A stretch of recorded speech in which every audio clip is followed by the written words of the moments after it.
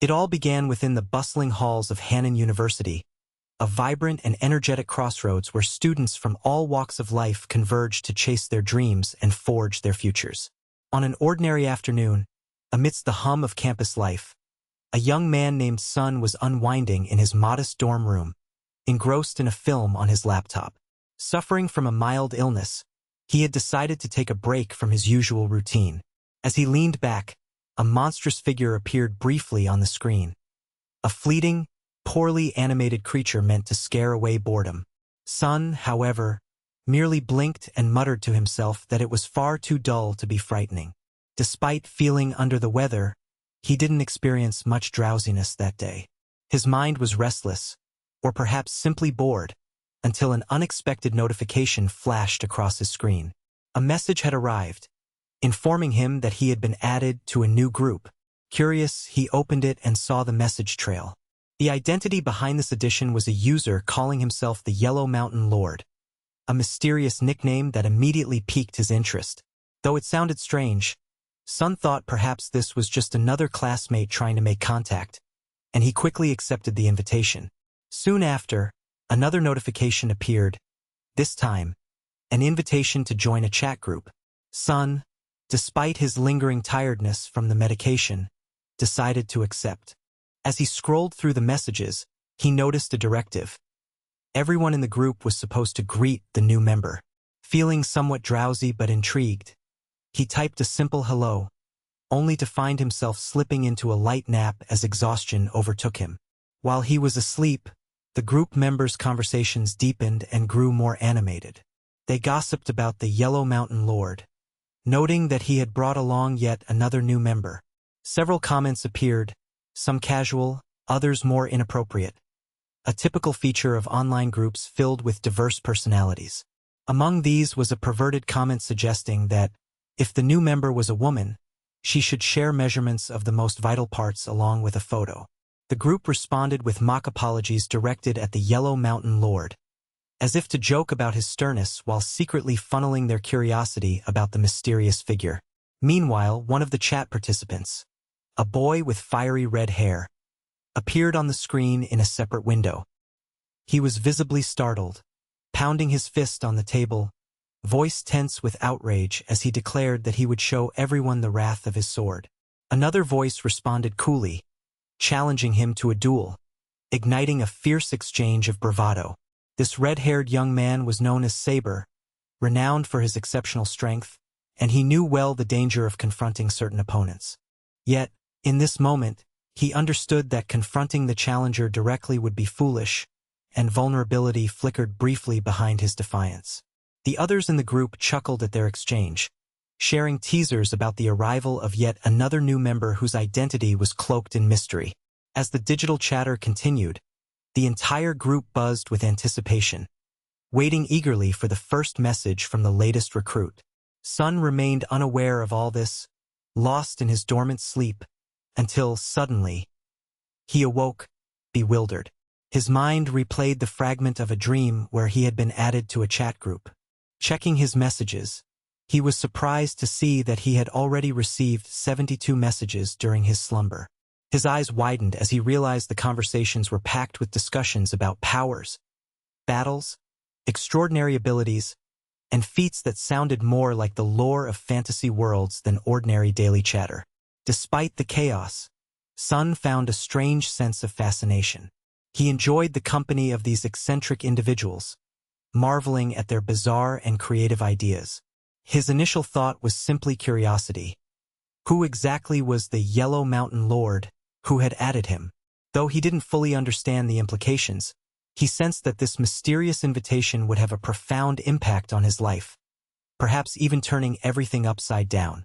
In the midst of that realization, Sun's thoughts drifted to his own life, his recent feelings of melancholy.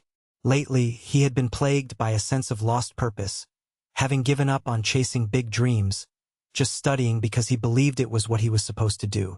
The conversations in the group, full of talk of battles, magic, and heroism, became a strange source of amusement, a small escape from his mundane reality. Those tales of heroism and fantasy were growing increasingly captivating, almost intoxicating, as he imagined himself amid adventures where he could save princesses and wield mighty swords. That evening, back home, Sun watched another film, feeling almost sleepier than ever. The horror stories that once might have intrigued him now only bored him deeply. As he drifted towards sleep once more, he dreamed vividly. A vivid vision of himself rescuing a princess from peril, becoming a true hero in a world of fantastical monsters and brave warriors. His mind spun with images of valor, challenge, and adventure, reminding him that deep inside, a part of him still yearned for excitement beyond the dull routines of everyday life. Meanwhile, back in the chat group, stories flowed beneath the surface of the digital tapestry. Discussions about the identity of the Yellow Mountain Lord continued, with some members praising him as a genius, a master strategist whose moves seemed beyond ordinary understanding. Others, however, remained skeptical, questioning the legitimacy and motives behind his actions. One member, realizing he had made a mistake while typing, admitted that he had accidentally added the wrong person. A simple but embarrassing error that revealed how easily online connections could become confusing and unpredictable. As the night went on, the group's activity intensified, a whirlwind of speculation and minor conflicts. Sun's involvement was still just a whisper in the background of this chaotic digital universe.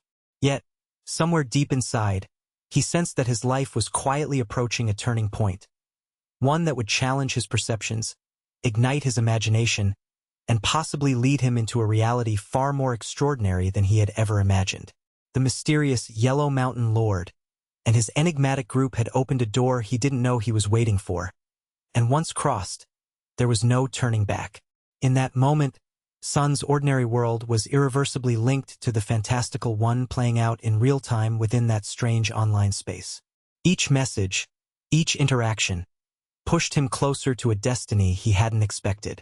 Little did he realize that by simply accepting an invitation one afternoon, he was stepping into a world where legends, courage, and mysterious powers would soon become a part of his everyday life, turning his mundane routines into the foundation of an epic new adventure. In an ordinary day, a seemingly insignificant moment unfolded that would unexpectedly ripple through the lives of everyone involved. It all started with a simple request. Someone in the virtual chat asked for photos, a mundane act that seemed trivial at first glance. Yet, from that mundane beginning, chaos erupted with surprising intensity. The individual who had made the request was soon overwhelmed with remorse upon realizing that he had flirted with a boy who had been part of that same group. His actions, seemingly innocent in the moment, spiraled into a wave of discomfort and embarrassment. The online community began to react swiftly. Some members demanded that the person be expelled from the group entirely, voicing their indignation and suspicion. Amid this turmoil sat an elder, perched calmly in his seat, known among the group as the Mountain of Yellow. His reputation was one of wisdom and restraint, but even he was reluctant to make rash decisions. He argued that expelling someone without understanding the full context would damage his own reputation and called for patience. Struggling with doubt and the weight of his responsibility, the elder decided to attempt a form of divination, believing that it might shed light on what was truly happening. With a shaky focus, he directed his spiritual powers into a worn-out notebook, eager to glimpse into the future. Unfortunately, his skills in prophecy were barely adequate. His attempts at prediction proved disastrously inaccurate. Every effort yielded a distorted, nonsensical vision, leaving him more confused than ever. In the end, he could see nothing concrete, and the uncertainty gnawed at him. Aware that rash decisions could cause more harm than good, he announced to the group that he would keep the troubled boy in the fold for now, emphasizing that he needed time to observe and resolve other pressing matters. Despite some murmurs of discontent, the group acquiesced, though they remained skeptical. The elder reassured them that his delay was necessary, as complex issues required his full attention. Meanwhile, lying on his bed, the protagonist felt his body growing weaker, a familiar sensation that often accompanied his moments of introspection and fatigue. As usual, he turned his gaze toward the online group, curious about their conversations. To his surprise, he discovered that he had been added by mistake. The realization was strange. This group, which seemed to talk about everyday matters, even had members with children.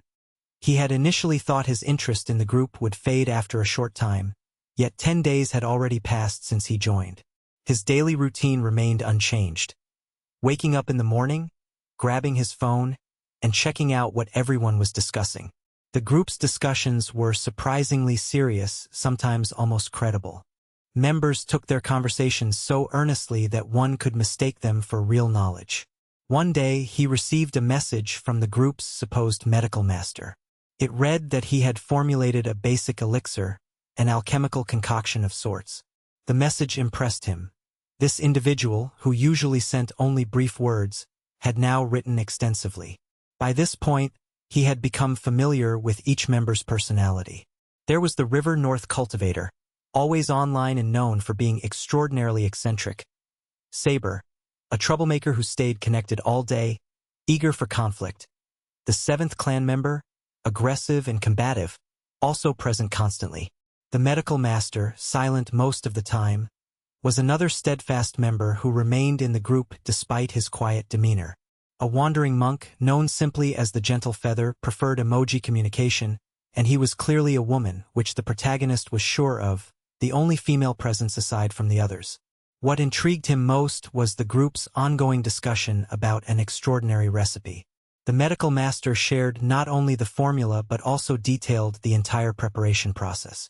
To the protagonist's surprise, some of the ingredients appeared remarkably common and easy to acquire, while others sounded entirely unfamiliar.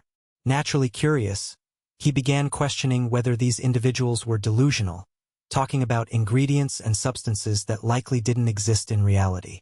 Fearing that someone might attempt to craft a foolish or dangerous potion based on this dubious information, he hesitated, contemplating whether to warn everyone not to try such an experiment. Just as he was about to send a message of caution, an emoji, a simple smiling face, was posted by a fellow member. This person claimed to have tested the recipe and reported that it worked wonderfully. The medical master expressed gratitude for the success, adding a few words of praise. The protagonist found this strange. Someone had actually created this so-called elixir of body tempering. His suspicion grew. Was it genuine, or just another fake? He became increasingly cautious, deciding to jot down the entire recipe in detail, suspecting it might be some form of slow-acting poison designed to harm gradually rather than immediately. Perhaps no one would die quickly, but the damage could be long-lasting. He planned to ask his cousin about it soon, fearing the worst. Meanwhile, he remained on alert, watching the group carefully and hoping that no harm would come to any of its members. The tension in this strange digital space thickened as the days went by, and unseen forces seemed to be at play. Every new message, every revelation, only deepened his suspicion that something far more ominous was unfolding than the group members realized. During this period, in a faraway place known as the Spirit Realm, another story quietly simmered, connected by threads of mysterious power and ancient secrets. But for now, the focus remained on the online community, where secrets layered beneath layers of seemingly innocent chatter, waiting for the right moment to reveal themselves. Mariposa, a girl with a quiet but mysterious demeanor, gracefully steps onto the shimmering surface of a tranquil lake. Her intent is clear. She plans to take advantage of the brief window when the old man leaves home to make her escape. Her ultimate goal is to pursue and capture the ghost she's been obsessively searching for, convinced that such a spectral entity holds the key to her deepest desires. As she moves effortlessly over the water, her focus sharp and unwavering, she silently vows to herself that her quest must succeed, no matter the risks involved. Later, we shift our attention to a tense domestic scene. The protagonist's cousin and his mother are engaged in a heated discussion about an unusual recipe. It's an odd concoction, strange ingredients, peculiar instructions. So bizarre that they're already contemplating whether to hospitalize the young man, suspecting he might be losing his grip on reality.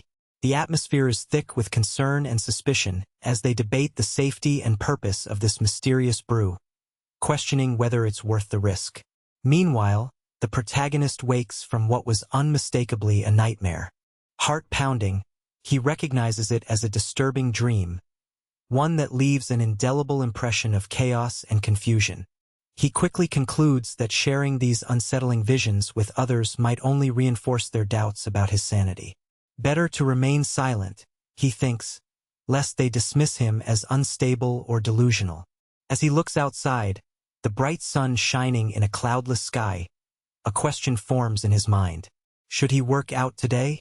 Perhaps. But first, he decides to indulge in a few rounds of the popular game, League of Legends, a refuge from his restless thoughts. He skillfully maneuvers through battles, culminating in an impressive pentakill that showcases his prodigious talent. The clock strikes noon, and he reluctantly closes the game, only to be greeted by an avalanche of notifications. His screen is flooded with messages from his friends and acquaintances. One message is particularly intriguing. It's from the North King, claiming that a particular recipe has worked flawlessly. Another comes from someone calmly brewing tea, commenting on a monk who merely sends emoji messages, adding to the strange aura surrounding these communications. Simultaneously, a mysterious figure known as Soft Feather, seemingly a girl, reaches out to him, asking politely for a message to be sent.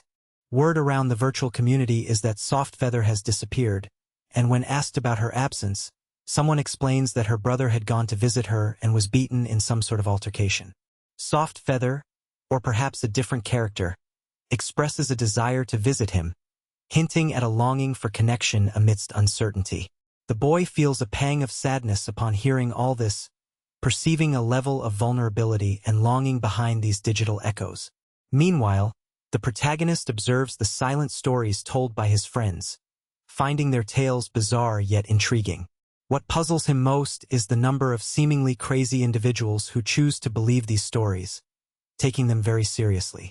He begins to wonder whether these accounts could be true, or if perhaps he is slowly losing his grip on reality just like them. Reflecting on his dreams, vivid and surreal, he convinces himself that he must resist becoming one of those deluded souls. Yet, just when he's about to send a message to the North King, a conversation catches his attention. The King of the North and a member of the Southern clan are discussing events happening in the city called H, mentioning a breakthrough or advance made by someone there. Realization dawns on him that City H is nearby, and a flicker of curiosity ignites within him. Will he see something extraordinary from his vantage point? Gripping his hair in frustration, he questions whether his belief in these stories, that city and its mysterious developments, might be a sign of his own descending madness. Confident that today is a beautiful day, he steps onto his balcony, certain that no catastrophe will befall him. The sky is clear, the sun shining brightly, relaying a sense of calm and stability. Meanwhile, in a distant place, a man with a sword strapped to his back approaches a young woman. With a determined voice, he informs her that the 16th is arriving. Perhaps a date, a countdown to some significant event. She responds calmly, calling herself 7th, and announces that she is ready, heading toward a nearby bookstore. The protagonist, observing all this quietly, feels a strange pull. Every new story he encounters makes time seem to fly, as if immersing himself in these tales transports him into another dimension.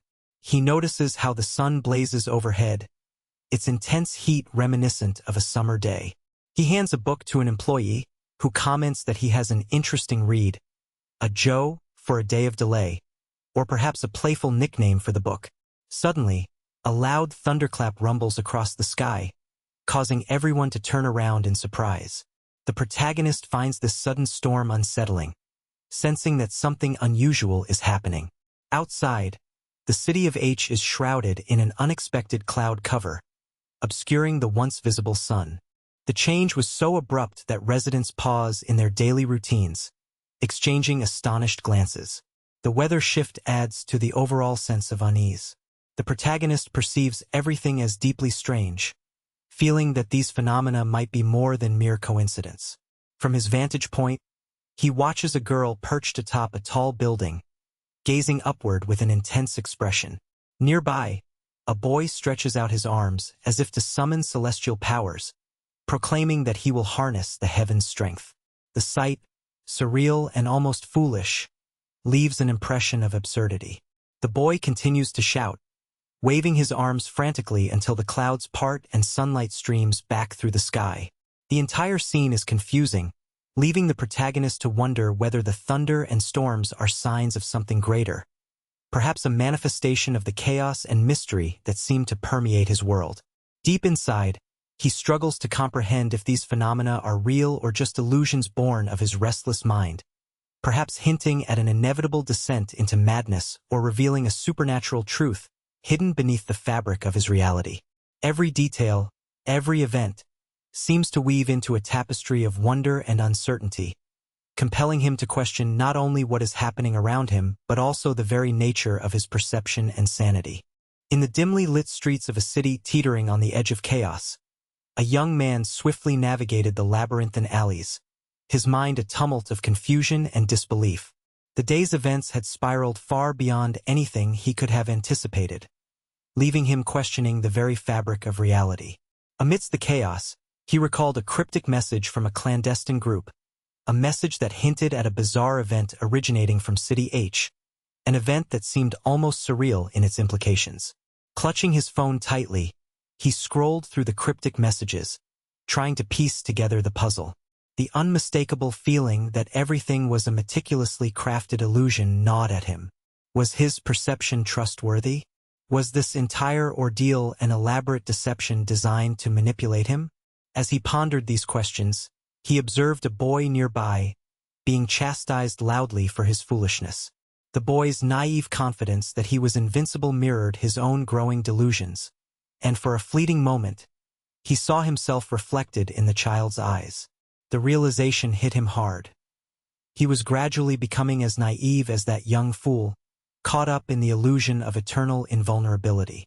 A decision crystallized within him. As soon as his cousin confirmed that the purported antidote they possessed was fake, he would sever all ties with the group. The idea of remaining among such reckless individuals, deluded into believing in their invincibility, was unbearable. His gaze drifted to the girl standing on the rooftop, passing silently by him. She seemed distant, absorbed in her own thoughts. Yet her presence was enough to remind him of the fragile nature of power and the perilous pursuit of influence. Gaining dominance was never a simple endeavor, and he understood that better now than ever. On his way home, he sent the recipe for the supposed remedy to his cousin, asking whether consuming it would lead to death. For now, he decided not to leave the group entirely, fearing that someone might perish if they took such an uncertain chance. Returning to his computer, he was greeted by a flood of notifications, nearly 99 in total. The urge to ignore them was strong but ultimately futile. Curiosity overwhelmed him, compelling him to delve deeper into the group's latest updates. One of the members inquired whether the designated member had advanced smoothly in his endeavors. An individual known as the Master of Trigrams responded by claiming he had performed a divination, which indicated that everything was proceeding well. Yet, skepticism ran high among the members. Many doubted the accuracy of his predictions, especially concerning a girl involved in their plans. They questioned whether someone nearby City H could verify her safety, if she was alive and well. The consensus was firm. Whatever the so-called seer proclaimed, the opposite must be true. The group lacked trust, suspecting deception or misdirection. Our protagonist chuckled quietly at the irony. It seemed these people had known each other for years, bound by shared secrets and mutual mistrust. The King of the North asked if anyone was present in City H, but nobody responded affirmatively. They admitted knowing someone who lived close but were wary of getting involved. Perhaps, they reasoned, meddling with these unpredictable characters was too dangerous. Meanwhile, a voice, described as Soft Pen, mentioned preparing to travel to City J, which was conveniently near their location. Excitement stirred within the young man as he realized the group's member would soon pass close to his town. The group decided to let her confirm the girl's condition and expressed concern over the divination's reliability. The prediction of good fortune was now seen as ominous, an ill portent rather than a blessing. Angered by their doubt, the seer slammed his fist on the table, fury flashing in his eyes. Insulted and frustrated, he declared a duel to settle their disputes. The man, the one he identified as agreeable enough to his challenge, readily accepted. Meanwhile, the protagonist found himself pondering the absurdity of their gathering at the Zenin Palace solely for a duel. The mental image of two warriors fighting a dragon and a tiger struck him as surreal, like scenes from a fever dream. It was as if his mind was slipping into madness, eclipsed by visions of impossible battles. Morning dawned, and he turned on his computer once more, only to be greeted by news reports about lightning strikes. Spectacular flashes illuminating the sky, yet they seemed to ignore his attention. A message from the campus appeared, describing the aftermath of a gang elimination. People speculated on who was responsible for pummeling those thugs, especially since everyone seemed eager for retribution. To his indifference, he skimmed past the headlines, feeling detached from the chaos. But amidst this distraction, the persistent image of lightning persisted in his mind. It lingered there, impossible to ignore, drawing his gaze back to the virtual horde of notifications. Frustrated, he considered leaving the group entirely, sensing that his involvement was dangerous or futile. Yet, at that moment his screen revealed that every single member was online simultaneously. A strange, almost surreal occurrence. The question arose, do these people ever sleep? Does anyone truly rest? A sneeze echoed through the group chat, and a figure, described as the cultivator of the North River, remarked that people couldn't stop obsessing over him. The group's medicine master shared a cryptic message, though it was incomplete, hinting at some deeper revelation or ritual. Meanwhile, beneath the surface of their digital conversations, a web of unseen motives and hidden agendas intertwined, as each individual played their part in this clandestine game. As the day progressed, the young man continued to observe, torn between curiosity and caution. The group's fractured alliances, cryptic predictions, and strange rituals painted a picture of a world that was as dangerous as it was fascinating. The more he tried to understand their motives, the more elusive the truth appeared. It became clear that beneath the veneer of mundane interactions lay a complex tapestry of power struggles, secret rites, and ambitions rooted in the desire for control and influence. Despite the chaos and the visions of impossible battles filling his mind, he sensed that something greater was brewing, a storm whose full extent remained unseen. The lightning that flashed across the skies had become a symbol of change, of upheaval. His own place within this web of intrigue was uncertain, yet he knew that he could no longer remain a passive observer.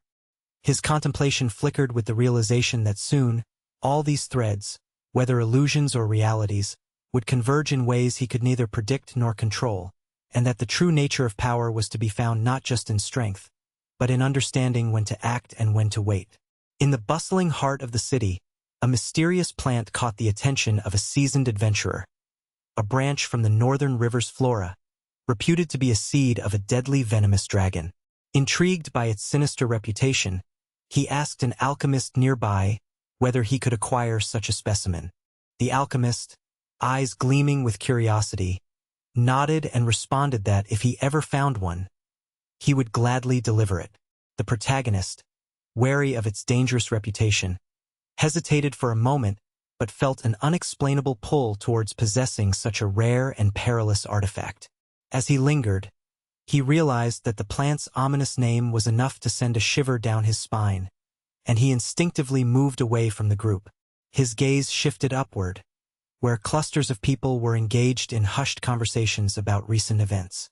A recurring topic was a city, referred to as City H, where an individual had allegedly eliminated numerous people. Interestingly, none of these victims had succumbed.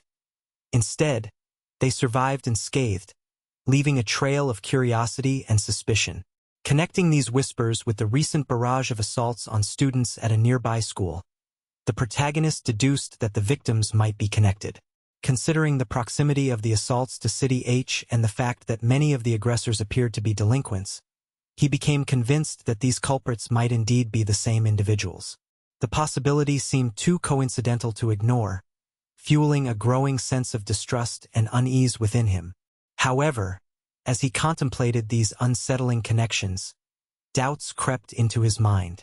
Regime, his thoughts whispered, was beginning to believe in a conspiracy of coincidences. The mounting tension made him decide that he needed to clear his mind. He took to running through the city streets, each breath of fresh air helping to dissipate the confusing web of rumors and suspicions. Running served as a mental escape, a way to forget the dangerous gang members and those mysterious, luminous figures, the lightning-shaped thieves and the fairy that was said to have appeared in the city, who might be connected to these strange, violent episodes. Meanwhile, at the airport, the scene was equally dynamic.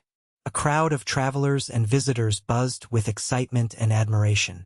Many were captivated by a young woman whose beauty seemed almost unreal, prompting messages and texts praising her allure.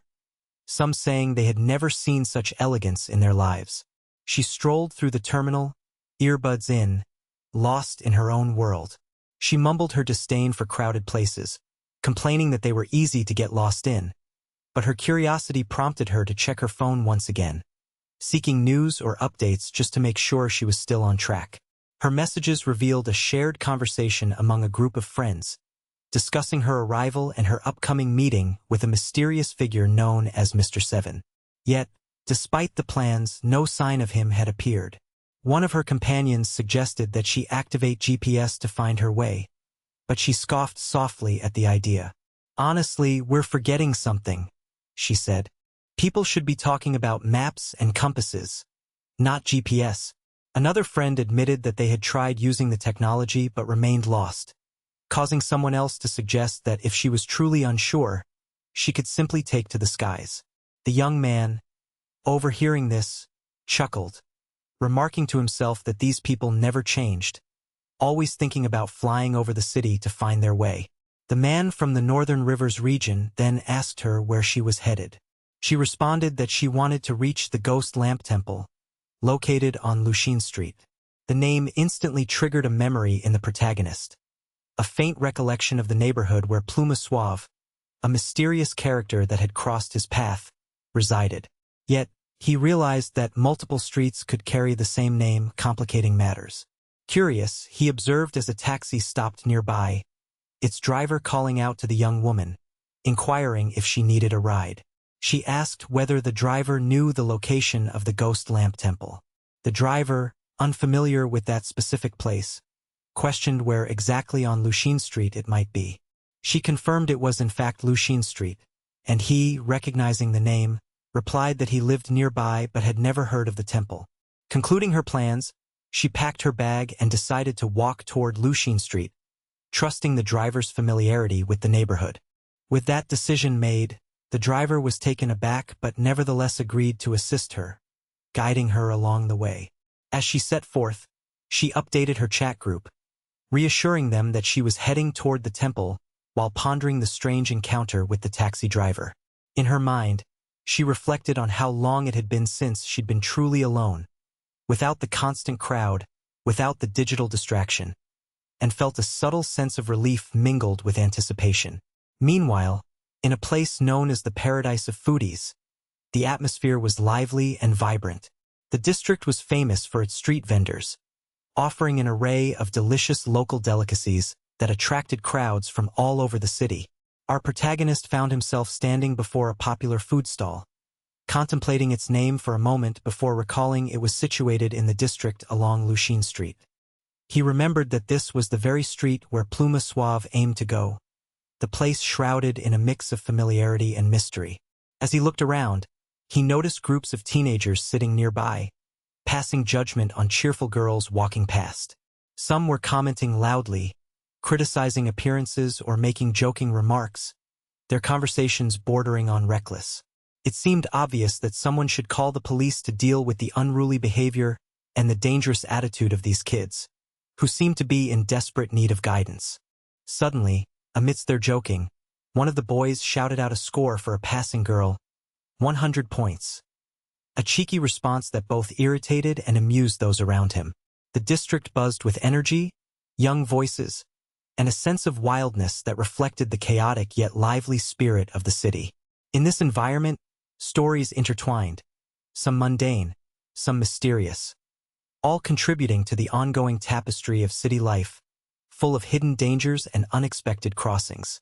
The narrative of these characters, each navigating their paths through chaos and clarity, highlighted both the vibrancy and the peril that lurked around every corner, weaving a complex, colorful story that continued to unfold in the depths of a sprawling metropolis filled with secrets, hopes, and danger. In the quiet haze of a bustling city, amid the hurried footsteps and crowded streets, a delicate moment unfolded that would forever alter the lives of those involved. It all began when a woman, whose presence was as graceful as a whisper, arrived carrying a sleek leather suitcase. Her movements were fluid, embodying a gentle confidence that immediately captured the attention of a young man nearby. His gaze, drawn involuntarily, followed her every step as she passed by. In that fleeting instant, the young man felt an inexplicable pull deep within his chest, a sudden rush of emotions that seemed to surmount his usual composure. It was as if an invisible string had tethered his heart to her, and in that moment of her passing, he realized he had fallen, irrevocably and hopelessly, under her spell. His friends, noticing his distracted state, teasingly challenged him, claiming that her charm could only be worth a perfect score of 100 points. Yet he remained silent, lost in the whirlwind of feelings that surged within. He watched as she moved through the crowd, her steps unhurried yet purposeful, and felt an urge to approach her. Summoning his courage, he stood up abruptly, announcing to his friends that he could no longer remain a passive observer. With tentative steps, he began to walk in her direction, whispering to everyone around that he needed to do something bold. But as he closed the distance, he hesitated, his courage wavering. Lost in admiration, he decided to observe her from afar, and after a few moments, he found himself crying softly, overwhelmed by the beauty he couldn't bring himself to voice. The young man chuckled softly at his own vulnerability, then went to a nearby butcher shop, seeking distraction in the mundane routine of choosing cuts of meat. As he exited, fate played its hand once again, and he found himself face to face with the woman once more. His heart pounded as he wondered whether this was mere coincidence or something more inevitable. As she passed by him, he lowered his gaze, feeling a mixture of bewilderment and sanity slipping away. It seemed as though his mind was playing tricks, but the intense presence of her aura kept him rooted in the realm of wonder. He was about to dismiss the encounter when an intriguing detail caught his attention. Someone had mentioned a place called the Temple of Ghosts. The mention sparked his curiosity, and he instinctively turned his head to watch her depart. There was an almost magnetic pull compelling him to follow her steps, to understand who she truly was. Without hesitation, he pulled out his phone to check her recent updates and saw that she had noted her arrival in a certain street, mentioning that the area was bustling with a crowd. Interestingly, he remembered that she had left the airport just 2 hours earlier. His intuition told him she was in the wrong part of town, perhaps mistaking one street for another. This discrepancy fueled his skepticism. He refused to believe she could be just an ordinary woman. There's no way she's just a regular person, he thought firmly, denying any chance that she was simply a woman passing through. Suddenly, his phone chimed, a voice message. He tapped to listen, recalling the moment when she had recorded it. Earlier, he had replayed her message and noticed her voice sounded uncertain, as if she was anxious because someone she was trying to reach, the man from the North River, was not responding at the moment she was passing through that particular area. Now, as he pressed play again, her tone seemed tense, hinting at her unease. She had turned around, adjusting her pace, and he could see that she was glancing nervously over her shoulder. Her eyes seemed to search for something or someone, and he was struck by her vulnerability. It was then he wondered whether the boy she mentioned, a youthful figure, perhaps an adolescent, was actually an older person, someone within their group. His curiosity deepened as he noted a faint scent of perfume lingering in the air, and he watched as she moved closer, her face nearing his. She then asked if he belonged to the group from the 9 provinces, a detail that puzzled him. To his surprise, she confirmed her identity as Pluma Suave, a nickname that resonated with her graceful demeanor. Her face radiated with confidence and charm, yet her age seemed to be around 19, strangely older than what her youthful appearance suggested. She addressed him with familiarity, and he realized she had heard his name, which he hesitantly shared. telling her his given name was Sun Swan. She gestured for him to forget about the Taoist name she had mentioned earlier, indicating that it was just a superstition some people used to hide or mystify their true identities. She expressed her understanding that some individuals preferred to keep their real names secret, a silent nod to the complex layers beneath their personas. Then, she asked him to drop the formality of calling her older sister, a respectful term she found somewhat disrespectful, and insisted he simply call her by the name Sun. He hesitated for a moment but agreed, feeling an inexplicable pull to connect more directly. In a gentle, earnest tone, he asked whether she needed help. Was she here on some mission or just exploring? His heart fluttered by the sincerity of his question, but he realized he was deeply enamored. Without thinking, he offered to carry her suitcase, not because she asked, but because he wanted to be near her to support her journey. She declined politely, preferring to walk on her own, but he listened carefully to her destination. He told her he knew where she wanted to go, and he gently pointed out that she seemed to be on the wrong street. Her eyes widened in surprise as she asked if she was on Luxing Street, which was indeed the place she intended to reach. He confirmed her suspicion, but then explained that this was not in the same city. City J, a different urban landscape altogether, and that she might have confused the two streets with similar names. His tone was kind yet firm, and he suggested that she check her phone's GPS. However, as he looked at her, he realized that her battery had died. Another twist of fate. She had no way of verifying her location, and he offered her his own device, but she hesitated. Moments later, she admitted that her phone's battery was also dead. The complication deepened as they both faced the same predicament, unable to confirm their positions. He wondered if she was in a hurry to reach her destination, and she nodded solemnly, acknowledging that her circumstances were pressing. Their conversation hung in the air, an unspoken connection forming amid the chaos of missteps and lost signals. The city seemed to fade into the background, leaving only the two of them in this rare, suspended moment of shared uncertainty and quiet hope. Once upon a time, in a quiet corner of a bustling city, there dwelled a young man caught between worlds, one rooted in mundane routines and the other stretching toward mystical horizons. His life was an intricate dance of everyday responsibilities and unspoken ambitions, a delicate balance that often left him pondering the boundaries that separated the ordinary from the extraordinary. One day, as the sun dipped below the horizon, casting long shadows across the city streets, the young man found himself standing before a modest apartment. It was his sanctuary, a place where he sought refuge from the chaos outside. His mind was preoccupied with the day's trivial worries when a gentle voice interrupted his thoughts. It was a young woman, someone he knew, hesitant yet earnest. She hesitated slightly, her eyes searching for words. "I hope I haven't taken too long," she said, her voice tinged with a mixture of nervousness and curiosity. "My father warned me that if I lingered too late, he would scold me. So I thought, maybe I could use the computer in your room to check how to get there." He looked at her, amused by her earnestness. "You can't charge your phone at a vendor's place?" he asked with a smile. "But you can bring it to your room," he continued gently, sensing her uncertainty. She nodded, clarifying if the room was her usual practice space, or perhaps a supposed refuge for solitude. He was a little confused himself. To him, it was just an ordinary bedroom, nothing special. Yet, he found himself instinctively thinking about the unspoken rules, how one shouldn't bring a girl into a male dormitory. Still, the moment's curiosity prevailed, and with a quick glance around, he decided to lead her inside. The door swung open, revealing a simple but comfortable room filled with cluttered belongings and the faint hum of a computer. As soon as they stepped inside, he turned to her and asked, "What would you like to drink?" Her eyes lit up with a simple desire. "Some tea, perhaps," she replied softly. However, coincidentally, he only had a beverage he thought she might dislike. A strange orange juice he jokingly referred to as spiritual elixir. He found her reaction amusing. In his mind, everyone from his training group drank juice like this.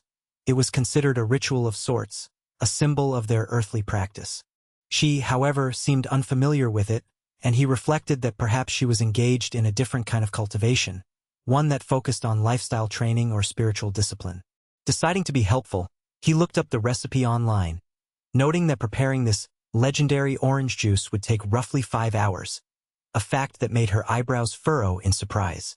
She wondered aloud if a taxi could be arranged to fetch it, an amusing thought as they were both far from that sort of luxury. He replied that no, a taxi probably wouldn't make such a long journey, and her next question was about what they would do afterward. He hesitated, confused by her curiosity. "What would we do?" she asked again, a hint of hesitation in her voice. Since they had only just met, he wondered why she was so interested in potential plans.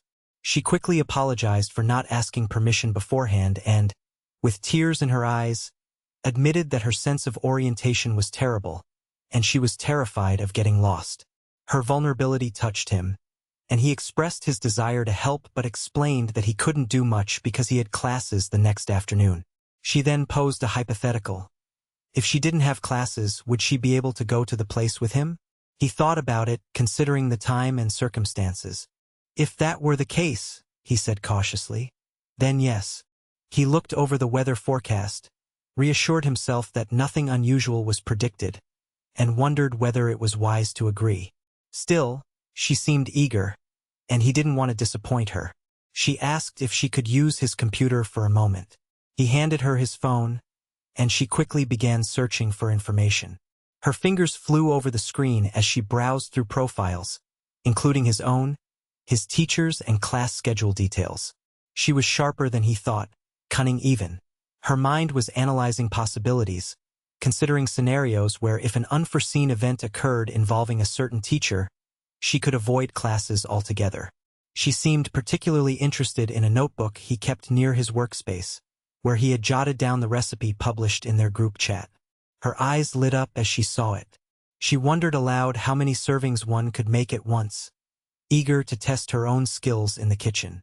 She noticed that he had written down the recipe, and a sudden suspicion crossed her mind that he might be one of the eccentric practitioners of that peculiar discipline. He, suddenly self-conscious, denied that he had tried the recipe himself, claiming he simply hadn't had the chance because he lacked the necessary ingredients. She approached him and offered to send him 2 boxes of ingredients when she returned home, to help him prepare it herself. Grateful, he asked for her documents to reserve a ticket. While she was at the window, he couldn't help but think how beautifully kind she appeared, her gentle nature contrasting with the world's harshness. To him, she seemed almost otherworldly, charming and delicate, living in a world of illusions. Meanwhile, she activated her special glasses, devices developed for her that could project her vision into another realm entirely. She took a panoramic view of the city, her mind wandering beyond visible horizons, imagining landscapes and possibilities far beyond her current reality. Her gaze was fixed on the distant skyline, where the city lights shimmered like stars sprawled across an endless sky. She wished to escape, even if just momentarily, into a realm where her dreams could unfold freely.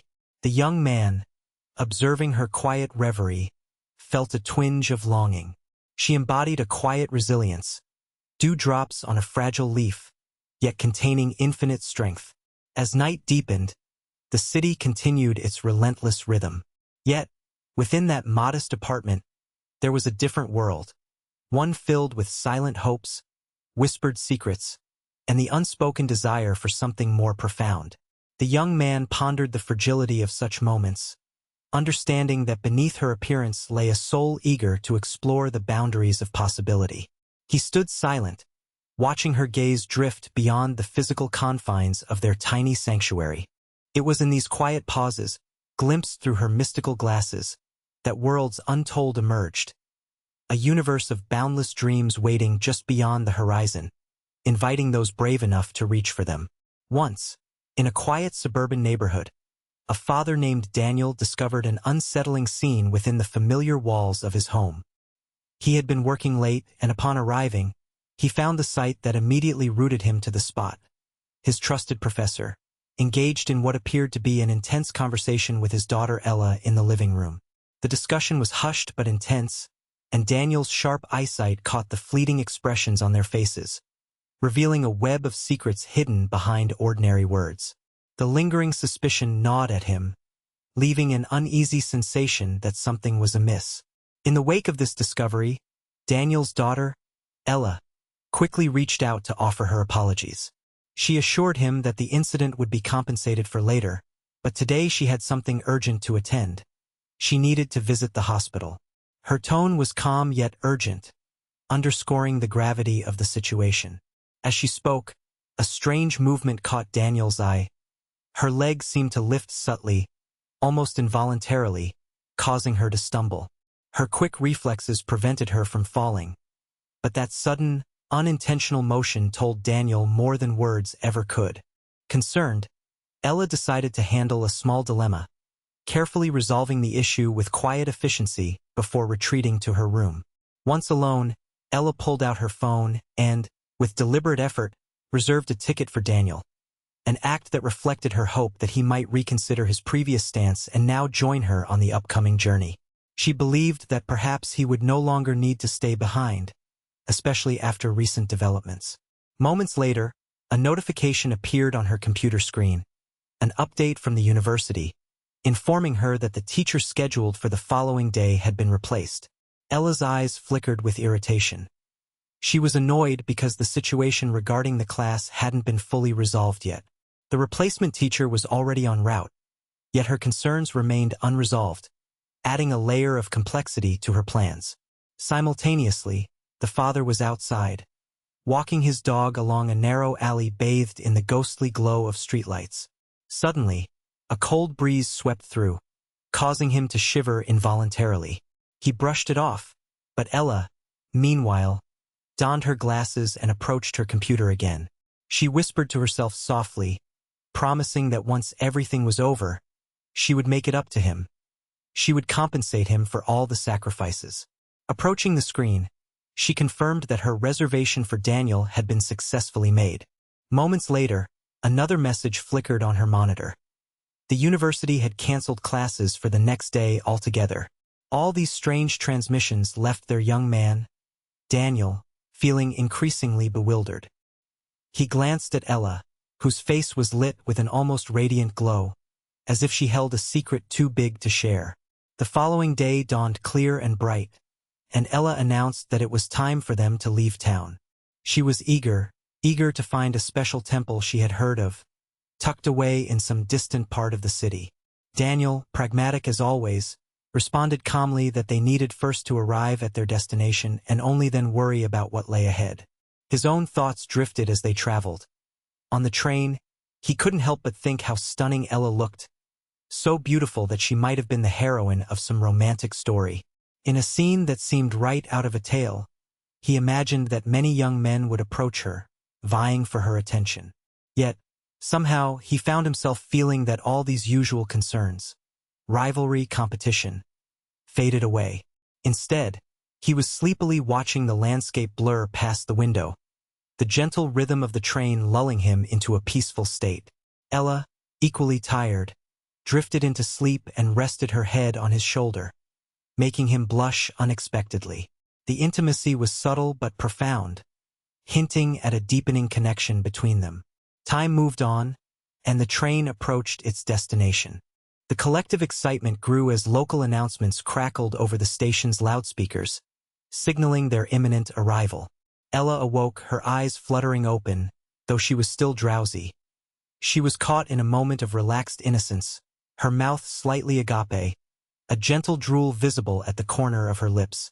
They stepped off into the city's bustling streets, where the pair's plans to find a place to stay commenced. She looked around, eager to locate the legendary temple she'd read about, and asked a nearby hotel receptionist about it. The receptionist, unfamiliar with such a place, shook her head politely and confessed she had no knowledge of any temple in that area.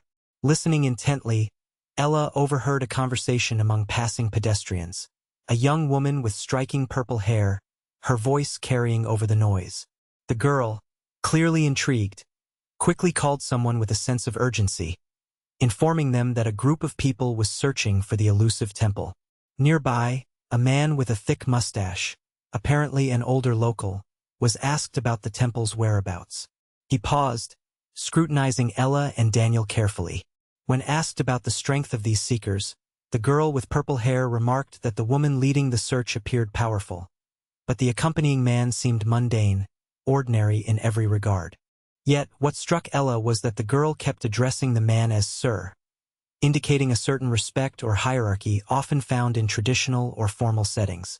The cautious man advised Ella and Daniel to stay alert, warning them to be careful, as it had been many decades, more than 60, since anyone had seen the owner of that mysterious place.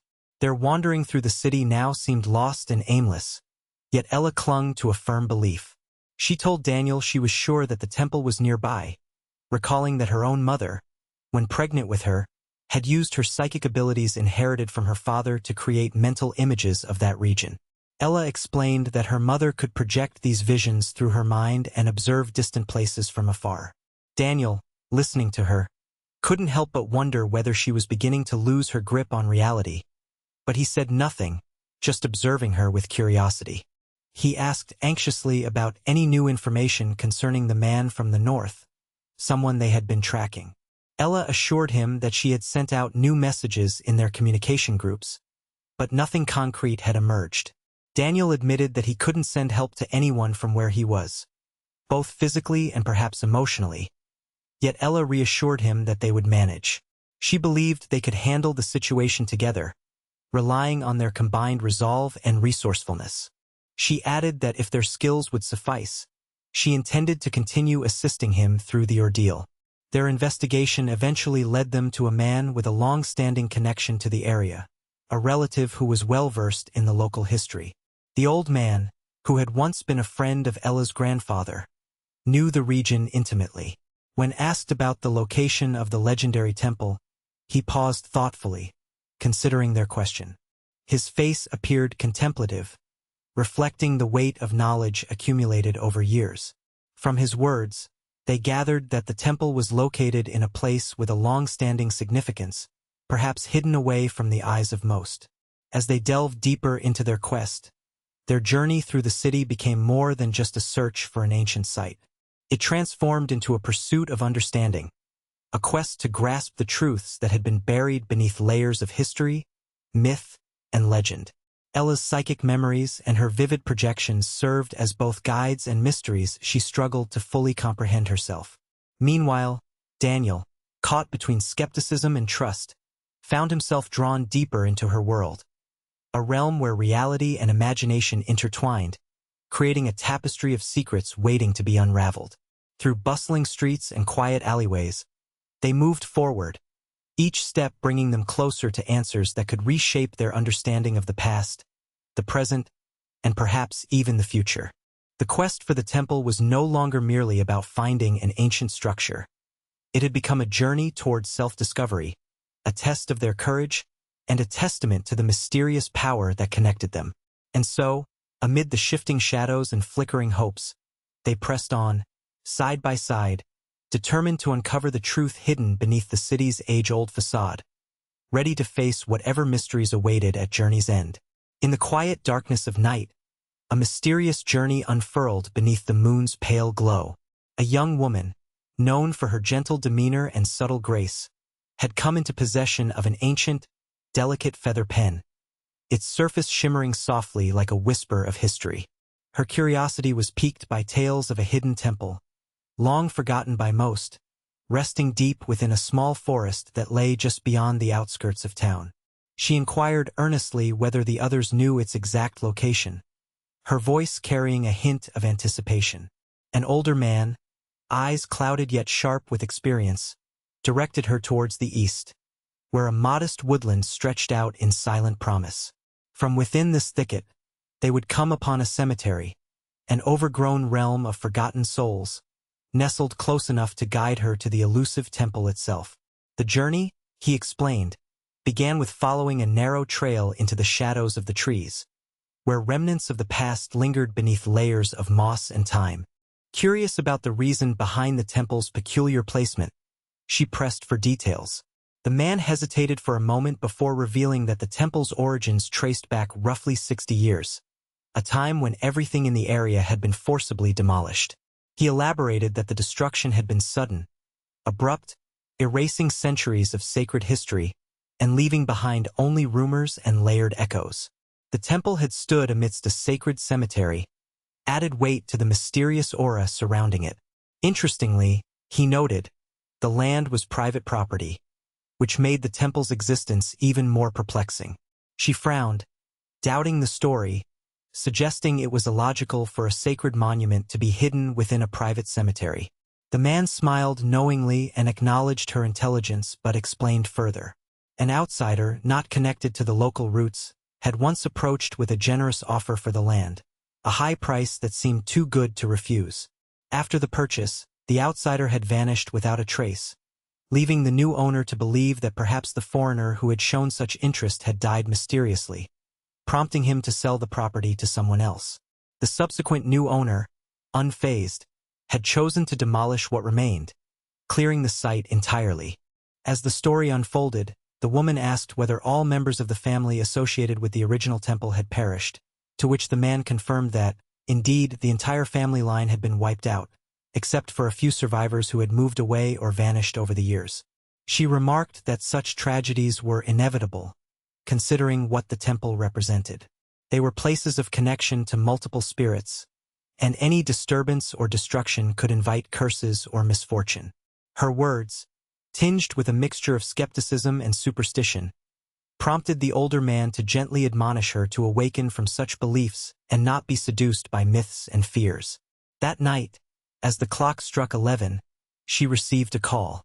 Her companion questioned the tardiness of their planned visit to the temple. She responded calmly, explaining that spirits were easier to encounter in the dead of night, and that she would protect him from any harm, even if they stood before a weathered gravestone.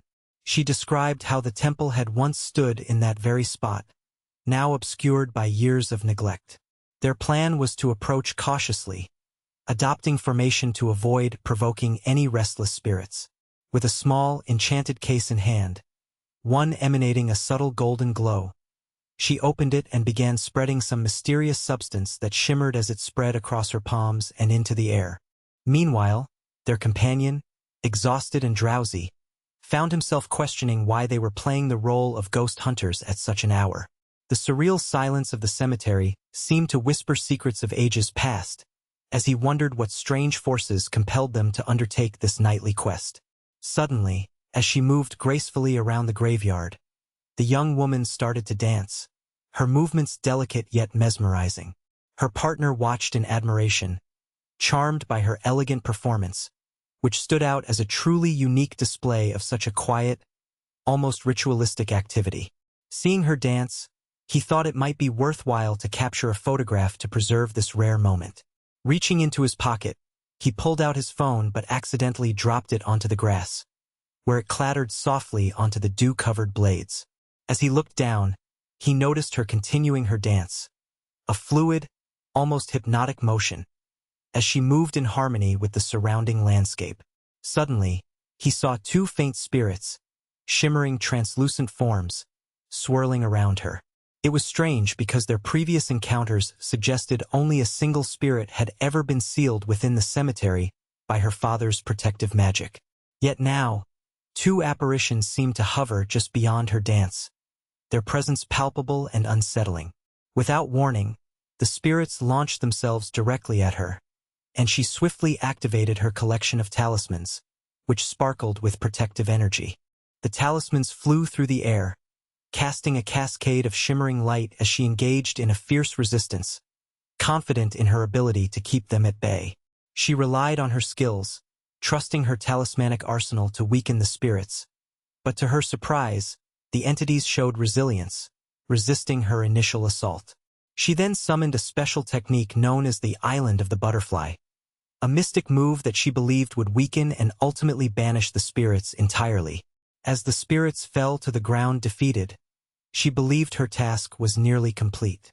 She knew all she needed was to finalize the seal to prevent them from returning. Yet, just as this thought crossed her mind, one of the spirits suddenly bolted toward the protagonist, seemingly aiming to attack him directly.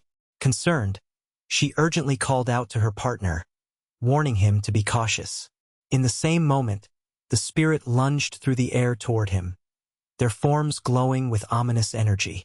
He was momentarily distracted, absorbed in examining the exotic plant that the master healer had shared in their group chat, a rare dragon plant believed to hold powerful medicinal properties. His curiosity was piqued by its strange appearance. A vibrant leaf with intricate markings, pulsing with a faint golden hue. Knowing how unpredictable and dangerous such items could be, he instinctively wanted to hide the plant, fearing she might consider using it without understanding its true power. With a quick motion, he tore the plant from the ground, clutching it anxiously. No sooner had he done so than a surge of golden energy erupted from beneath the soil, causing the surrounding area to crack and shimmer with an otherworldly light. Despite the tumult, everything appeared normal to him, and he looked around, bewildered, asking aloud what had just transpired. The young woman, witnessing the chaos from a distance, was deeply impressed by the scene.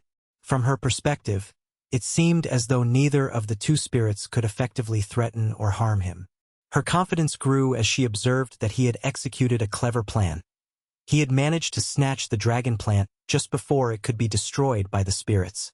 In this moment, she realized that his quick thinking and calm execution had saved them all from imminent danger. The spirits, though resilient, seemed unable to withstand his resolve. Their efforts to reinstate the seal had been temporarily thwarted, and the unfolding chaos highlighted the dangerous, unpredictable nature of these nocturnal encounters.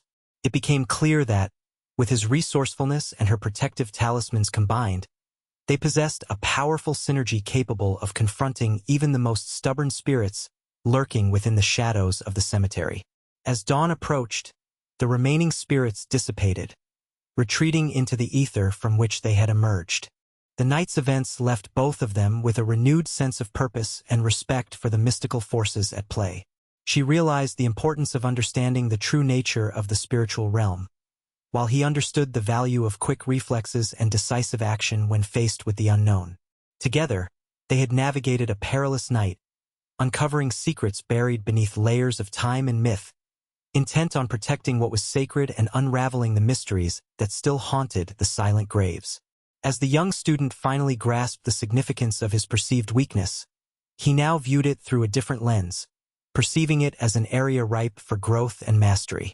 He felt a renewed eagerness to learn more from the senior figure, whose wisdom and experience seemed invaluable. Yet, beneath his enthusiasm, he was cautious not to reveal any sign of vulnerability, fearing that such an admission might undermine his confidence or give others room to doubt his resolve. Determined to conceal his insecurities, he reached into his pocket and released 2 seals to the spirits, watching as they closed with an almost imperceptible shimmer, their forms shimmering amidst swirling energies. Around him, delicate butterflies fluttered in a mesmerizing dance, their colorful wings shimmering in the air, creating an enchanting spectacle. As he observed these butterflies, he wondered silently whether the spirits were truly sentient beings or merely manifestations of his own power, conjured by forces beyond understanding. In that moment of reflection, he turned to the spirit realm and expressed his gratitude, acknowledging that without his guidance, the spirits might have escaped into the unknown. The young girl beside him paused and then softly commented that their escape had been a close call, to which he responded with a quiet chuckle, a hint of relief slipping into his tone. She, sensing his guarded nature, offered him one of the luminous spirits she had summoned earlier, the delicate creature shimmering with an ethereal glow. However, he declined politely, explaining that the spirit was of great value, a precious entity that he preferred to keep close for the time being. She, insistent that he deserved to retain a token of their shared journey, urged him to accept it, emphasizing that their recent trials had bonded them and that he should not disregard their mutual trust. Seeing her earnest expression and knowing that he had no intention of refusing, he finally nodded in agreement, reasoning that since the spirit was sealed and contained, it posed no immediate threat or inconvenience. With that, they returned to their surroundings, the scene shifting to a distant observer, a man who had been watching their exchange from the shadows. He reflected that it was fortunate he hadn't intervened. After all, the young man's strength surpassed his expectations, revealing itself in subtle yet undeniable ways. Still, concern lingered in his mind, For now he would have to devise a plan to recover the spirits that had been lost or intentionally left behind amid these unpredictable events. Unbeknownst to him, another figure observed these proceedings silently from a lofty tree, reporting to someone beyond his vantage point that the sealing of the spirits had been successful. Yet, curiosity gnawed at his mind. He was eager to learn more about this mysterious Sun Chang'an and the young man they were pursuing. Who were they, and what secrets did they hold? The following day dawned, and it was time for our young hero, known as the Gentle Feather, to return home. As he prepared to leave, he asked the girl whether she felt comfortable making the journey, to which she replied affirmatively, noting that reaching the airport was straightforward. Filled with a sense of gratitude, she approached him and requested directions, stating that she wished to send the boxes filled with rare ingredients as a token of appreciation for his help. He nodded and indicated the way, then handed her a slip of paper inscribed with his contact number, in case she needed to reach him later.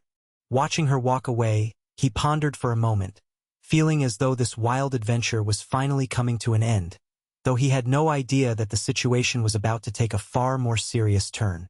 What he did not realize was that the ordeal was far from over.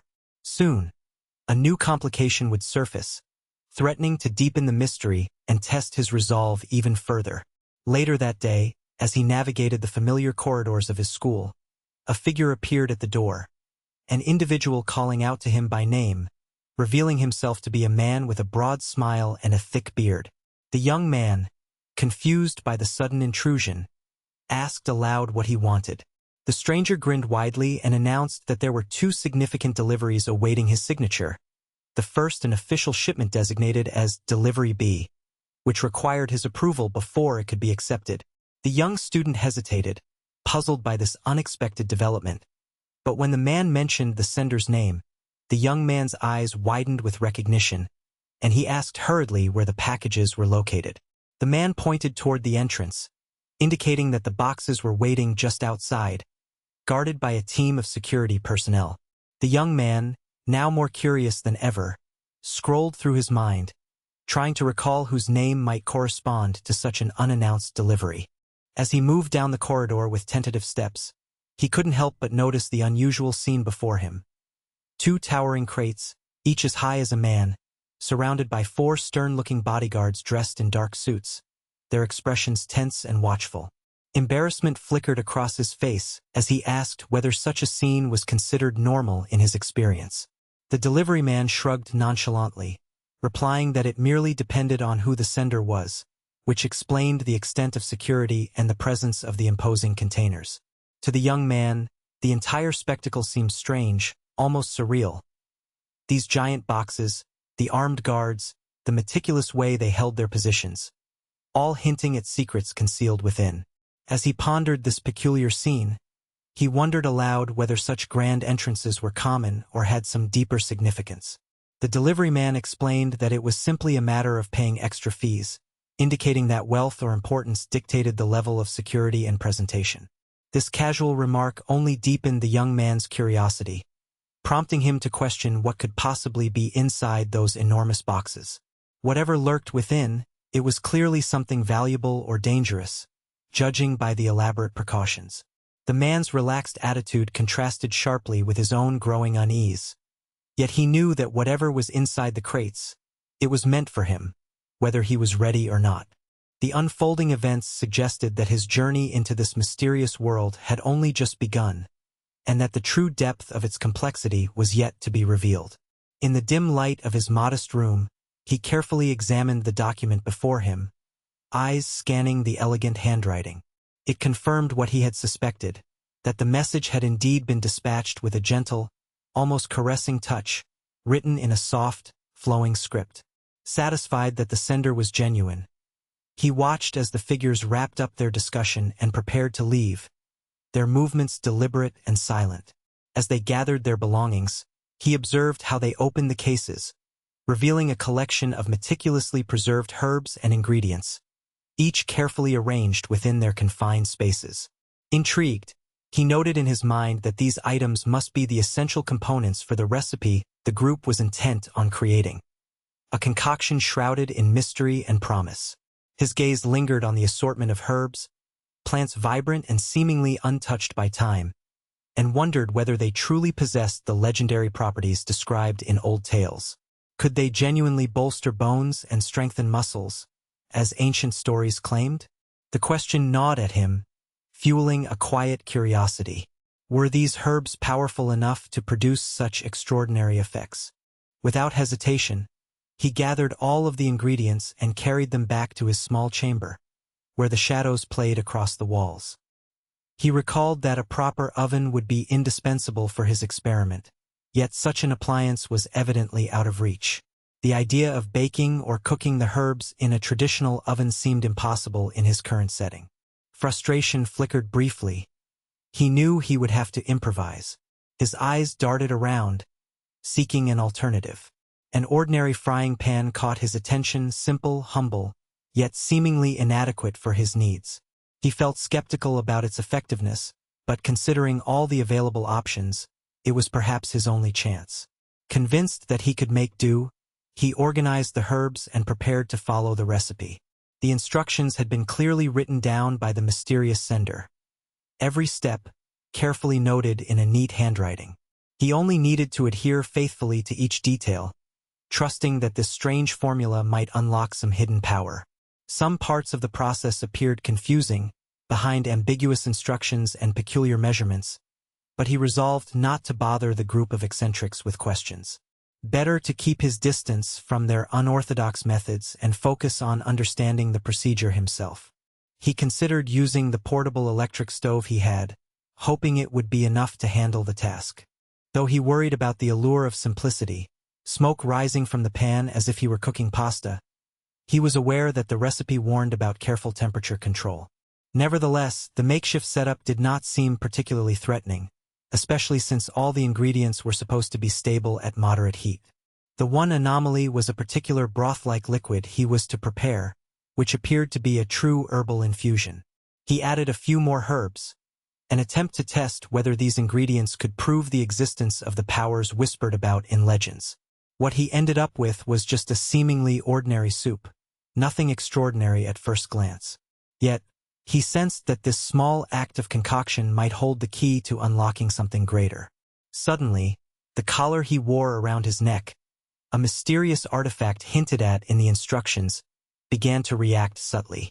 He watched in fascination as some of the reactions described in the text started to manifest, an indication that the herbs and process might be working, at least in part. Realizing that certain substances, like the dew-imbued herb, needed higher temperatures to activate their full potential, he increased the heat. As he did so, the liquid started to simmer and dissolve, changing its nature before his eyes. He carefully followed the rest of the steps, considering various methods to refine the process, more attentive now to understanding rather than merely replicating. His focus sharpened as he reached the 41st ingredient, the mixture nearing completion.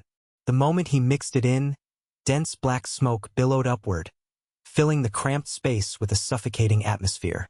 In an instant, he noticed that nearly half of the liquid's volume had vanished, absorbed or evaporated into the air, and a terrible, acrid smell filled his nostrils.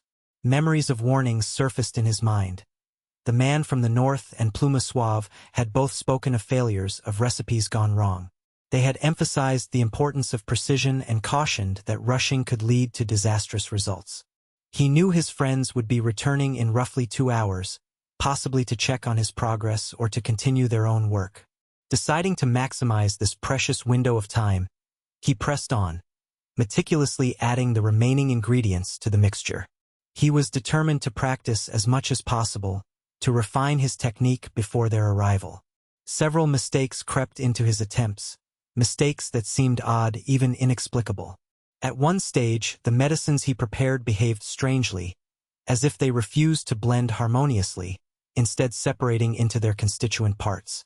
Trying to fix this, he increased the pressure in the pan, causing the mixture to emit a sharp whistling sound and then suddenly explode. The room was once again flooded with that horrific stench, as if every foul scent imaginable had converged into one noxious cloud. Covering his nose and mouth, he opened the window, coughing and waving away the overwhelming fumes. Despite the chaos, He peeked under the lid and saw what appeared to be the correct outcome. A thick, dark, viscous liquid that lacked a pleasant aroma but seemed to match the description precisely. His hands trembled slightly as he collected the mixture, ready to test whether it could actually serve its intended purpose. Carefully, he brought a spoonful to his lips, prepared to taste it, believing it to be merely a black sesame paste adulting as a potion of sorts. His mind fluttered between hope and caution, aware that even the smallest mistake could lead to unforeseen consequences. With a deep breath, he engaged in the delicate act of tasting, and waiting, wondering if this bizarre, experimental brew would reveal its true nature or betray him with some unseen danger lurking within. Once upon a time, within the vast realm of imagination and curious experimentation, there was a young man on a quest for transformation. He had long heard whispers about mysterious substances that could unlock hidden potentials within the human body, allowing individuals to surpass their limits and tap into extraordinary energies. Driven by a mixture of skepticism and hope, he decided to test one such concoction. He carefully prepared a blend, noting that the mixture's aroma was pungent and intense, almost like a fiery pepper that had been ground to a fine powder. As he took a hesitant sip, he immediately felt a scorching sensation scorch his throat, a searing heat that made him gasp for air and reach instinctively for his phone to summon emergency aid. Yet, just as he was about to dial, a strange wave washed over him, and he realized that he was experiencing something entirely different than pain. A surge of vitality coursed through his veins. This energy seemed to permeate his entire being, like a gentle but unstoppable flood of renewed strength. It was as if the impurities and stagnation lingering within him were being expelled, replaced by a vibrant life force. His senses sharpened, and he could feel his body responding to this strange internal fire. Meanwhile, a pair of young women nearby, sitting beside a sunlit window, were captivated by a handsome man passing by. He was so daring that he unbuttoned his shirt right there, revealing a form that was undeniably admirable. A perfect 10 out of 10 in their eyes. The women watched in awe, their admiration evident as they whispered about his incredible physique, utterly entranced by his confident stride. Amidst this scene, the young man whose experiment had just begun was preoccupied with a peculiar, sticky substance that coated his skin and clothes. He questioned what it could be, pondering whether it was merely sweat or something more significant. Slowly, it dawned on him that perhaps the impurities he had felt were leaving his body through his sweat, carried away by this strange substance. Brushing aside his curiosity, he turned to observe his own reflection and was amazed to see a sculpted abdomen emerge, the contours sharper than before. His neck pain, once intense from excessive strain and perhaps from overexertion, had vanished entirely, and what surprised him most was his vision. Colors appeared more vivid, details clearer, as if he had just unlocked a new perception of the world. Looking around, he focused on a distant trash bin and noticed a fly crawling across its surface with startling clarity, almost as if his eye had developed a new lens. His skin now looked remarkably healthy, vibrant and flawless, radiating cleanliness and vitality. The transformation was so profound that he struggled to convey this experience to his friends, who might dismiss his words as the result of some secret cream or magic potion. Yet, deep inside, he suspected that perhaps the group of eccentric individuals who had introduced him to this substance was onto something genuine. Maybe they were right about the possibility of unlocking extraordinary abilities through unconventional means. This revelation, however, left him in a state of confusion. He did not know whether to ignore what he had discovered and continue living as an ordinary person or to embrace these new powers despite the risks involved. Deep down, he realized that a life filled with uncertainties and dangers might be more exhilarating than a monotonous existence. Life, after all, was meant to be experienced fully, even if it meant walking on the edge of danger. The choice seemed clear. He decided that the potential rewards made it worthwhile to pursue this path. For the very first time, he felt compelled to share his newfound confidence within his close-knit group known as the 9 Provinces. It was a circle of friends, young men and women alike, each pursuing their own dreams and secrets. Among them was a young man burdened by an overwhelming stack of books, overwhelmed by academic pressures and life's complexities. Despite his stress, he sent a greeting to his friends, El Sol, La Pluma Suave, and Rio del Norte. These companions, each with their unique personalities, did not recognize him immediately. One of them, a carefree fellow surrounded by a gaggle of geese, wondered whether the young man had truly uncovered some hidden truth. Meanwhile, La Pluma Suave, a friend known for her delicate touch and insightful nature, was grateful to receive ingredients from another member of the group, a gesture that signaled trust and camaraderie. Once the ingredients were exchanged, it was revealed that the young man's entry into this circle was actually an unintended mistake, orchestrated by a mysterious figure associated with the Yellow Mountain, an enigmatic entity rumored to possess powerful artifacts. The stranger, astonished that the young man had succeeded where many others had failed, questioned why he chose to introduce himself now, especially if something unusual had happened. The young man explained that he had received the ingredients from La Pluma Suave, which enabled him to craft a potent potion. This concoction had dramatically increased his strength, allowing him to perform feats he previously thought impossible. The stranger from Rio del Norte was visibly impressed, marveling that he had succeeded on his very first try. It was rare, indeed, for someone to achieve success so swiftly, especially considering that he himself had often failed countless times. His doubt lingered. Perhaps luck was on this young man's side, or maybe destiny was subtly guiding him. The stranger admitted that he wasn't entirely sure the potion would work, but he acknowledged that the young man's body now seemed vastly more resilient. Curious about the process, he asked how many sacred furnaces had been employed and how long it took for the potion to manifest its effects. The young man answered that he used an ordinary electric stove, just a common household appliance, and that he had only tried once. Though the others could hardly believe what they heard, doubts persisted. Rio del Norte, skeptical, expressed disbelief, emphasizing that it was practically impossible to succeed with such an endeavor on the first attempt, especially when he himself had failed repeatedly, even dozens of times.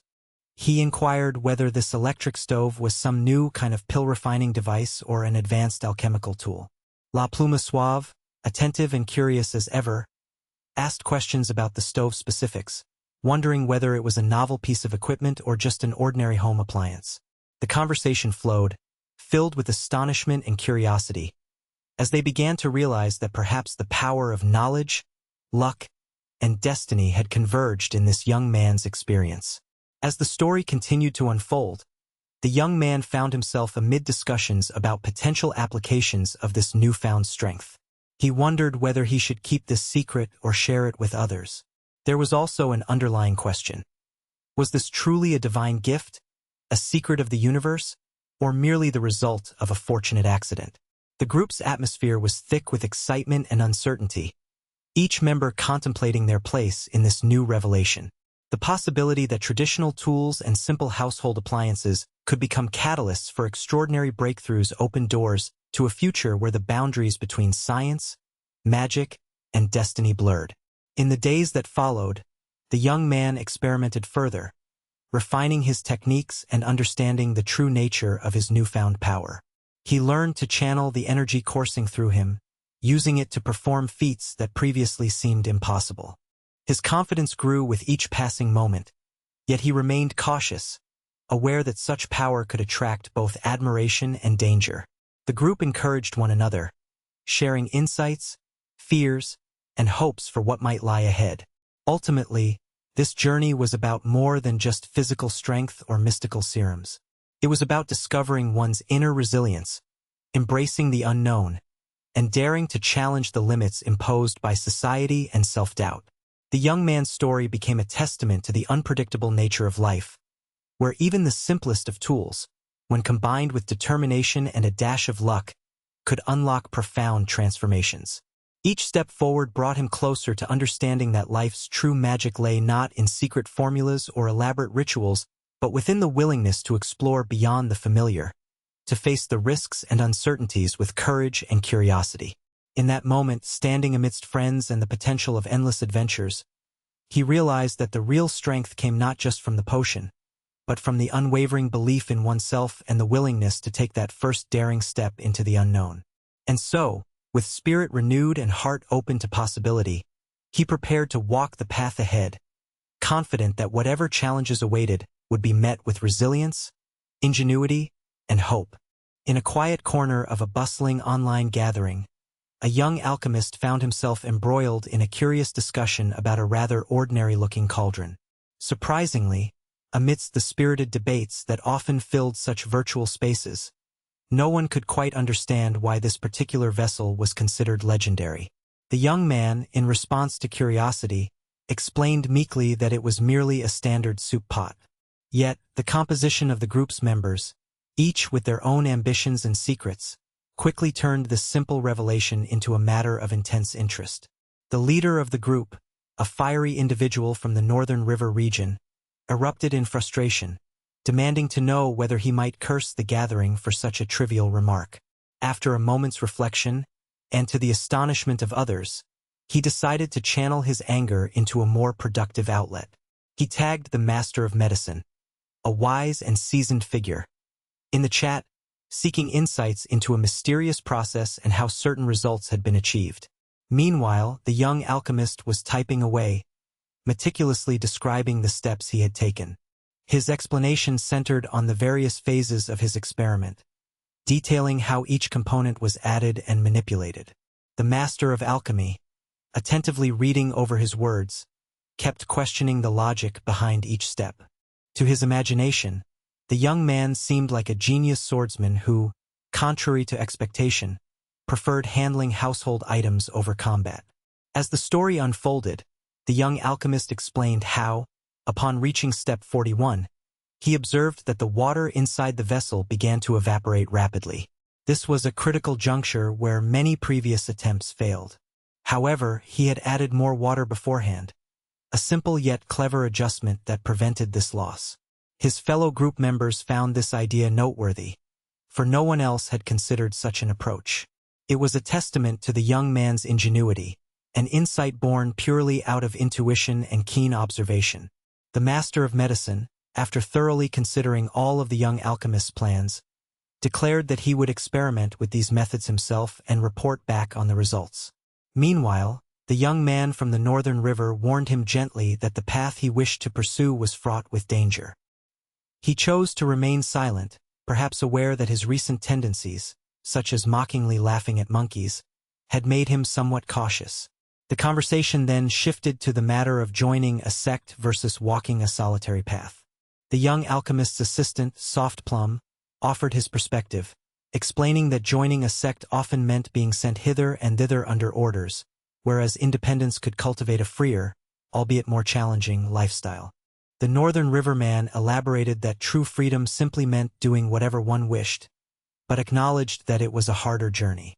Conversely, joining a sect could provide support, instruction, and resources, which appealed less to the young man, as it would require abandoning his home and familiarity. He asked how cultivators who chose the free life managed to grow stronger. Soft Plum explained that these cultivators often relied on assistance from their peers, receiving rewards in exchange for their efforts. Hearing this, the young alchemist was instantly excited, recognizing that this was the ideal path for him, a way to forge his own way forward, independent but supported by a community. Filled with newfound confidence, he declared in the group chat his decision to become a free cultivator, and the Northern Riverman promised to lend his help. This news filled the young man with anticipation. He knew that the master, who had already been assisting him, would provide many of the fundamental techniques and supplies he needed to advance. Soft Plum agreed that sharing basic techniques would be perfect, especially since the young alchemist intended to revisit a particular city soon, not merely for cultivation but also to enjoy a brief period of leisure. The Master of Alchemy, eager for a chance to see the young man prepare his brews, expressed interest in witnessing a live demonstration of his process in exchange for some rare resources. The Northern Riverman, however, looked on with a hint of envy, having struggled long and hard to gather everything the young man was about to receive effortlessly. Watching the scene, it became clear that the master recognized the value of these resources and the effort behind compiling them, which only fueled his desire to support the young alchemist's journey. As plans solidified, the young man hesitated briefly, feeling a touch of discomfort at the thought of balancing his cultivation efforts with his daily obligations, including classes. Yet, he resolved that this time he would take a leap of faith, jumping ahead of potential challenges. He understood that he might face many trials, but in truth, he was already reaping a great deal of support, more than he had ever imagined. Inspired by this support, he questioned whether he could also share the results of his successful experiments, a potent liquid derived from his latest recipe, with others, possibly to aid them on their own paths or to demonstrate his progress. This openness marked a turning point. He recognized that collaboration and shared knowledge could serve as powerful tools on his journey toward mastery. In the days ahead, as he prepared to return to the city, he felt a mixture of excitement and resolve. His mind was alive with visions of new techniques, alliances, and adventures that awaited him.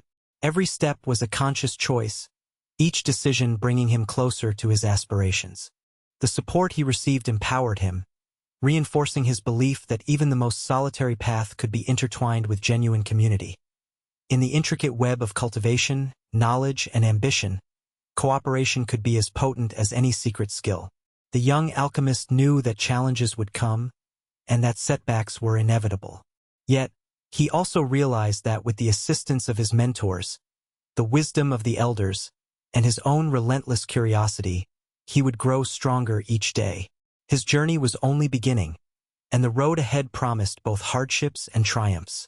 Triumphs born from determination, support, and the unyielding desire to carve his own destiny amid the endless possibilities of cultivation and adventure. Through perseverance, ingenuity, and a willingness to learn, he was steadily forging a future where he could stand proudly among the masters, with his own skills, his own path, and his own story to tell.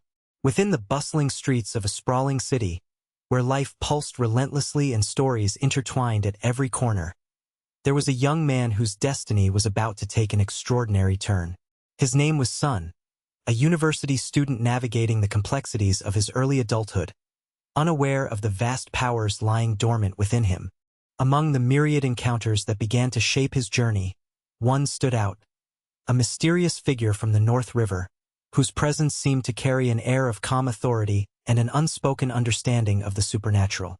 The man from the North River addressed Sun with a gentle but firm tone. His words carried weight, punctuated by a subtle emotion that flickered across his face, a mixture of admiration and concern. He confirmed that Sun had indeed experienced a formidable power, one that defied ordinary comprehension. His voice resonated with the intent to guide, to ensure that this newfound awakening was handled with care. The man explained essential rules for sharing such energy responsibly, emphasizing that uncontrolled release could lead to chaos. With a warm gaze, he inquired whether Sun had noticed any adverse reactions, whether there were any side effects accompanying his latent potential. Sun replied confidently that he had felt no harmful aftereffects. Sensing a moment of curiosity, the man asked about Sun's personal life, probing gently into his romantic experiences. Sun, taken aback by the question, responded honestly that he was a newcomer to university life, still settling into his routines and feelings.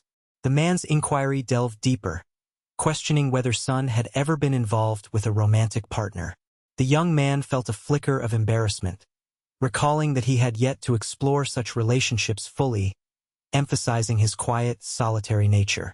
Despite the perceived intrusion, the man from the North River continued his explanation of the delicate balance required when harnessing such power. He warned that consuming energy without sufficient internal strength could result in a dangerous explosion, an outburst impossible to contain. Fortunately, Sun had not expended his energy on anyone else, allowing him a better chance of control and survival. The gravity of this knowledge settled heavily on Sun's shoulders, making him realize the importance of discipline and restraint in his new journey. However, amidst these revelations, a whisper of doubt lingered. Sun's mind was suddenly flooded with an unsettling detail, the realization that he had been called a virgin within the chat group he belonged to. The words echoed mockingly through his thoughts, making him feel exposed and vulnerable. It was then that the immortal trigram master, an enigmatic authority in the ways of cultivation, intervened through the conversation, seeking clarification from the North River man about why he recommended the path of free cultivation for Sun, despite his youth. The man from the North River responded with a calm wisdom. Because Sun was still young, barely out of his teenage years, no traditional sect or cultivation organization would accept him, especially if he had only begun his practice after reaching the age of 18. These impenetrable barriers often deterred would-be cultivators from pursuing their goals. Yet, now that Sun had become a free cultivator, independent and unbound by sex, he could choose his own path of strength and mastery.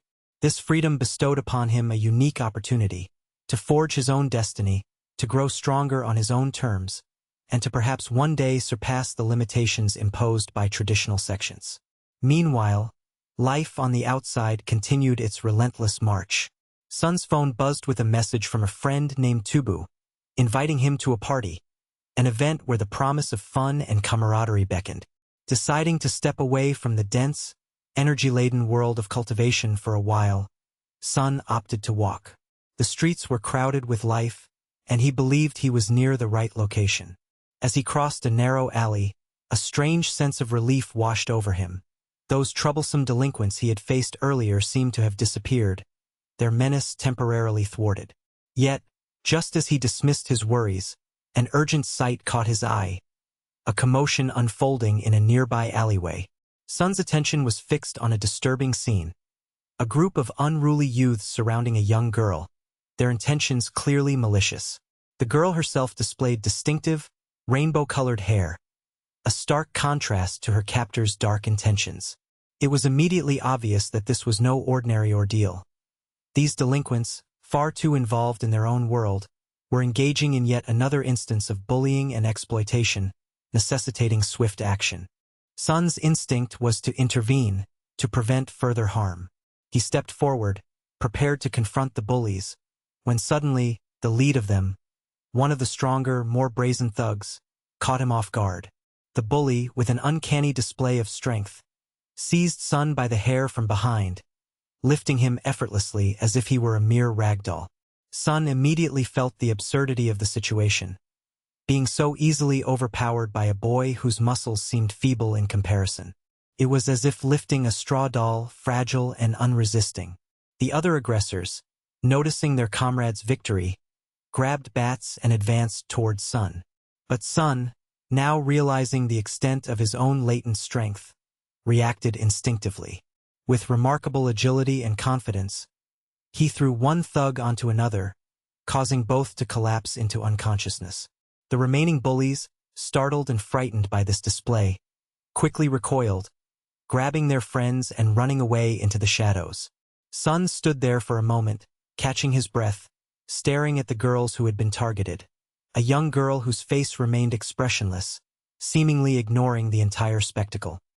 He reached out a hand cautiously, asking if she was hurt.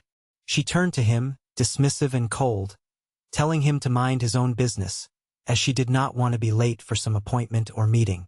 In that moment, Sun's thoughts drifted again. He wondered when his teacher, the so-called master of medicine, would arrive. His mind was divided between concern for the girl and anticipation of guidance, wishing for someone to help him understand the strange and powerful energies now awakening within him. No sooner had he pondered this than he was awakened by a rich, thunderous noise, an ominous echo that shook the very walls of his surroundings. From the smoke emerged a figure utterly bizarre in appearance. A man with pink, flamboyant curly hair, standing amidst the swirling haze. Sun's companion, startled, turned and asked what on earth that strange figure could be. The person called out to Sun, addressing him by name, revealing himself as the master of medicine himself, an elusive, perhaps eccentric figure with mysterious origins. The newcomer's presence exuded an aura of rarity and unpredictability, hinting that he was no ordinary practitioner or healer. As the smoke dispersed, the master explained that he had employed a locator device, a kind of energy tracker, to find Sun in this chaotic urban landscape. He activated his powers, revealing that he possessed a unique ability to detect and harness energies beyond normal perception.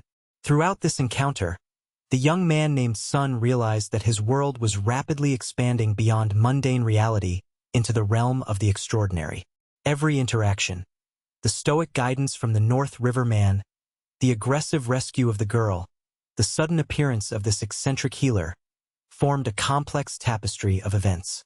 Now, with powers that could be activated and controlled, his journey of cultivation and self-discovery was just beginning.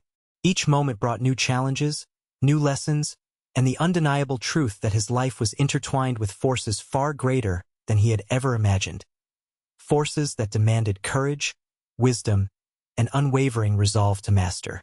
In a quiet, secluded corner of the mystical world where ancient secrets and untold powers intertwined, a young apprentice found himself pondering the peculiar circumstances that had recently unfolded.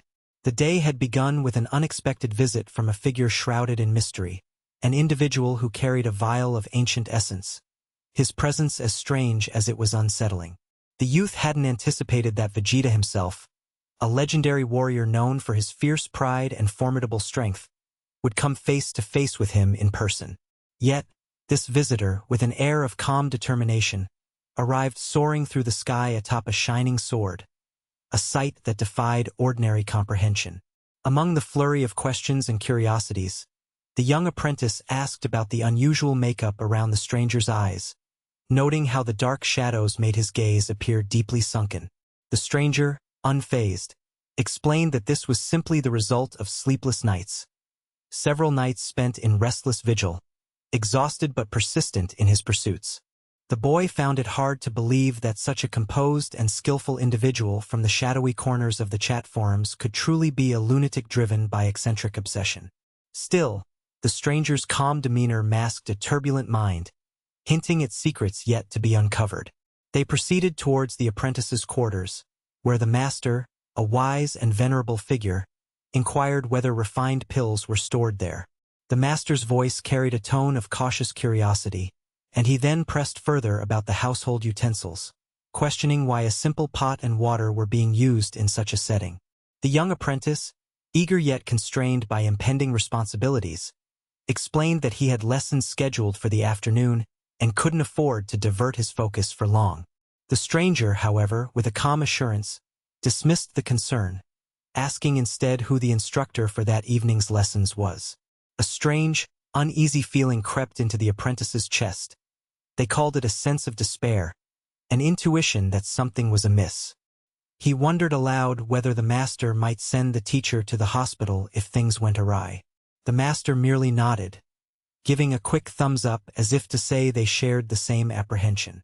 With an ominous hint, the stranger admitted that he might only break the teacher's leg if things turned truly chaotic, a reflection of their dangerous intentions lurking beneath their outward composure. Feeling that enough was enough, the young apprentice gently rebuked himself, recalling how he had already struck his previous instructor a harsh blow, a move born from frustration and desperation. The master, visibly slightly embarrassed by the young man's frankness, confessed he was well aware of the young one's cunning strategies, which now seemed even more dangerous. Then, with a subtle gesture, the master proposed creating a minor catastrophe, a distraction so convincing that the class would be cancelled altogether. The apprentice, ever pragmatic, agreed to seek permission for an absence, suggesting they find a different location where they could carry out their plans undisturbed. The memory of a peculiar plant, found during an earlier exploration, surfaced in the young apprentice's mind. He approached the master once more, asking if he still needed the specimen. The master nodded solemnly, confirming that he had discovered a few specimens of this rare flora. Yet the quality was utterly disappointing. The young apprentice, observing the situation thoughtfully, noted that he possessed one of these plants himself. The master, impressed by this coincidence, expressed surprise that he hadn't noticed the apprentice's presence earlier, especially since the plant seemed to have grown in an enchanted place, thriving unnoticed for over 6 decades, its existence almost forgotten by most. The master confirmed that he did indeed need the plant, but cautioned the young apprentice that its value was almost beyond measure. The 2 previous boxes of herbs and remedies, he explained, were a mere fraction of what this could fetch in advanced alchemical circles. The apprentice, unperturbed, declared that he was content with sharing his knowledge freely, asserting that if he hadn't done so, he would never have uncovered such a secret. The The master, nodding thoughtfully, agreed but warned that the plant was dangerously precious. If the young apprentice wanted to wield its power, he should do so with utmost care and skill, using it sparingly as a beginner. Yet, since the plant was now in his possession, and despite his embarrassment, he would need to bring back something far better, something that truly showcased his mastery and potential. The master then, with a spark of inspiration, directed the apprentice to seek out techniques that were rare and highly advanced, enlisting him to pursue mastery beyond the ordinary. Meanwhile, the silent monk, a figure of mysterious calmness, was summoned and tasked with acquiring new and more sophisticated martial arts methods, moves that only the most seasoned practitioners knew. From another corner of this intricate web of alliances and plots, the man from the northern river questioned the young, gentle scribe about whether he had been seduced by the mysterious visitor named Sun, whose intentions seemed shrouded in layers of intrigue and hidden agendas. The youthful scribe, hesitant, responded that he was simply helping out, though the questions lingered, and suspicion cast a shadow over all. At the same time, the Grand Master, an elder whose wisdom was revered, sent a simple, enigmatic smile and a sword in an unmistakable message. All was proceeding as intended, and no one should interfere. This silent assurance signaled that chaos was carefully orchestrated but under control. And with a final gesture, the master moved toward the window, opening it to the outside world. The young apprentice, puzzled, watched as the master outlined plans to send their location to an unseen recipient, an indication that soon, the impending arrival of important items or individuals was imminent. Curiosity still burned within the apprentice, and he asked whether the master himself would leave for the destination he had indicated. The master, with a mysterious calm, nodded in reply, suggesting that actions were already in motion and that everything was aligning according to a grand, unseen design. Meanwhile, the whispers of unseen forces and covert operations continued in the background, each figure playing their part in a complex game that spanned beyond mere deception. In this layered tapestry of schemes and secrets, everyone knew that the path ahead would be perilous but filled with opportunity. The master's plans, subtle and deliberate, set the stage for what was to come, an unfolding saga where power, knowledge, and cunning would intertwine. As the scene closed, the anticipation of imminent arrivals, hidden motives, and the relentless pursuit of mastery painted a picture of an intricate world teetering on the edge of chaos and enlightenment. A realm where all actions, no matter how small, carried weight beyond measure, and the lives of those involved moved in a silent dance orchestrated by forces older than time itself. In a quiet, unassuming street, a young man found himself wrapped in a web of mysterious circumstances and unexpected camaraderie. His journey, marked by encounters with enigmatic monks and peculiar practitioners, was rapidly unfolding into a complex tapestry of intrigue, ambition, and danger. He had become increasingly aware of the peculiarities surrounding the master and his apprentices, each step revealing layers of secrets that looked almost impossible to decipher. The master, a figure of calm authority, had once casually dismissed the idea of sending them flying through the air on a mystical sword, yet now they were already journeying toward their unknown destinations. This quick progression highlighted the confidence and efficiency with which the master operated, a man who understood both the sacred and the pragmatic with equal mastery. When asked about the purpose of their expedition, the master simply chuckled, hinting that it was time to put theory into practice, particularly in making a vital liquid that could be used for cultivating the body's inner energy. As they moved along the streets, the protagonist's curiosity grew. He inquired about their means of earning money, pondering whether their activities were lucrative or merely subsistence. The master, glancing thoughtfully, asked whether wealth was a concern, receiving an answer that they were, in fact, quite well off. He then pointed out Sun, suggesting that as soon as he learned to craft pills, his earnings would increase significantly too. It was as if the master had an intuitive sense for potential, recognizing the latent talent within his young apprentice. During their interactions, the master seemed to sense that something was amiss, his sharp eyes catching fleeting signs of awareness in Sun. When prompted about what was wrong, Sun merely brushed it off, claiming it was nothing. Nevertheless, an unspoken tension hung in the air. The young man noticed that whenever they ventured into the city, some individuals appeared to follow from a distance, their eyes lingering with suspicion and curiosity. One particular follower, almost caught in the act of observation, trembled visibly, adrenaline coursing through his body as he watched the eccentric monk. His presence almost supernatural in its strength and calm. The young man, both awestruck and slightly fearful, couldn't believe what he was witnessing. The monk's resilience and power seemed formidable, even in comparison to seasoned cultivators. Despite the danger, there was a resolve awakening within him, a desire to recover a lost, spiritual fragment known as the ghost spirit, with the hope that reclaiming this ethereal power might allow him to return home, stronger than before. Suddenly, the master halted in front of a modest house, nodding with satisfaction. It was a perfect place for their plans. Sun hesitated, mentioning he didn't have enough money to rent it, but the master dismissed his concern effortlessly. Without hesitation, he pressed the doorbell, prompting a man to open it. The man, cautious and somewhat wary, asked if they were delivering something. The master explained they were searching for a suitable residence, and he pointed out that the house suited their needs perfectly. The owner, revealing his preference for solitude, confessed he disliked living with others, which made the offered arrangement even more appealing for them. The master, persuasive and confident, then offered the owner a sum of money, an amount so generous that it couldn't be refused, and soon they had the keys in hand. Their move into the house was swift, and it was clear that the master's experience and negotiation skills had once again secured a favorable deal. With the house secured, the next step was to begin the crucial recipe. The master explained the process, heating water until it boiled, ensuring the potion's ingredients would blend properly over 5 minutes. The young man watched intently, his mind trying to follow the reasoning behind each step. He couldn't understand how the master arrived at such conclusions, especially since he'd never refined pills himself.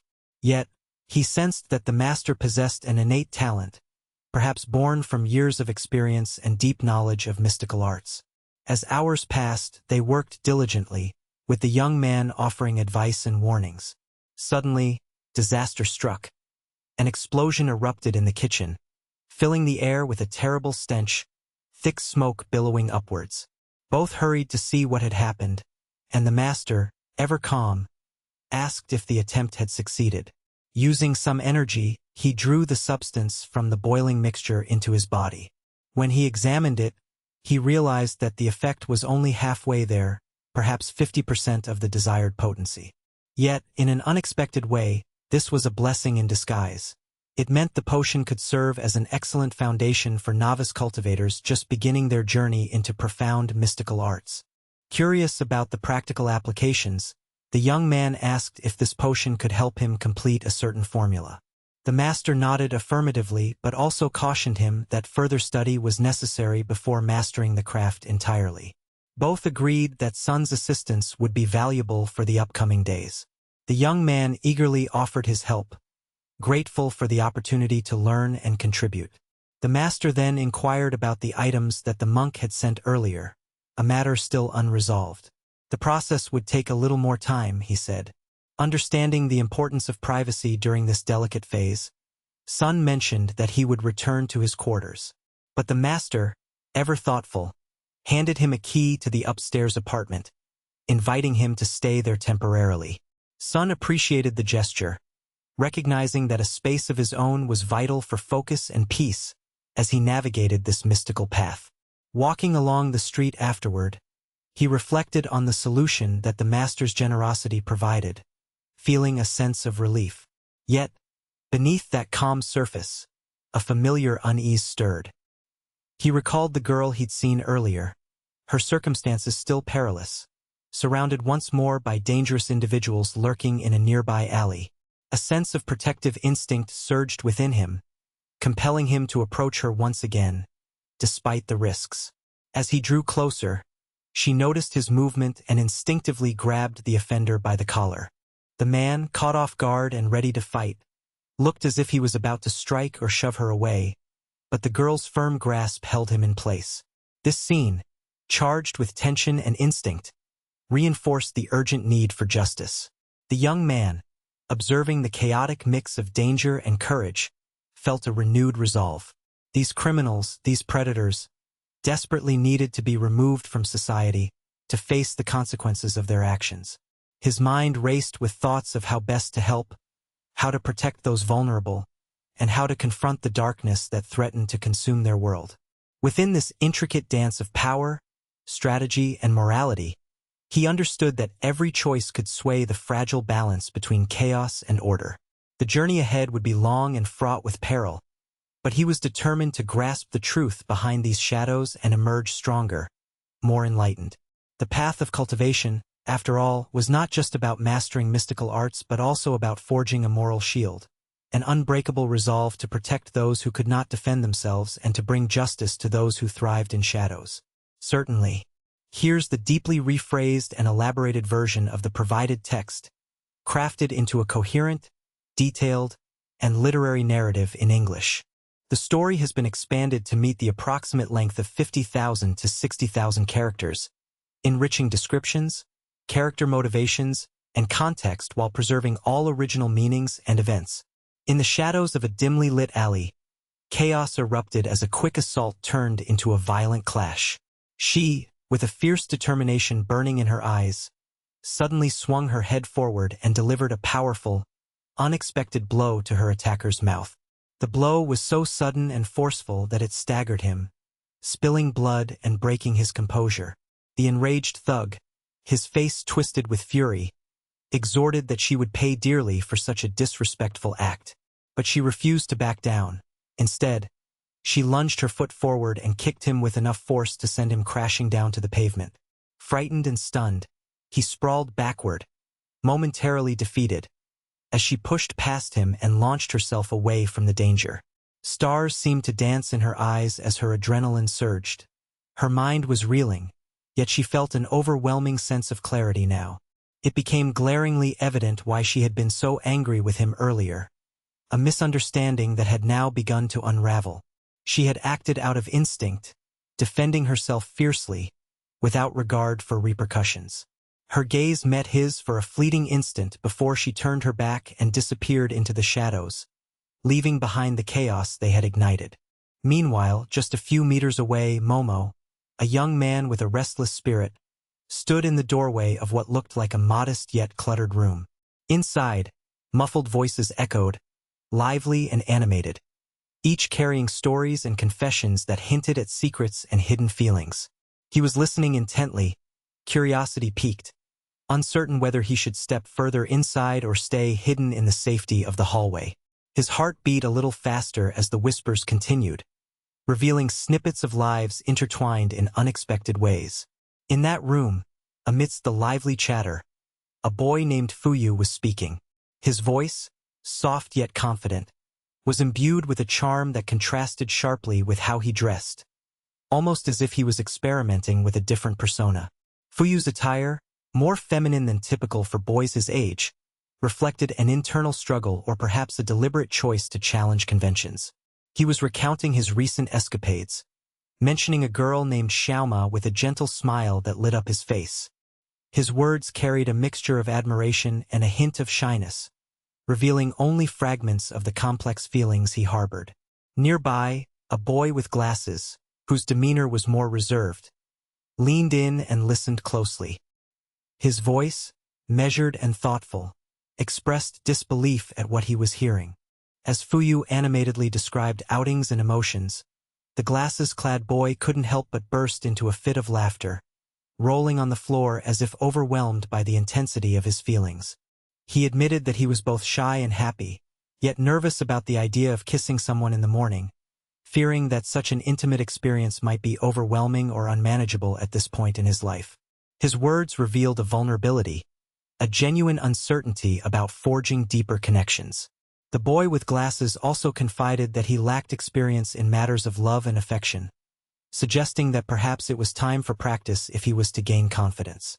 An audacious plan was proposed, to practice what might be called a silly or sloppy kiss, a step towards easing his nerves and discovering his own feelings. The others, especially a blonde-haired youth with a mischievous grin, teased him playfully, asserting that it was necessary to prepare for the challenge ahead. The blond boy, with a sparkle of teasing mischief in his eyes, declared that he was the only one capable of assisting in this crucial task. There was a joking proposal. Perhaps they should practice on each other, no matter how awkward or hilarious it might be. Suddenly, the scene erupted into chaos. Zugyu, one of the friends, jumped in with a dynamic enthusiasm, shouting that it was time to start the practice session. Without warning, the boy with glasses was pushed gently but insistently, causing him to stumble and then burst into tears, overwhelmed by the awkwardness and embarrassment. Outside the door, Sun, a curious observer, listened to the commotion. With a mixture of concern and curiosity, he wondered silently whether Momo's innocence or purity might be slipping away amid this tumultuous scene. The dilemma tore at him. Should he enter to help his friend or stay outside, hesitant and uncertain? As Sun hesitated, Fuyu suddenly flung open the door, liveliness radiating from him as he stepped forward. His eyes sparkled with energy as he faced Sun directly. His words carried warmth and a sense of camaraderie, as he introduced himself as a childhood friend of Momo, despite the uneasy feeling of unfamiliarity that clung to him. Sun, feeling somewhat awkward, acknowledged the introduction, mentioning that Fuyu was actually his roommate. This clarification sparked a new wave of questions, in particular, about recent unusual occurrences. Fuyu, curious and alert, asked if anyone had been asking about someone unfamiliar lately. He stumbled upon the possibility that someone might be tailing their teacher, a figure involved in secretive, perhaps dangerous dealings. Sun quietly realized that someone had possibly been following their mentor, the master of medicine, attempting to gather information or perhaps exert influence. He understood that this might involve surveillance or even infiltration, and a sense of foreboding grew within him. The need to investigate this shadowy threat became urgent. Their conversation was interrupted when the blond boy with glasses, still overwhelmed, declared that perhaps they had angered the wrong people, an ominous hint that their actions or even mere presence could have drawn unwanted attention. In the meantime, Sun looked down at his friend lying despondently on the floor, muttering about contamination or infection. The words hinted at feelings of despair and being compromised. His friend, however, quickly waved him off, claiming that everything was fine. Curiously, he hesitated to answer whether he was a girl or a boy, avoiding questions about his identity in a strange, uncharacteristic way. Sun, sensing the discomfort, simply told him to lie down and rest, unable to push further. While all this unfolded, Momo stood by the window, gazing out and contemplating the day's upcoming plans. He announced that they were going out. Certainly, a change of scenery and a break from their worries. He invited the others to a celebration, a festival or gathering, hoping that such an event might help them forget their troubles, even if only temporarily. His voice carried a mixture of hope and longing, seeking solace amid chaos. Soon, the master appeared, entering the scene with a calm but commanding presence. He announced that the much-anticipated delivery was imminent. Stepping to the window, he gestured toward the sky, pointing at the horizon. There, soaring through the air as if carried on invisible currents, was a sword, a legendary weapon, gleaming in the sunlight as it approached. Its flight was almost surreal, a symbol of power and mysticism intertwined with destiny. Sun, watching intently, remembered the manuals, training guides, or forgotten texts that were supposed to accompany such an artifact. He looked at the space where the master had indicated the manuals should be stored, but they seemed too small to contain comprehensive instructions. The master then reached into a concealed compartment below and pulled out an object, mounted on a small, discreet device. Sun's eyes widened with curiosity and suspicion. It was not the expected thick tome but a small, sleek USB drive, an advanced storage device capable of holding vast amounts of information in a tiny form. His mind instantly raced, realizing that this was no ordinary manual or guide. The possibilities were vast. A digital treasure trove of knowledge, perhaps encrypted, perhaps hidden in plain sight. This discovery marked the beginning of a new chapter, one filled with secrets, hidden truths, and dangerous revelations.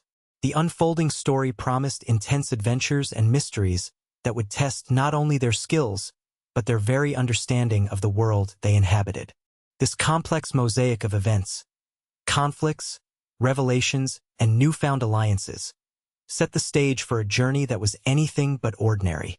Each character played a vital role in unraveling the layered web of intrigue and peril, all driven by the desire to protect what was precious and to uncover truths hidden beneath the surface of their seemingly simple lives. The echoes of that fateful day would ripple outward, shaping their destinies in ways they could scarcely imagine as they prepared to face whatever challenges lay ahead. In a quiet moment amid their rigorous training, Sun Ce found himself contemplating the future of his practice and the journey he had embarked upon. The master, observing his disciple's focus, reassured him calmly that there was no need to worry about the fate of the equipment or tools they used. With a gentle nod, the master connected a small USB device to the computer, instructing Sun Ce to inspect its contents. His eyes, filled with curiosity and discipline, scanned the screen where 2 folders appeared. These folders housed a series of files numbered from 1 to 18, an arrangement that, to anyone unfamiliar, seemed straightforward and unremarkable. Yet within these simple names lay the potential for profound understanding. Sun Ce opened the folders one by one, revealing photographs of the monk practicing his techniques again and again. Each image depicted a different stance or movement, meticulously captured in static detail, allowing the observer to analyze and learn. Sun Ce perceived everything as uncomplicated, almost deceptively so. The sequences looked like mere pictures, but their significance was far greater. The master, noticing his apprentice's ease, explained that the sequence's particular order was critical, yet the actual names assigned to them were unimportant. What mattered most was the flow, the progression from one technique to the next. He instructed Sun Ce to imagine himself in combat, employing the 3rd technique in the sequence, the infamous PNG number 3. But the master emphasized that he should forget the titles and focus solely on the essence of the techniques. Initially, Sun Ce needed to establish a solid foundation, understanding the core principles behind each move, before moving on to the internal practice phase. During this phase, he was to meditate deeply, allowing his energy to flow freely through his body, integrating what he learned on a deeper level. This internalization was vital to progressing through the cultivation levels, gradually reaching the first mortal stage, a significant milestone in the path of mastery. As he delved into the images, Sun Ce suddenly found himself transported to a serene grassy field. Before him sat a large Buddha figure, engaged in intense practice. He was uncertain whether this vision stemmed from the master's teachings or the sender of the technical files, but he recognized that he needed to seize this moment. Recognizing an opportunity, he quickly returned to his room, where he relayed to his master that he had seen someone practicing. He questioned whether this was merely a figment of his imagination or an actual phenomenon. The master calmly explained that what he saw was a simple illusion, a common trap for practitioners at lower levels of cultivation. These illusions, he said, were like traps or mirages that could distract or mislead beginners.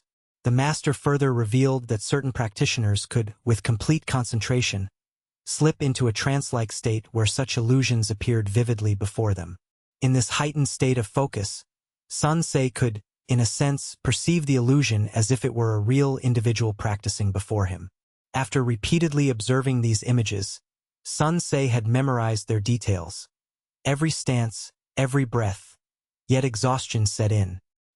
He voiced his fatigue to the master, who nodded knowingly, indicating it was time for practice. Together, they moved to the courtyard, where Sun Ce began to apply some of the techniques he had seen. The master offered guidance, correcting his movements and providing tips on posture and energy flow. Despite these adjustments, Sun Ce couldn't feel any different. No surge of energy or internal power responded to his efforts. Frustration flickered within him, but he persisted. The master instructed him to relax, to control his strikes deliberately, and to exert strength in each attack, emphasizing the importance of mental clarity. Sun Ce focused anew, launching a knee strike followed by a punch. Surprisingly, these actions produced a faint emission of energy, small yet noticeable. His master praised his success in harnessing a fragment of spiritual energy, what some in their tradition called K, noting that even small victories were vital stepping stones. Encouraging him, the master told Sensei to move on to the second technique, and they continued their practice session. The master observed that Sensei's energy reserves were limited. He deduced that the disciple had only consumed a small amount of temporal body fluid, essentially a nourishment meant to sustain and enhance his practice, so he wouldn't yet possess abundant internal power. Nonetheless, Sensei remained eager and ambitious.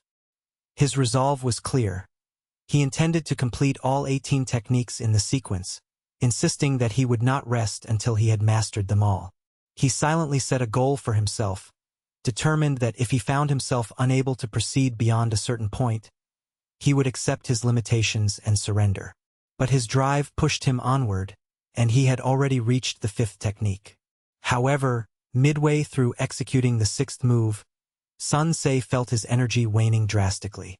His body trembled and grew heavy. He tried to perform the 6th technique, but his strength failed him. Overcome by fatigue, he collapsed onto the ground, exhausted and breathing heavily. The master, observing his disciple's condition, recognized that Sensei's internal energy was depleted, an indication that his reserves had been fully drained.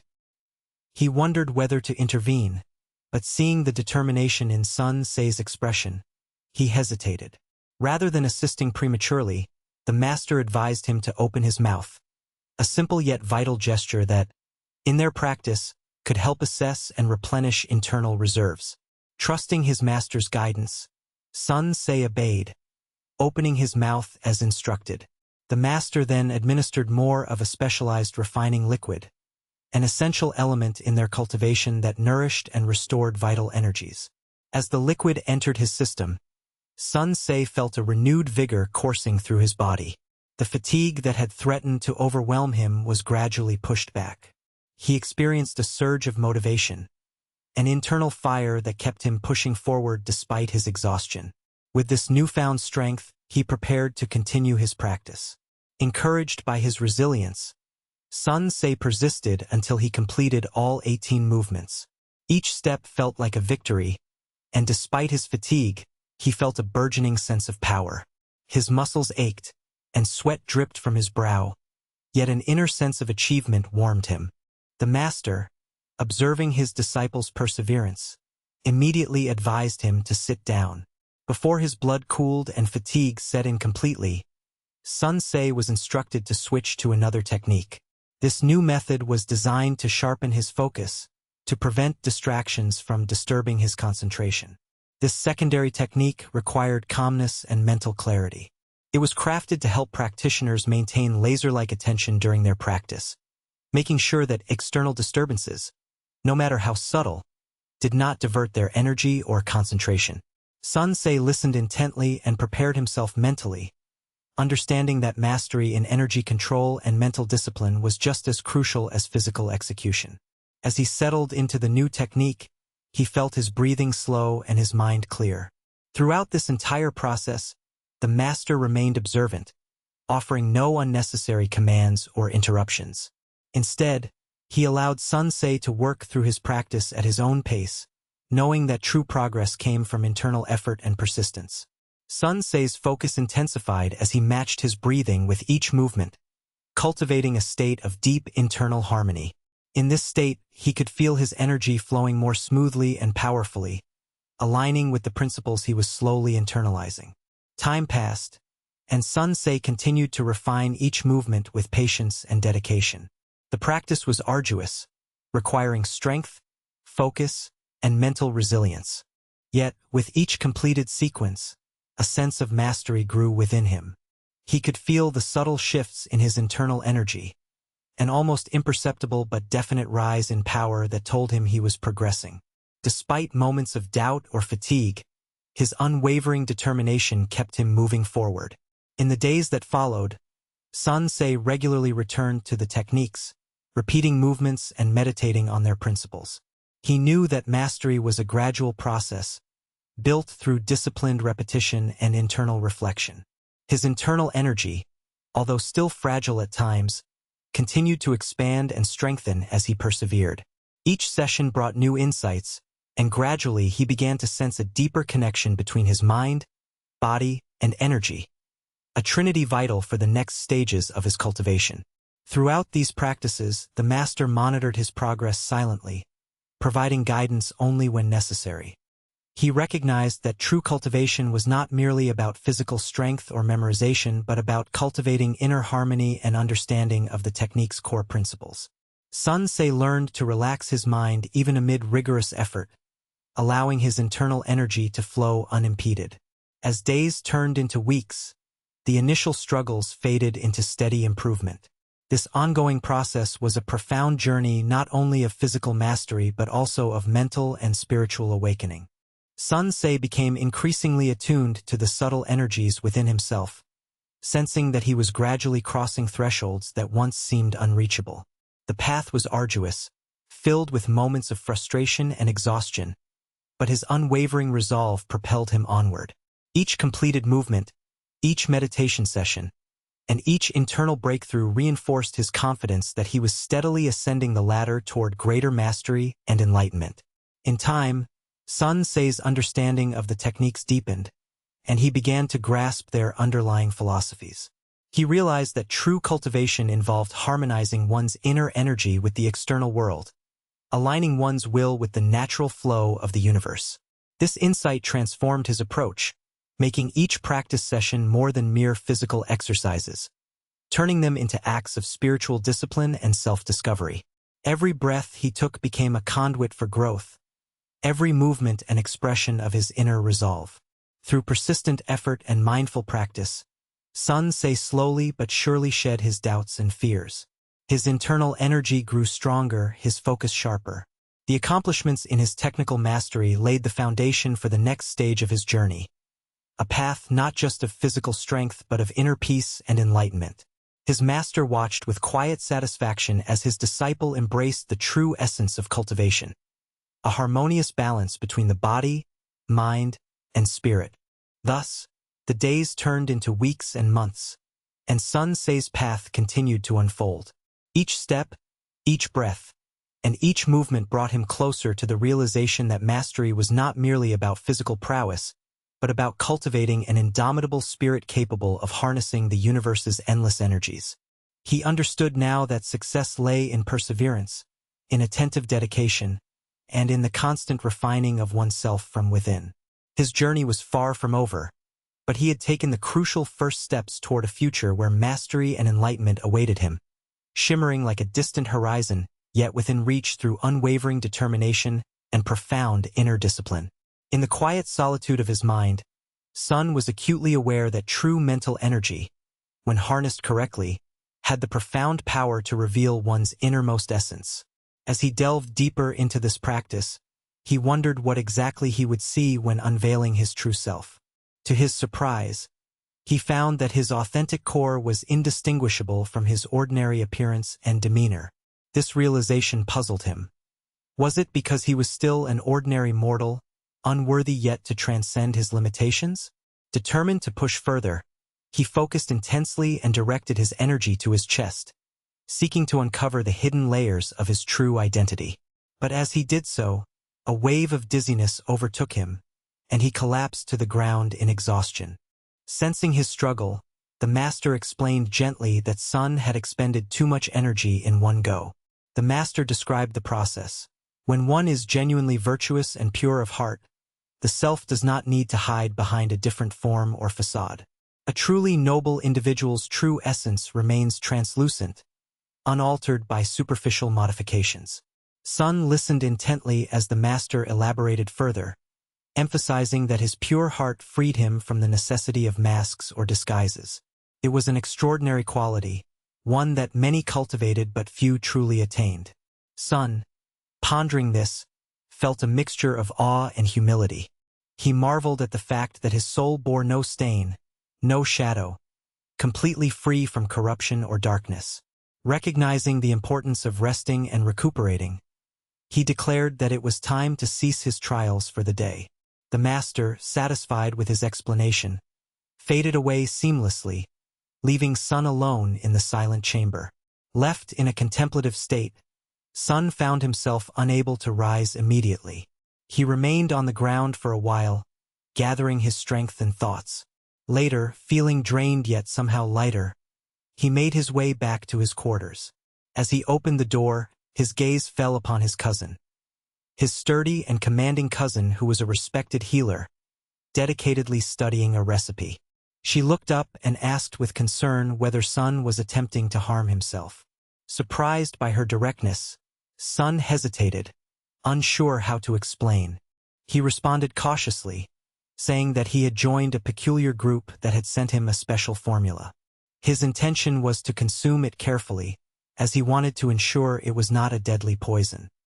His cousin, observing his earnest expression, believed he was honest, yet she warned him gently not to trust just anyone with such things.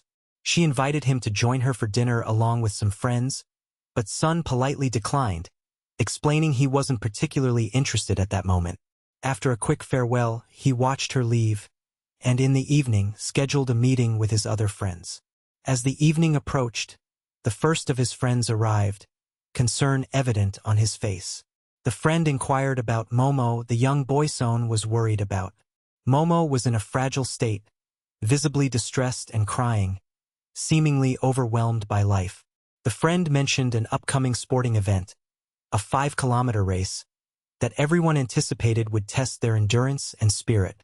Interestingly, only Sun was chosen as the representative for their group, a decision that puzzled everyone. When asked why he had been selected for such a challenging run, Sun's friend admitted they didn't know for sure. All that mattered was that he now had to run it, especially since the cultivation practices he had recently begun had made endurance no longer a concern. Confident in his abilities, Sun grabbed a can and declared he would win the race for everyone's sake. Later that evening, after the group had succumbed to drinks and were lying half unconscious from overindulgence, Sun realized alcohol no longer affected him. He decided to return to his room, where he began perusing a discussion group. In the chat, people were speculating about the return of a legendary white monarch, an entity destined to emerge after a period of 150 years. Sun found this particularly strange because even the figures from the Northern River region seemed frightened by the prospect. Some participants in the conversation even declared that they planned to retreat into isolated cultivation, refusing contact with the outside world until the white monarch's return. Recognizing the tension and the underlying fear in these discussions, Sun deduced that getting involved with such a powerful figure might not be wise. He concluded that it was better to remain cautious and prudent. Meanwhile, in the city, an intruder was leaping across rooftops with agility and stealth. Without warning, the figure broke into Sun's room, where he lay resting on his cot, silent and undetected. The intruder's eyes fixed on Sun's collar, recognizing him immediately as the person they had been seeking. Thinking it would be easier than anticipated, they moved quickly, planning to strike. But Sun, always alert despite his fatigue, sensed the intrusion instantly. The intruder made their move, attempting to strike Sun, but he narrowly dodged, prepared for confrontation. Despite the surprise, Sun's calm and resolve made him a formidable opponent.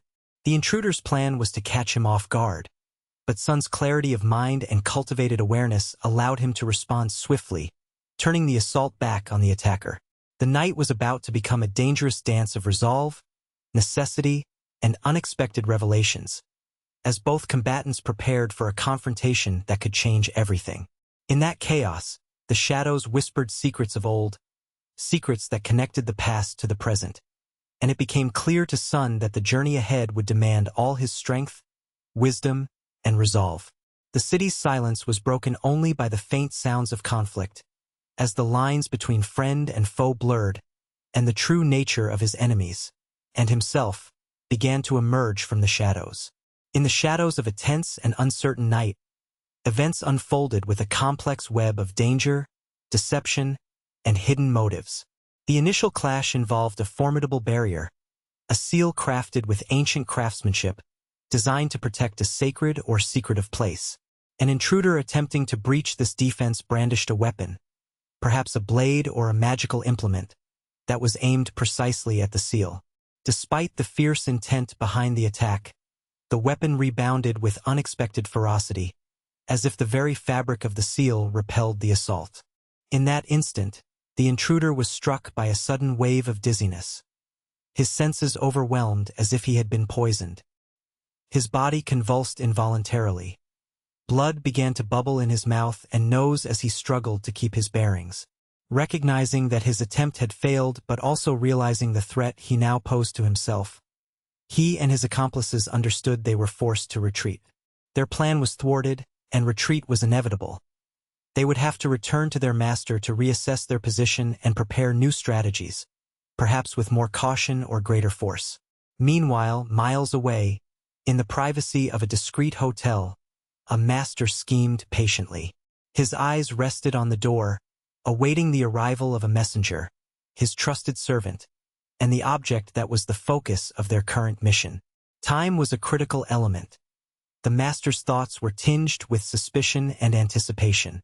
When the servant finally knocked and was granted entry, the master's concern immediately intensified. The servant, exhausted and pale, staggered into the room and collapsed to the floor, unable to stand. The master quickly inquired about what had transpired. The servant, with dark violet circles beneath his eyes, managed to whisper that he had been poisoned. Alarmed by this revelation, the master examined the servant closely, recognizing the danger posed by the toxin. In a swift move, he produced a small pill and antidote, hoping to counteract the poison. The master had anticipated the worst, fearing that the toxin was more potent than initially believed. Although the antidote was administered promptly, the result was unsettling. The poison had already begun to take effect, and the antidote seemed only partially effective.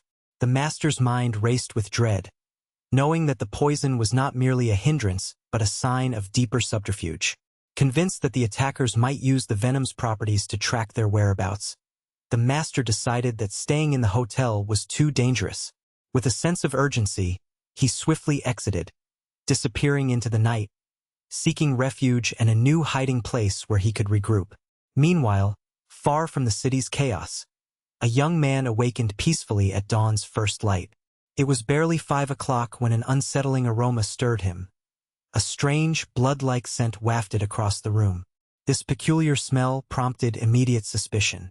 Had a thief infiltrated his quarters?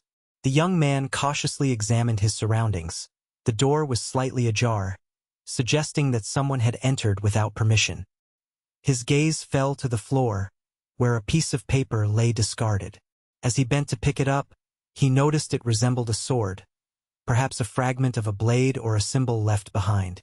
If this was the case, it suggested that the intruder was not just a common thief, but someone with knowledge of weapons and possibly dangerous intent. The young man's mind raced, pondering who might be targeting him and for what purpose. Was this an attack aimed at something hidden within? Could someone be trying to track him down or even eliminate him altogether? He considered the possibility that the attack might be orchestrated by a rival or an enemy with a vested interest in his activities. Among his thoughts was a theory involving a master healer or a wise physician, someone who would have a motive to keep him safe or, conversely, to eliminate a threat. If it had been the healer's colleagues, they would have gone after the healer himself, not him directly. His recollection then traced back to recent encounters involving a delicate object given to him, a feathered quill of some significance, and a conversation with a woman named Pluma Suave, who had mentioned a person involved with a mysterious and possibly sinister agenda. The young man's mind was filled with questions. Was someone from her circle behind all this? Was this attack connected to the person she had talked about? A figure perhaps lurking in shadows or operating behind the scenes? As he quietly moved through his quarters, he called out for his loyal companion, Fugue, in a low voice, seeking reassurance or guidance. Fugue hurried over, visibly concerned, and asked if the young man had managed to find the person who was hunting him, a dangerous individual whose motives and identity remained unclear. The young man shook his head, indicating that the elusive pursuer was still at large, and then recounted everything he had learned, the questions he had posed to witnesses and the clues he had gathered about the stranger's identity and intentions. The mystery deepened as the young man reflected on the importance of understanding who was truly behind these hostile movements. Was it a rival faction seeking to destabilize him, a rogue assassin hired by unseen enemies, or perhaps someone with more personal motives. The pieces of the puzzle scattered across his mind painted a dangerous picture. Every new revelation reinforced that he was entangled in a dangerous game, one that required keen observation, careful planning, and perhaps some radical decisions to escape the trap closing in around him. As dawn broke fully, casting light on his quiet room, he resolved to stay vigilant. The night's events had testified to a broader conspiracy, one that extended beyond the immediate threats. His enemy might be someone familiar or someone hidden, lurking in the shadows, watching, waiting. The young man realized that he could not afford to be passive. The game had begun. A game of wits, of secrets, and of survival, and he had to be ready for whatever came next. Whether through cunning, courage, or resilience, he understood that his journey was only just beginning, and that each step he took now would determine his fate in a world filled with unseen dangers and unspoken alliances. On a warm, sun-dappled afternoon in the bustling heart of a nearby city, the streets hummed with activity and life. Amid the crowded avenues and narrow alleyways, a young man moved purposefully toward his destination, his senses alert to the subtle signs and clues that each corner of the city whispered. His destination was close to an ancient temple, renowned for its spiritual significance and historical depth, and he was well aware that the journey ahead would lead him into a realm where the mundane and the mystical intertwined. The young man had been given basic directions, enough to find his way to the residence of the local healer, a revered master of traditional medicine whose knowledge stretched back generations. As he approached the familiar surroundings, an unusual sight caught his attention. Emerging from a nearby vehicle was a girl, her figure lively and enchanting, yet holding an air of peculiar confidence. In her hands, she carried an alchemical cauldron, a device that looked both ancient and extraordinary, shimmering with mysterious inscriptions and sigils. Without hesitation, she stomped decisively on the ground, causing the cauldron to rise abruptly into her arms as if responding to her command. The young man observed her with curiosity, sensing something was unusual about her. Her movements, her demeanor, the aura she exuded. She was unlike any ordinary girl he had encountered. As she caught sight of him, her bright eyes lit up, and she called out his name unhesitatingly. Her voice was urgent but friendly, compelling him to come closer. She beckoned him to assist her, explaining that she was a lady transporting this enchanted furnace, a device vital for her medicinal tasks. His curiosity deepened as she questioned how she knew his name. She claimed to share a close relationship with the master of medicine, her words layered with implication and familiarity. When asked if she was his wife or had some other special connection, she shook her head gently, indicating that, for the moment, she was merely a disciple, an apprentice learning from the revered healer. However, since the master of medicine was currently in town, she had arrived to help by delivering the stove and supporting him in his ongoing work. Just then, a cloud of thick smoke billowed into the air as an elderly man, the master, appeared amidst the chaos. His face was marked with lines of wisdom and experience, and he carried himself with a commanding presence.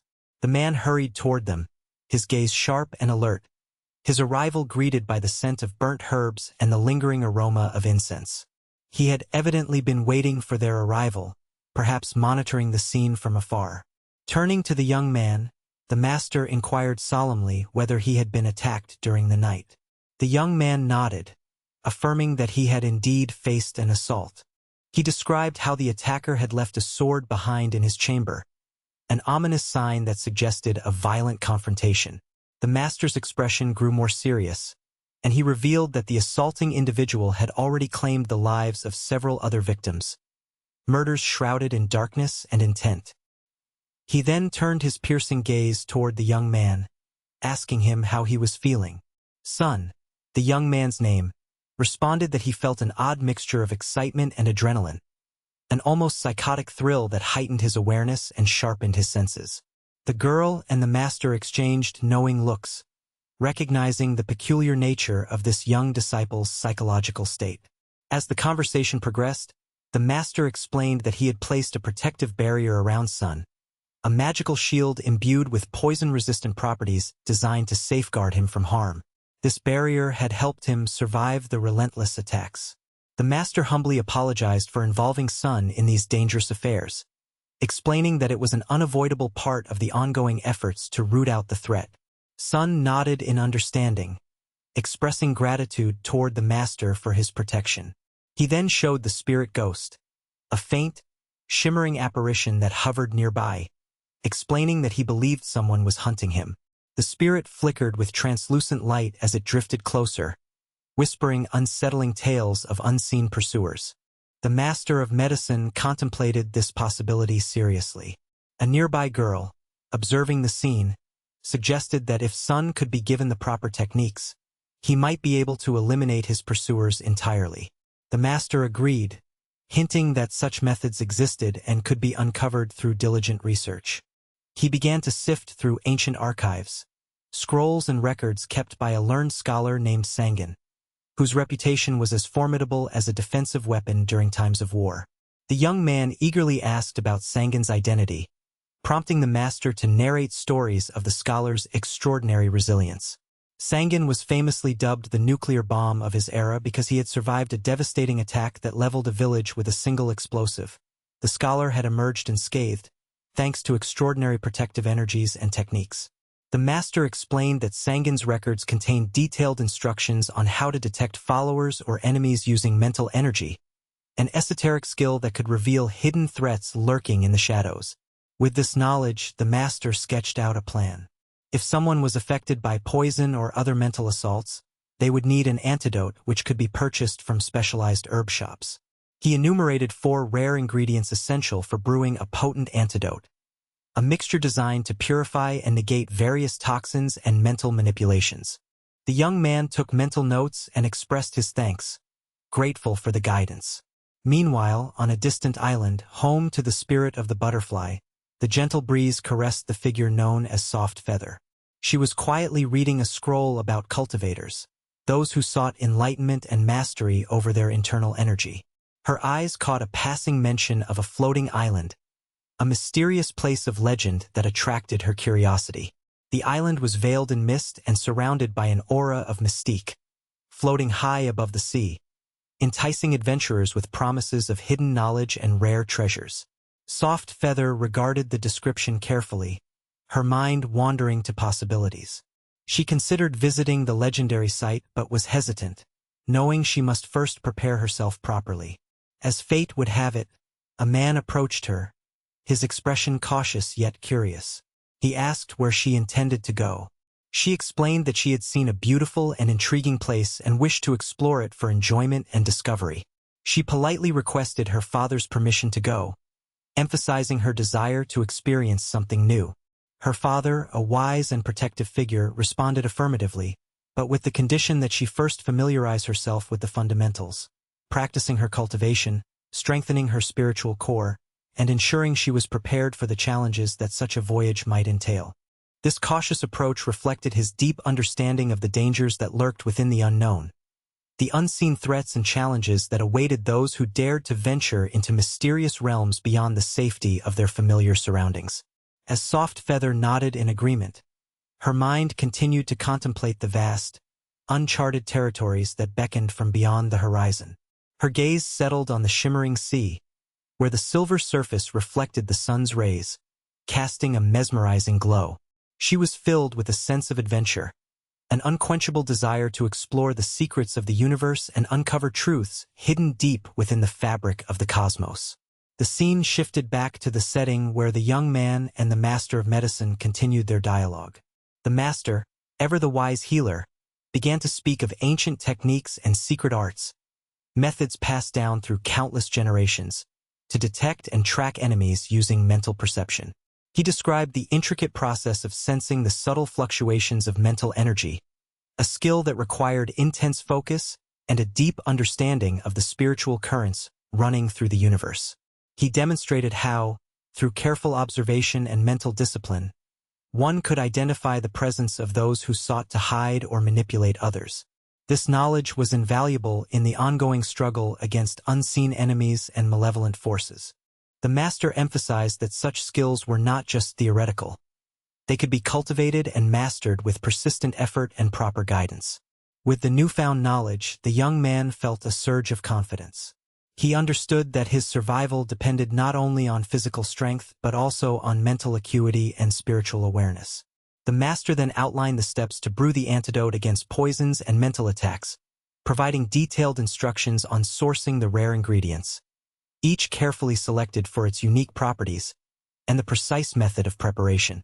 As he finished his explanation, the scene expanded to include a vivid description of the herbs, their vibrant colors, and fragrant aromas, hinting at the complex alchemical processes involved in creating a potent remedy. The young man listened intently, realizing that his journey had just taken a new, more profound direction. The path of cultivation was fraught with danger, but also filled with endless possibilities for growth and enlightenment. Meanwhile, on the distant island, Soft Feather's thoughts hovered around the mysterious floating landmass. She envisioned the adventures she might undertake, unraveling ancient secrets, discovering rare treasures, and gaining insights into the higher realms of spiritual cultivation. Her mind was alive with anticipation, yet she remained mindful of the importance of preparation, understanding that true mastery required patience, discipline, and respect for the forces she sought to harness. The narrative weaves these different threads: the pursuit of knowledge, the guarding against unseen threats, the exploration of mystical realms, into a rich tapestry of adventure, danger, and enlightenment. Each character, whether rooted in the physical or spiritual world, contributes to the overarching quest for harmony and understanding of the hidden energies that govern their lives. The story unfolds with a sense of purpose and determination. The young man, guided by wisdom and resilience, prepares himself to face the dangers ahead. The girl on the island, driven by curiosity and a desire to learn, readies herself for the journeys that await beyond the horizon. The master of medicine, entrusted with ancient secrets, continues to seek ways to protect and empower those under his care, while the spirits and mystical beings whisper their hints from the shadows, urging greater awareness and mastery. In this universe where reality and myth intertwine, each step taken, each discovery made, brings the characters closer to unlocking hidden truths, truths that could alter the balance of power, unveil long-buried mysteries, and propel them toward enlightenment.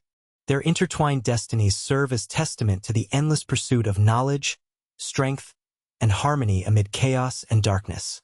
As the scene expands into the vast, star-studded sky, the characters stand at the threshold of new horizons, their hearts filled with hope and resolve. The echoes of their journeys resound through the ages, inspiring those who seek to overcome their limitations and to unravel the profound secrets held within the universe's deepest depths.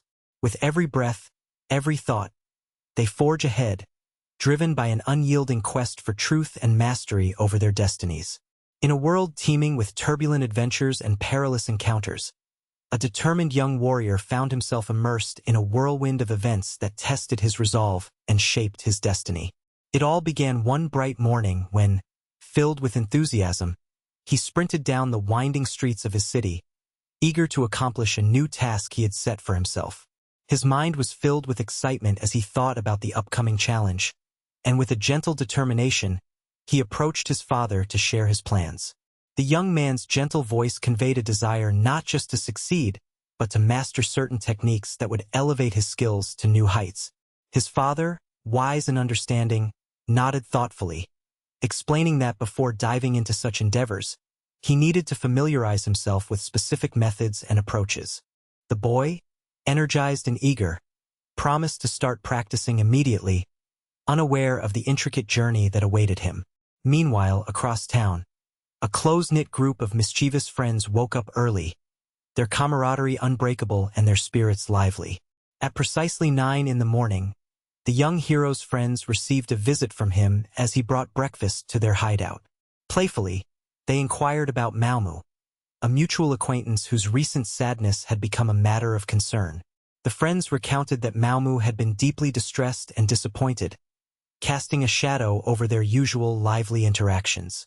An impulsive idea sparked among them: if they ever found themselves in need of extra money, they could threaten to reveal everything that had transpired among their group, leveraging secrets as a bargaining tool. This mischievous plan was, however, met with a measure of caution, for Malmu, overhearing snippets of their conversation, reacted angrily, pounding a nearby wall and warning them with a fiery glare that they might wish for death if they continued down such a treacherous path. The young hero, absorbing these words, felt the weight of their implications.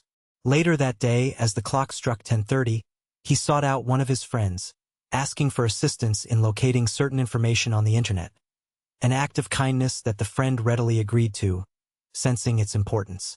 Grateful for the help, the young warrior loaded new materials and headed towards his mentor, a renowned healer specializing in strengthening techniques.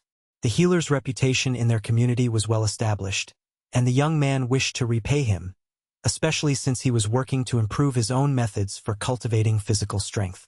As the afternoon progressed, he watched as a foul, musty odor emanated from his effort, signaling that his experiment had been successful. The healer, calm and composed, advised him not to cover his nose, explaining that the odor was a symbol of the conquest, a sign of progress. Further, the healer activated a mysterious power in his hand, collecting all the accumulated smoke into a compact object. The young man watched in puzzled awe as the device absorbed the lingering scent, and the healer explained that in dangerous situations, such an object could serve as a distraction, concealing one's presence or mislead enemies. As the sun reached its zenith by 4 in the afternoon, the young hero continued his rigorous training regimen. He focused intensely, delivering powerful punches that resonated through the air and even shattered a wall in the practice space. Though victorious, he felt a strange mixture of pride and confusion, questioning how such a feat was possible given his limited energy reserves. Near him, a girl with vibrant purple hair watched intently.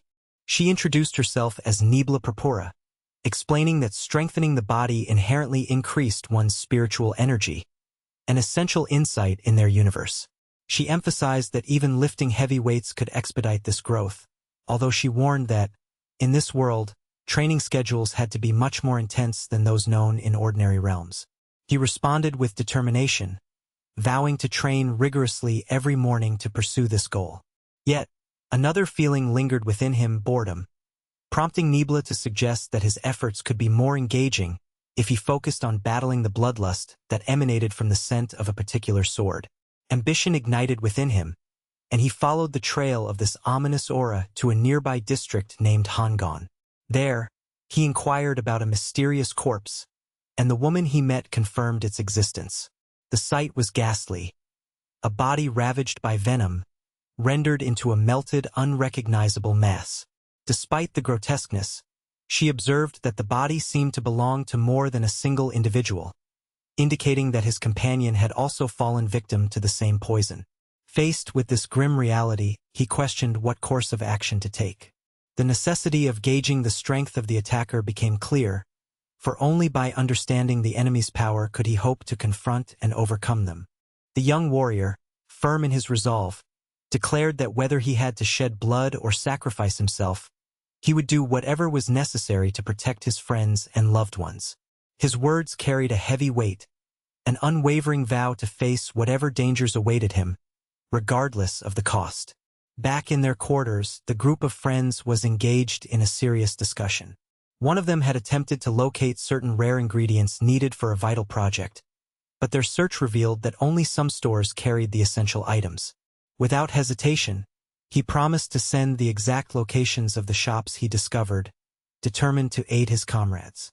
Their camaraderie was strong, rooted in mutual trust and shared purpose. Suddenly, an unexpected call interrupted the moment.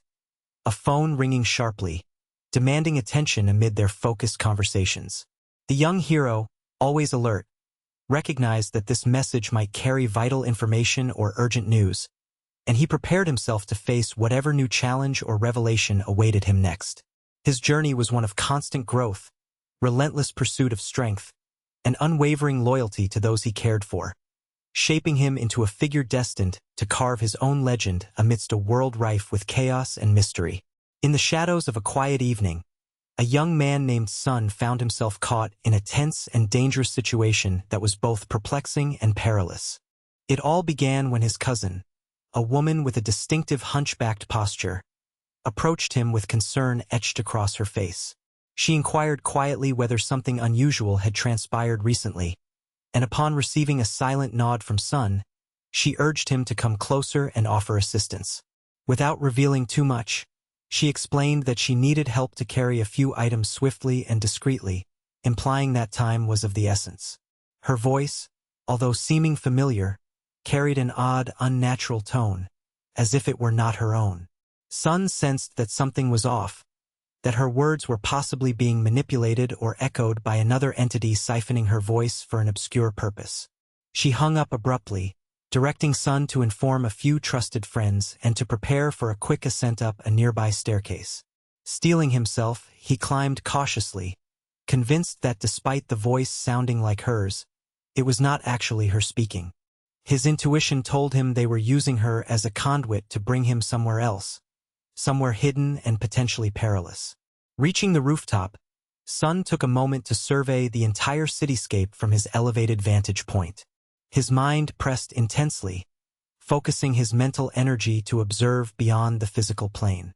Through this heightened awareness, he discerned details of the city's labyrinthine alleys and shadowy corners.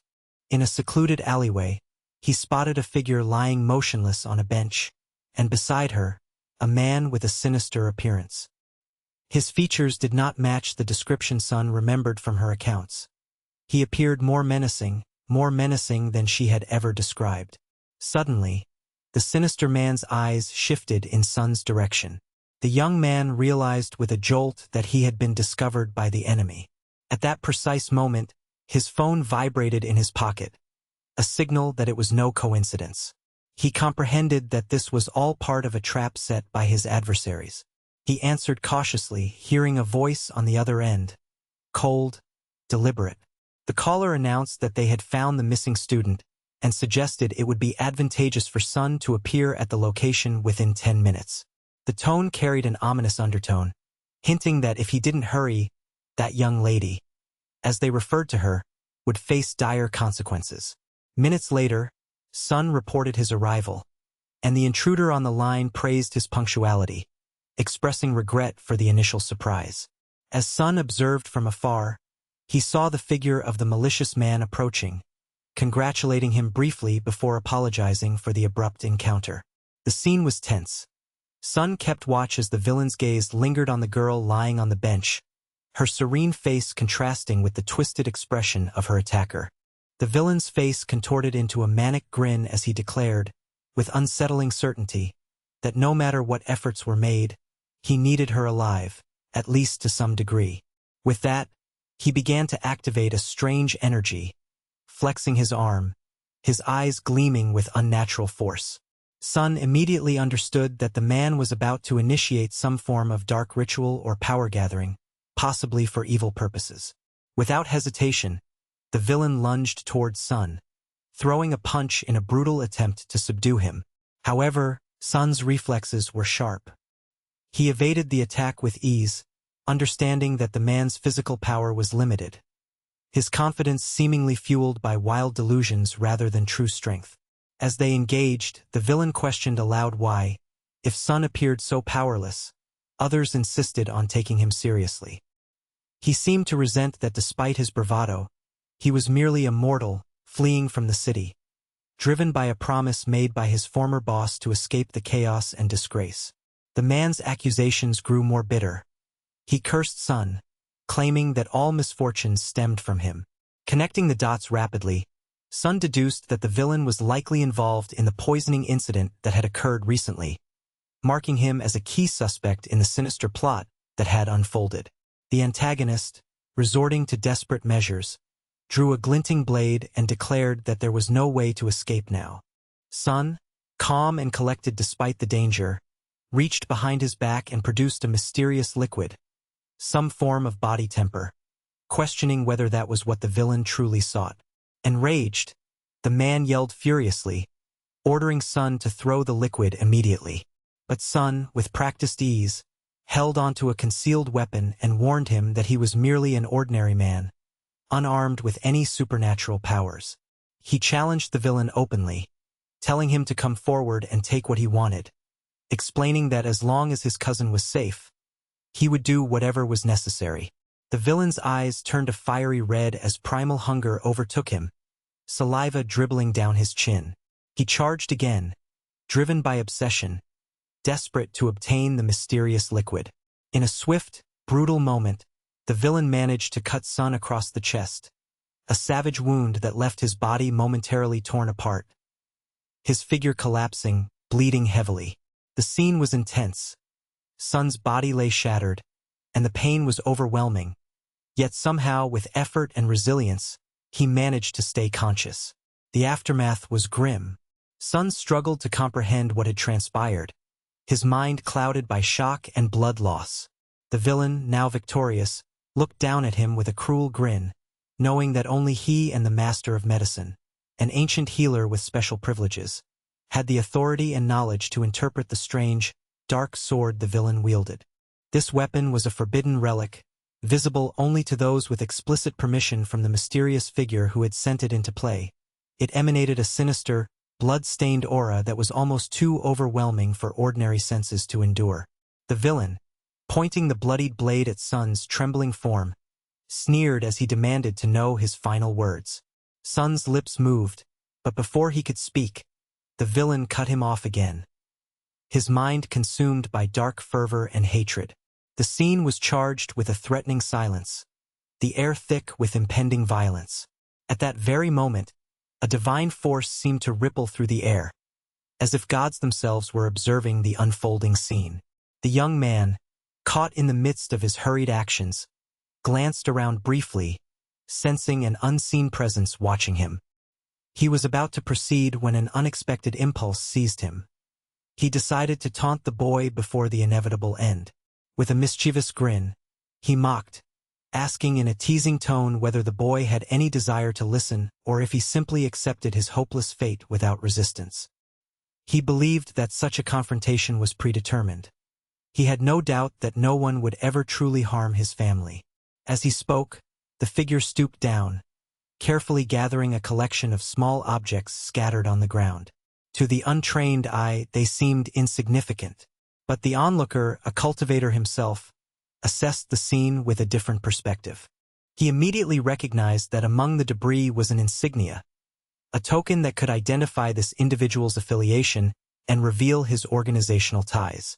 The cultivator's eyes flickered with recognition and cautious curiosity. He grabbed a small vial filled with a dark liquid, a concoction known to dissolve flesh and bones. This was likely a secret tool used to conceal heinous crimes, erasing evidence with ruthless efficiency. Appreciating its usefulness, the cultivator poured a small amount of the corrosive liquid onto the corpse, watching as it began to disintegrate rapidly. The process was swift. The flesh dissolved into a fetid, bubbling mass. Relief washed over him as he confirmed that the liquid worked perfectly, an effective method for eliminating gruesome traces of violence. Then, the attention shifted to the girl's cousin, who by now was stirring from her unconscious state. She sluggishly climbed onto the young man's back, her voice hoarse as she begged to be put down on the ground. After some time, he gently sat her on a nearby bench and asked if she was feeling all right. She grimaced, complaining about a painful ache in her neck, and expressed concern about how she had come to be there. He found her somewhat peculiar, her sudden appearance and strange behavior. She seemed to think he was the one who had called her, which puzzled him greatly. She thought she had gone out drinking with friends, but the truth was more complex. She hadn't been entirely truthful about her whereabouts.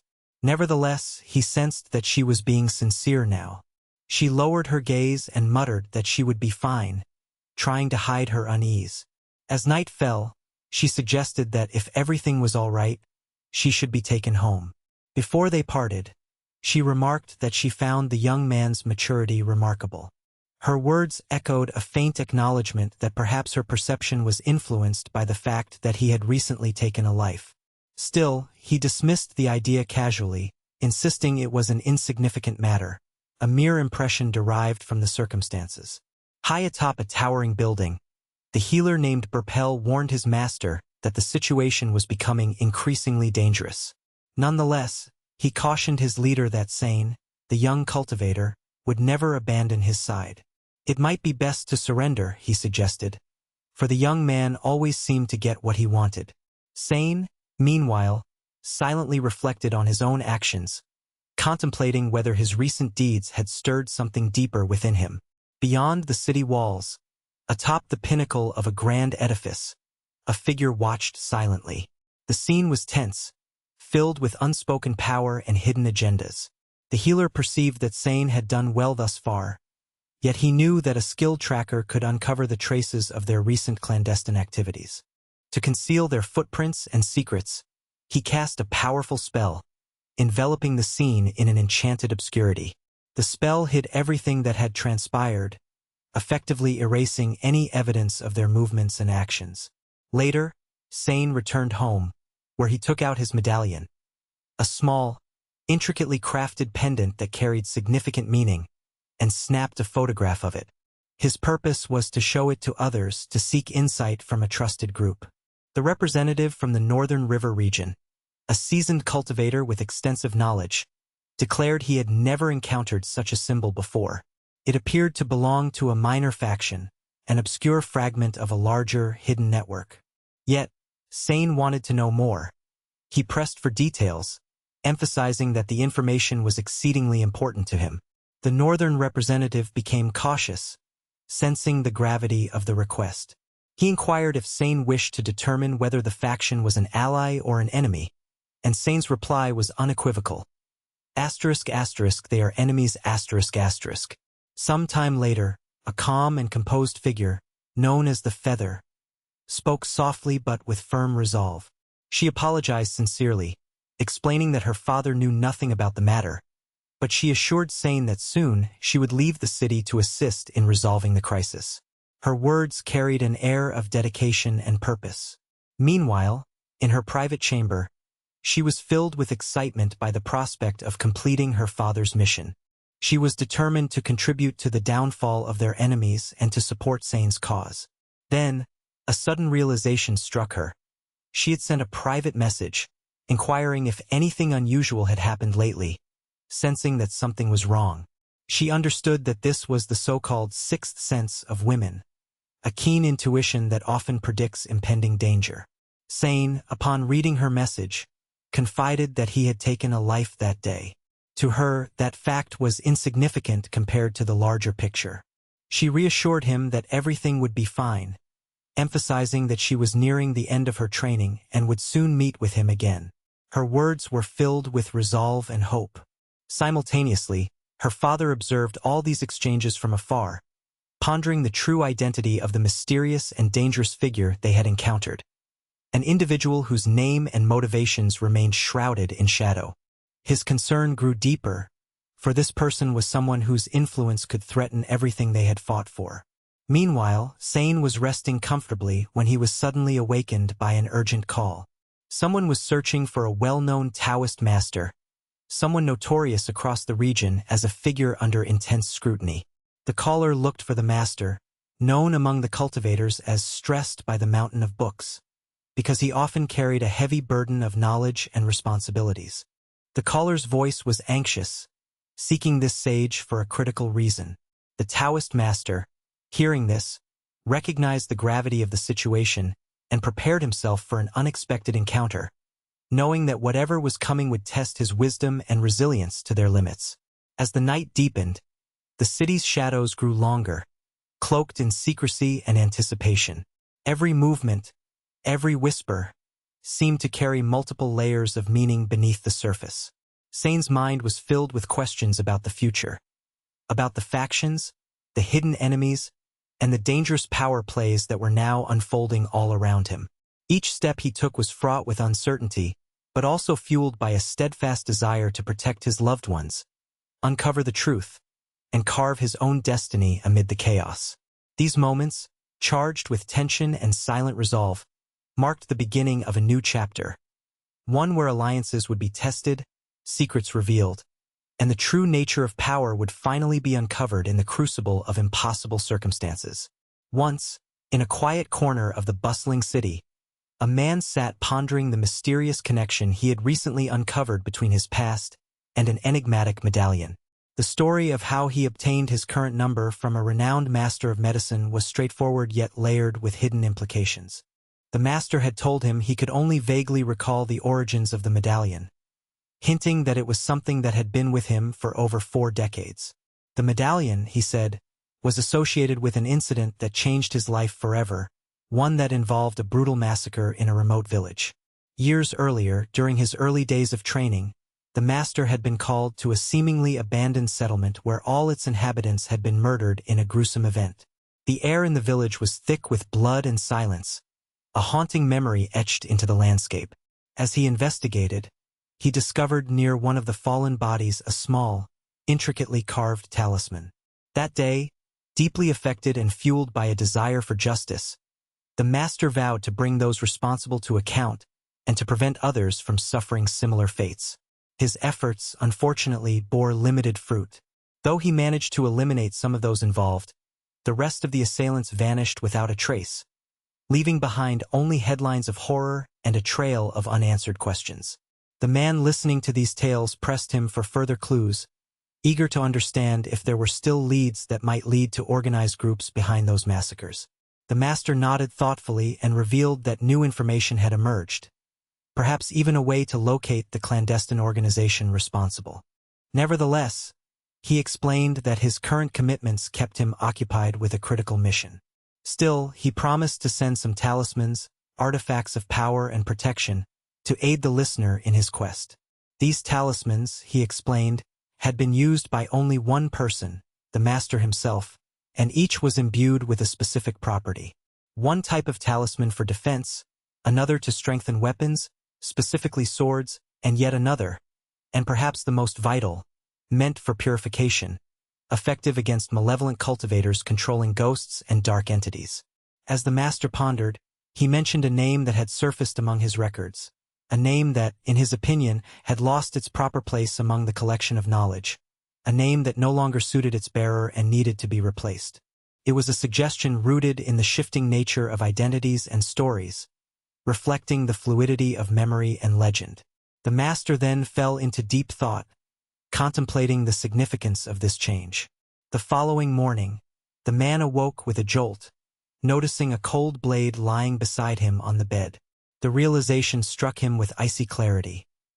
His recent encounter, his recent death, that sharpness of pain had not been a dream but a harbinger of the harsh reality to come.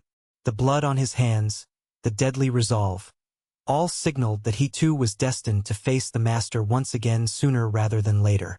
His thoughts were interrupted by an unexpected intrusion, a knock at the door. Standing there was a courier, holding another large, meticulously wrapped package. The man was puzzled, for he had already received 2 sizable parcels at different locations, each with its own secrets. Questions swirled in his mind. Was this urgent? Did these packages contain vital tools or warnings? The courier, noticing his questions, explained that the parcel had been personally delivered, and he would need to deliver something more soon. The courier indicated that whatever was coming would not be routine, and that when the man needed assistance, he only had to call, keeping the packages as a silent testament to the connection they shared. Curiosity grew within him as he examined the package. Upon opening it, he found several talismans, each carefully inscribed and woven with old magic. Among them were artifacts creating armor-like defense shields, talismans that enhanced the sharpness and power of swords, fierce tokens of martial strength, and other charms dedicated to purification, effective against dark spirits and corrupt cultivators who relied on ghostly powers. Standing amidst these newfound relics, the man felt a quiet confidence blossom within him. He knew that these tools could turn the tide in the ongoing battle against evil. Yet, he still lacked one critical element, a missing piece of the puzzle that could unlock the full potential of these talismans. Just then, his friends entered the room, calling out his name, their faces drawn with anticipation and concern. Their arrival signaled that the next phase of his journey was imminent, and that he must prepare himself for challenges yet unseen. In the next scene, he found himself on a racing track, a place that seemed both familiar and alien. The boy standing beside him did not remember why they were there. Nonetheless, the boy, feeling the urge to prove himself, was determined to win. Memories from a drunken promise resurfaced. The boy had sworn he'd reach the finish line first, no matter what it took. He looked around, observing a muscular man in a bright blue shirt standing nearby, who was watching him intently with a challenge in his eyes. The blue-shirt man claimed that the distance between him and the boy was longer than a whole street. The boy dismissed the boast, telling the man to relax. The announcer's voice crackled through the loudspeakers, urging the competitors to take their positions. When the starting gunshot sounded, the man closely behind the boy sprinted with the intent to leave him in the dust. However, as he turned to look back during the race, he saw that the boy was moving calmly and steadily, not hurrying but maintaining a consistent pace. The man sneered, thinking this was merely bravado, a show meant to attract attention. As the race progressed, the challenger pushed himself fiercely, trying to shake off the boy. The boy, in turn, urged himself to run more slowly, not out of fatigue but to conserve his strength. Yet he showed no signs of slowing down. The rival was convinced he could outpace the boy with ease, believing that his strength and stamina would carry him to victory. The crowd watched with anticipation, the tension mounting with each lap. By the 10th lap, the sweat was pouring down the boy's face, and his clothes clung to his body. The runner was gasping for breath, beads of perspiration slicking his brow. Still, he remained focused, insisting to himself that he had more in him, that he could run even faster.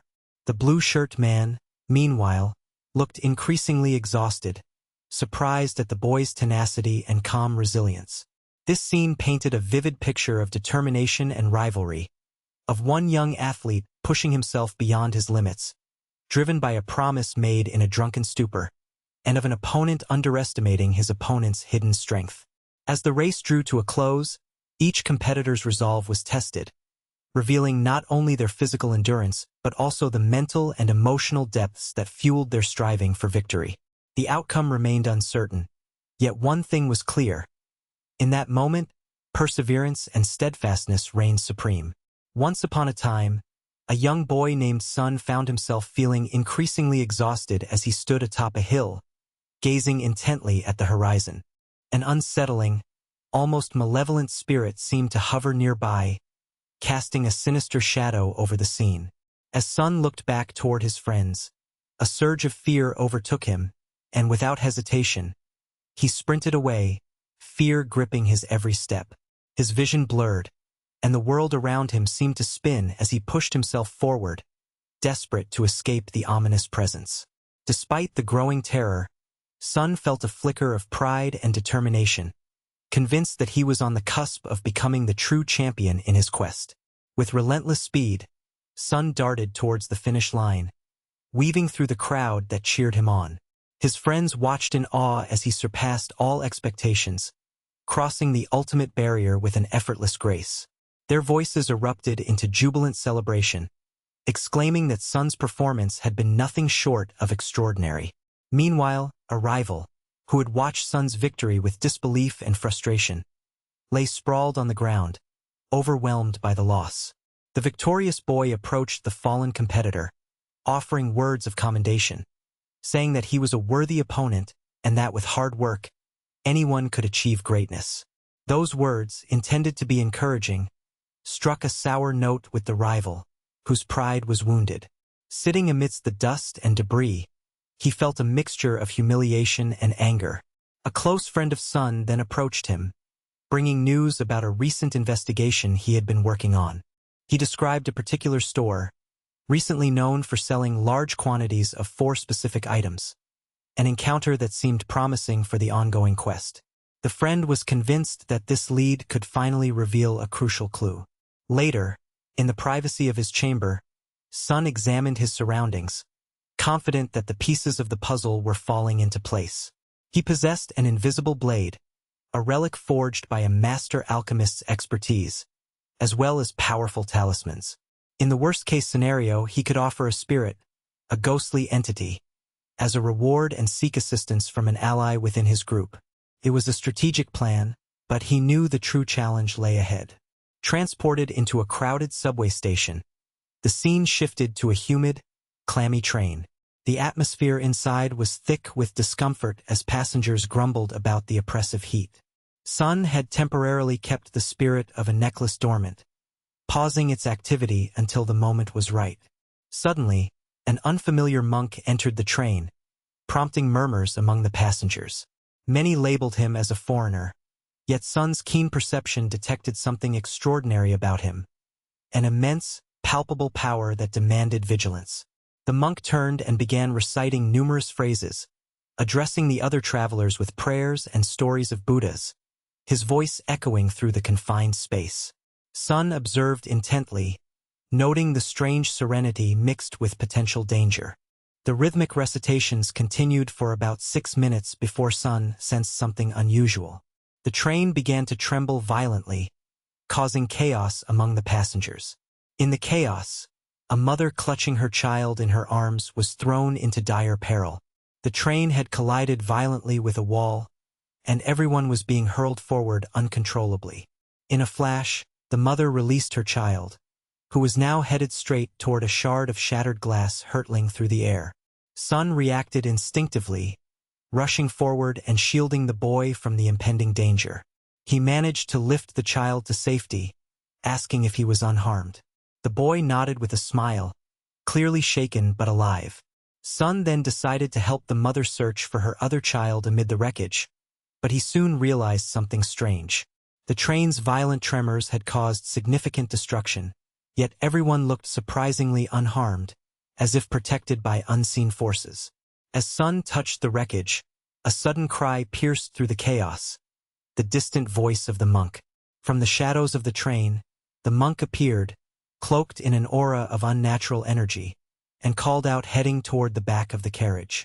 His tone was ominous, filled with a mixture of urgency and menace. People around him reacted nervously, sensing a power far beyond ordinary human abilities. Sun watched cautiously as the monk began reciting again, this time louder, as if trying to exorcise invisible demons. The scene grew tense, and soon after, a strange presence emanated within the confined space. A faint whisper entered Sun's ear, sending shivers down his spine, warning him of the dark energies swirling within the train. The monk shouted at the top of his lungs that evil spirits would be eradicated, and at that moment, the trembling ceased. Miraculously, the train's devastation seemed to repair itself. The passengers looked around, bewildered, wondering where all the blood that had soaked the debris had gone. A strange, ghostly fog, a mist with a face as blue as the sky, began to drift across the roof of the carriage, its form twisting and swirling with unnatural grace. The monk's expression was filled with concern, as if sensing an impending threat. Meanwhile, Sun gently handed the small boy back to his mother, his mind racing with questions and resolve. As they prepared to leave the station, Sun reflected on how close they had come to catastrophe. Though chaos had erupted, he knew that unseen forces had intervened, forces he was determined to understand and confront. His journey was far from over, and the strange energies, the mysterious spirits, and the dark magic lurking in the shadows all pointed toward a greater battle yet to come. A battle in which he would have to summon all his strength to protect those he cared for, and to unravel the secrets that threatened to plunge their world into chaos. Once again, as I delve into the depths of this intricate narrative, I find myself immersed in a universe where mysterious powers, ancient arts, and unyielding conflict intertwine. A creature, perhaps linked to something the protagonist sought to uncover, lurked just a few carriages further along the train, hinting at hidden secrets waiting to be revealed on this journey through a realm fraught with peril and wonder. The people aboard were gripped with terror, their fears amplified not only by the ominous presence of a monk, but also by a figure known only as the Altar Master, a manipulator whose dark intentions aimed to turn everyone into nourishment for the Ghost General, a formidable entity clad in a suit and cap, whose very image evoked both dread and awe. In hushed whispers, the passengers discussed how the only chance to defeat the monk lay in assisting the Ghost General, an alliance born out of desperation and a shared desire to end the menace. As they moved past these tense conversations, a subtle yet potent energy emanated from the two individuals they encountered, both of whom revealed themselves as cultivators, their bodies stained with the marks of their cultivation, indicating they had long walked a path of power and discipline beyond ordinary mortals. The air was thick with anticipation and the weight of unspoken threats. Meanwhile, within the shadowed confines of a carriage, the monk addressed the creature he had suppressed earlier, warning it not to attempt escape again. He declared that concealment was futile, no hiding from his purifying wrath, and prepared to enact a cleansing ritual. Clasping his hands together, he summoned a radiant, golden energy that enveloped the creature in a luminous cocoon.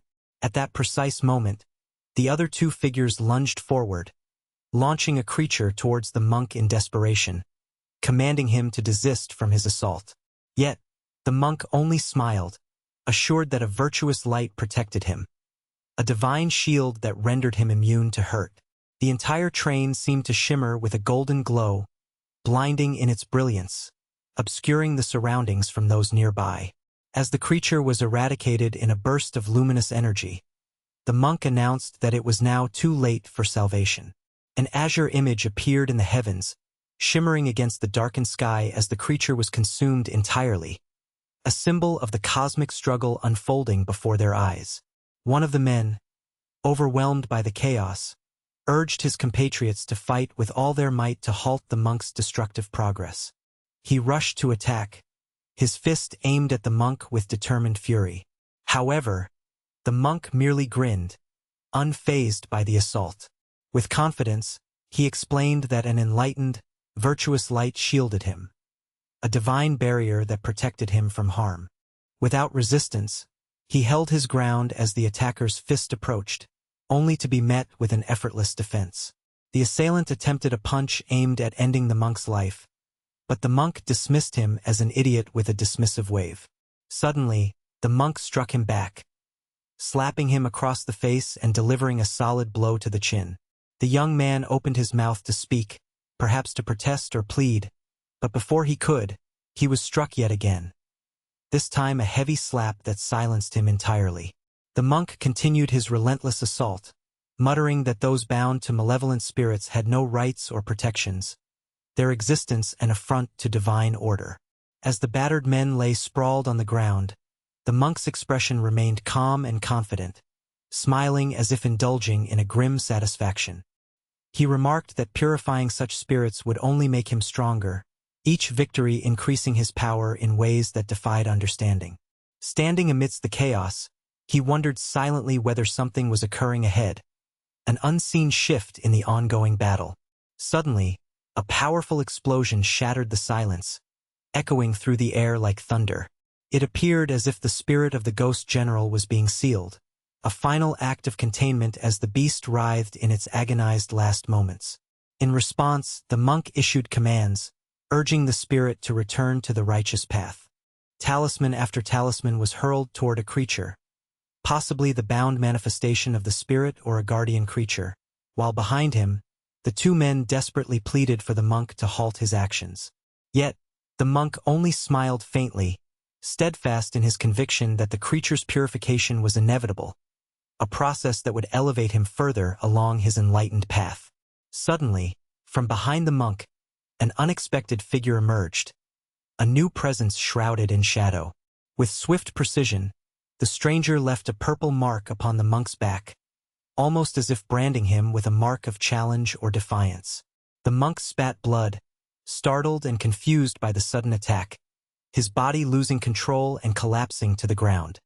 He understood immediately that this was a rival of considerable strength, one who had reached at least the second stage of cultivation, a formidable opponent capable of causing serious harm.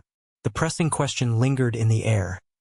Why had it taken so long for this attacker to strike?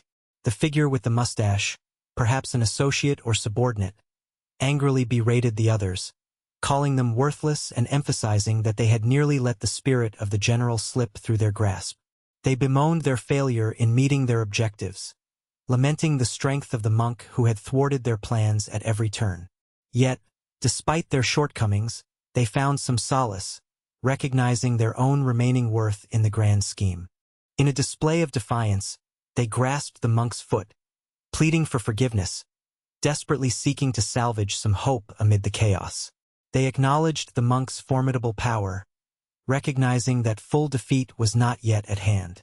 As they shed tears of relief, a silent understanding passed between them. This failure was but a temporary setback. The figure extended his hand, and the defeated men collapsed to the ground, defeated but not utterly broken. The man then addressed the ghostly general, instructing him to absorb the situation and prepare for what was to come. This act of submission or command hinted at a deeper strategy, a plan to harness and channel power, perhaps to regroup and strike again. As the tension rippled through the scene, the layers of conflict, power struggles, and spiritual warfare revealed themselves as part of a much larger tapestry where destinies intertwined amidst the chaos and darkness. Throughout this intricate web of confrontation, each character played a role, some fighting for salvation, others driven by ambition, and many caught in the relentless pursuit of power that could uplift or destroy them all. The balance between divine light and dark malice teetered precariously, shaping a story marked by sacrifice, betrayal, resilience, and the unending quest for enlightenment amidst chaos. The unfolding events left unanswered questions, hinting that the battle was far from over, and that the fates of these beings hung in the balance, sentient and aware of the eternal struggle that defined their existence. In the tumultuous chaos of that moment, the lives of the characters unfolded with a frenetic intensity that seemed almost surreal. The figure, once seemingly ordinary, had transformed dramatically. His physique now notably more muscular, embodying a newfound strength that was both startling and ominous. This was the very man who had issued orders to eliminate Sun, and with each passing second, he appeared increasingly convinced that fortune was once again turning in his favor. He approached the body of the monk, a sinister plan forming in his mind, an intention to turn the tables by forcing the general into a deadly predicament, perhaps even to consume him if possible. Yet, as soon as his hand touched the monk's body, an unexpected phenomenon occurred. An undeniable swelling began, causing the monk's frame to inflate in a rapid, uncontrollable manner. The man, surprised and perhaps alarmed, questioned aloud whether this was the monk's final act, his last attempt at defiance or trickery. No sooner had he uttered those words than the monk suddenly lunged forward, a sharp attack brandished with a claw filled with a ferocious intent. In that moment, the monk's mind raced. He recognized that his only chance for survival was to flee, yet he was painfully aware that escape was near impossible against such a formidable opponent. With desperation fueling his every move, he began to retreat cautiously, edging back while weighing his next step. At that precise moment, a loud explosion shattered the air. A door of the wagon was torn apart with destructive force. The crowd present recognized him instantly. It was the same monk who had appeared earlier, unmistakable amidst the chaos. Inflated and energized, he turned his head back toward the intruders and issued a commanding cry, urging everyone who wished to avoid death to leave immediately. His voice was firm, tinged with a mixture of madness and determination. The onlookers, bewildered and frightened, thought him to be entirely insane. However, they couldn't help but record the scene, captivated by the surreal spectacle unfolding before them. Meanwhile, the monk, now gripped by an intense resolve, pondered that perhaps it was already too late to change his destiny. As the figure accompanied by the ghostly general advanced steadily toward him, he hesitated, unsure if surrender was inevitable. Shadows and spirits began to drift aimlessly around the interior of the wagon, creating an eerie atmosphere that disoriented everyone present. The air was thick with confusion and dread, as if the boundaries between life and death were momentarily blurred within that confined space. In this tumultuous environment, the monk drew forth an object, a mysterious talisman, holding it up with a resolute expression. He whispered inwardly that if he truly had no options left, he was cornered in a dead end, yet he refused to capitulate. Bravely, he stepped forward, asserting that even if he perished that day, he would demonstrate the true purpose of his existence, the essence of his spirit. Approaching his opponent with determined force, he raised his hand to strike, but unexpectedly changed his course mid-motion. Instead of delivering a direct blow, he directed his attack downward, sending a beam of golden light rushing toward the attacking figure who had spoken of a splendid situation. An ironic twist, considering the peril they all faced. The monk's strike was deflected by the ghostly general, yet he remained standing, unyielding. His adversary, however, was visibly shaken. Blood began to trickle from his mouth as he realized that his attacks were being absorbed by an unseen force, an enchanting barrier that rendered his efforts futile. A chilling thought crossed his mind. Was he destined to die in that moment? Yet, he was told by the sinister figure to cease resisting and simply surrender to being consumed. But the monk, with unwavering resolve, refused to accept such an ending. The scene escalated when Sun, coughing loudly within the wagon, caught the attention of the monk. Observing this, the monk wondered how it was that Sun remained untouched by the chaos surrounding them. It was then that Sun introduced himself, revealing his identity as Sun, literally the man associated with the general, and his sudden appearance shook everyone present.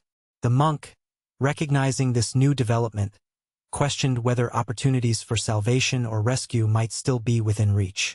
Sun, quick to act, retrieved a talisman from his robes and threw it toward the attacker, claiming it as a gift. Almost instantaneously, the talisman exploded in fiery bursts, terrifying the man who was caught completely off guard. Most of the ghostly energy that had empowered the ghost general was consumed in that explosive release. The shocked attacker, realizing that his name had been invoked and that his protective aura was weakening, became visibly frightened. He tried to maintain the illusion of being a mighty elder or senior, asserting that the vile thing had vanished, so they could speak freely. Despite his bravado, the attacker questioned whether the power of the artifact was significantly compromised by the poison that had infiltrated their ranks. As he asked if Sun planned to kill him somehow, the monk, clever and stealthy, subtly drew a blade. He questioned whether the attacker believed he could escape from the master's blade, implying that escape was futile. The attacker, however, protested that he would never dare attempt such an act and tried to maintain his composure.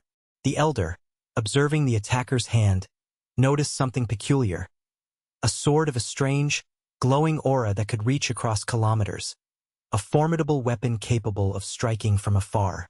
Sun, observing the situation, half smiled and taunted, asking whether the attacker truly believed he could escape the master's blade, even as he felt a surge of shame and self-disgust for underestimating his opponent's power. His confidence, however, was tinged with a realization of the peril they all faced, especially as the mysterious sword hinted at the vast, cosmic reach of the enemy's strength. The tense confrontation stretched on, each side measuring the other, their breaths shallow but their resolve unbroken, knowing that the next move could determine life or death in a matter of moments. Throughout this tumult, the scene was saturated with a mixture of supernatural energy, psychological battles, and unyielding courage.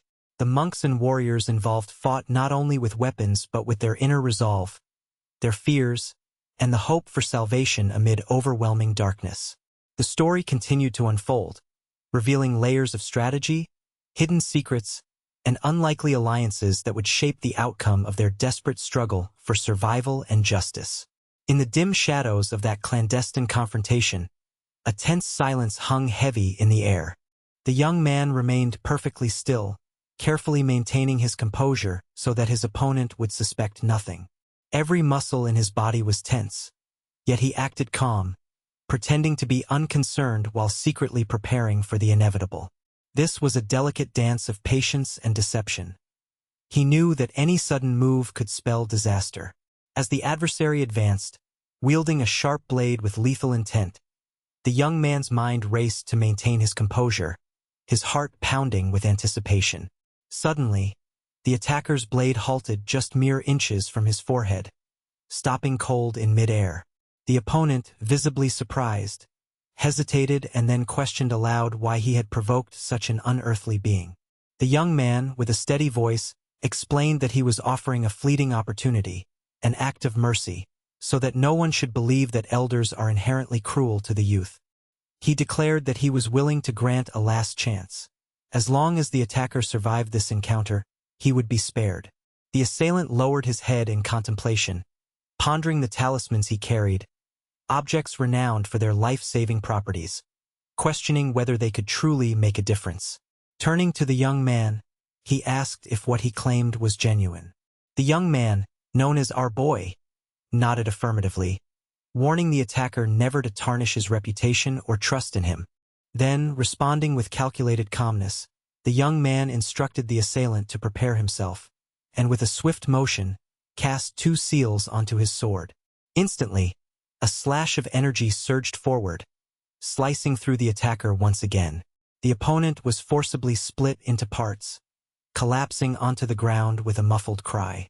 The young man watched quietly, a flicker of satisfaction passing across his face. Meanwhile, a monk standing nearby was struck with confusion. He stared at the scene, speechless, pondering whether anyone so strong could truly perish so easily. Son, the young man, turned to the assailant, informing him that since he had survived the initial attack, he would be allowed to live. The monk seemed puzzled, but Sun knew from experience that someone harboring over 6 decades worth of accumulated phantom objects and talismans likely possessed tools capable of saving lives in dire moments. The attacker began hurriedly gathering remnants of his body, realizing perhaps that hiding was pointless. As he prepared to retreat, he called upon his summoned creature, seeking permission to withdraw. Sun, watchful and unyielding, only observed him. The attacker attempted to flee but hesitated, hesitant to risk another wound. Suddenly, a blinding flash of light erupted, and Sun unleashed a decisive attack, an X-shaped slash that shattered the attacker into pieces. The young man watched as his opponent fell, questioning internally why Sun had chosen such a brutal method. Sun merely stated that he didn't care about reputation or appearances. What mattered was eliminating threats swiftly and decisively. The attacker's body dissolved into fragments, and a suitcase nearby spilled open, revealing his hurriedly summoned creature. As he called out to it with desperate voice, he cursed Sun, labeling him a shameless villain. Our young hero, composed and unyielding, dismissed the accusation, remarking that reputation was nothing when faced with someone like that. He minimized his own identity, claiming he was merely an ordinary university student caught in extraordinary circumstances.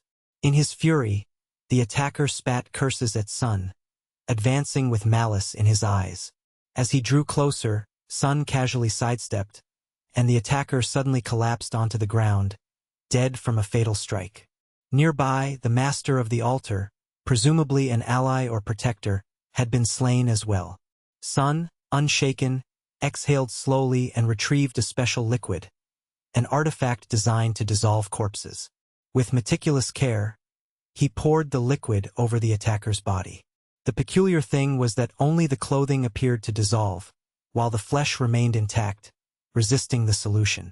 He knew that leaving the body unguarded would attract police scrutiny or worse, scrutiny from authorities who might be curious about such unnatural phenomena. Meanwhile, the monk observed everything with cautious eyes, trying to comprehend Sun's actions.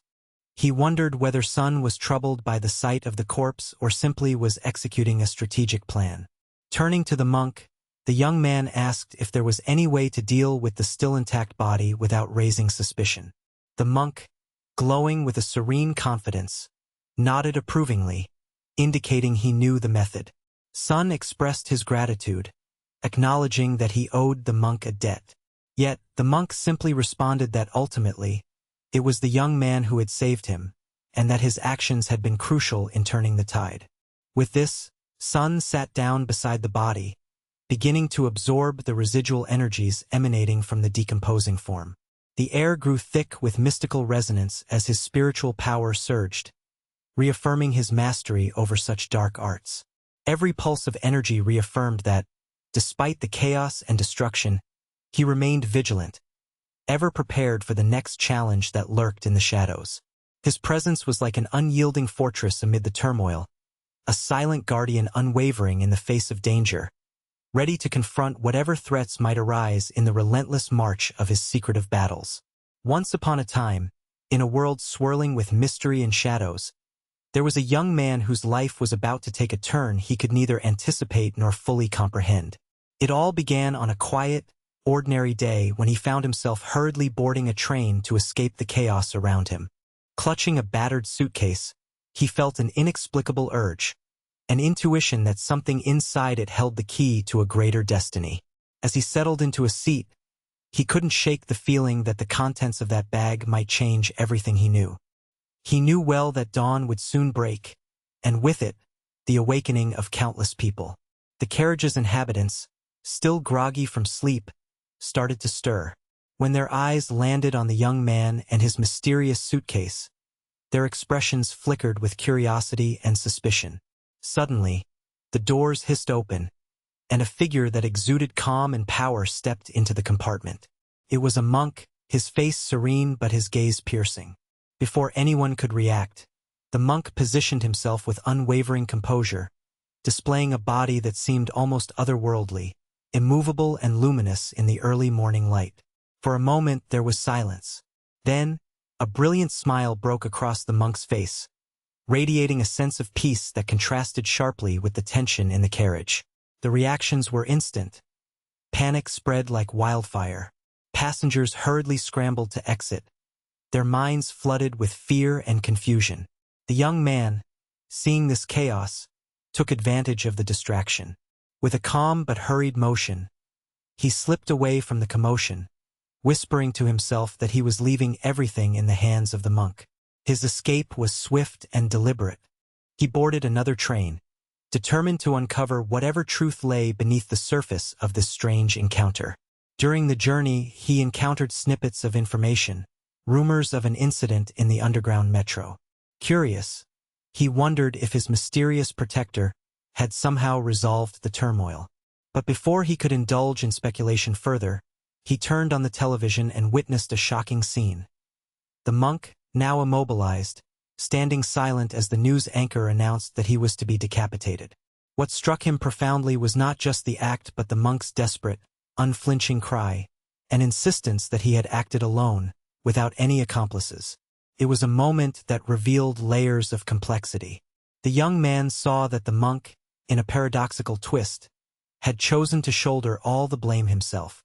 His act of utmost sacrifice was, perhaps, a way to shield others from retribution or harm.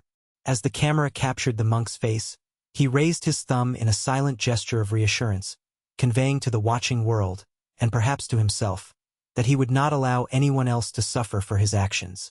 Meanwhile, law enforcement officers questioned the monk closely. They asked whether he enjoyed the attention of the cameras, and his response was a simple, unwavering affirmation. The young man, observing from the shadows, felt a deepening sense of helplessness. He had managed to survive the chaos yet found himself pondering how to navigate this bewildering landscape. His mind lingered on the strange pattern of events, the way he had already taken 2 lives in just as many days. Notably, he had maintained an astonishing calm during these acts, almost as if he were indifferent to the weight of his deeds.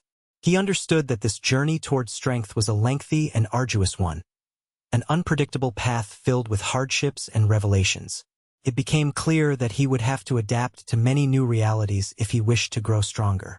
With this resolve firming within him, he reached out to the mysterious figure who had supplied him with talismans, the ones believed to bestow extraordinary powers. Carefully, he informed this contact that everything had proceeded smoothly and promised to return the remaining talismans. The voice on the other end, however, cautioned him to keep the leftovers, just in case.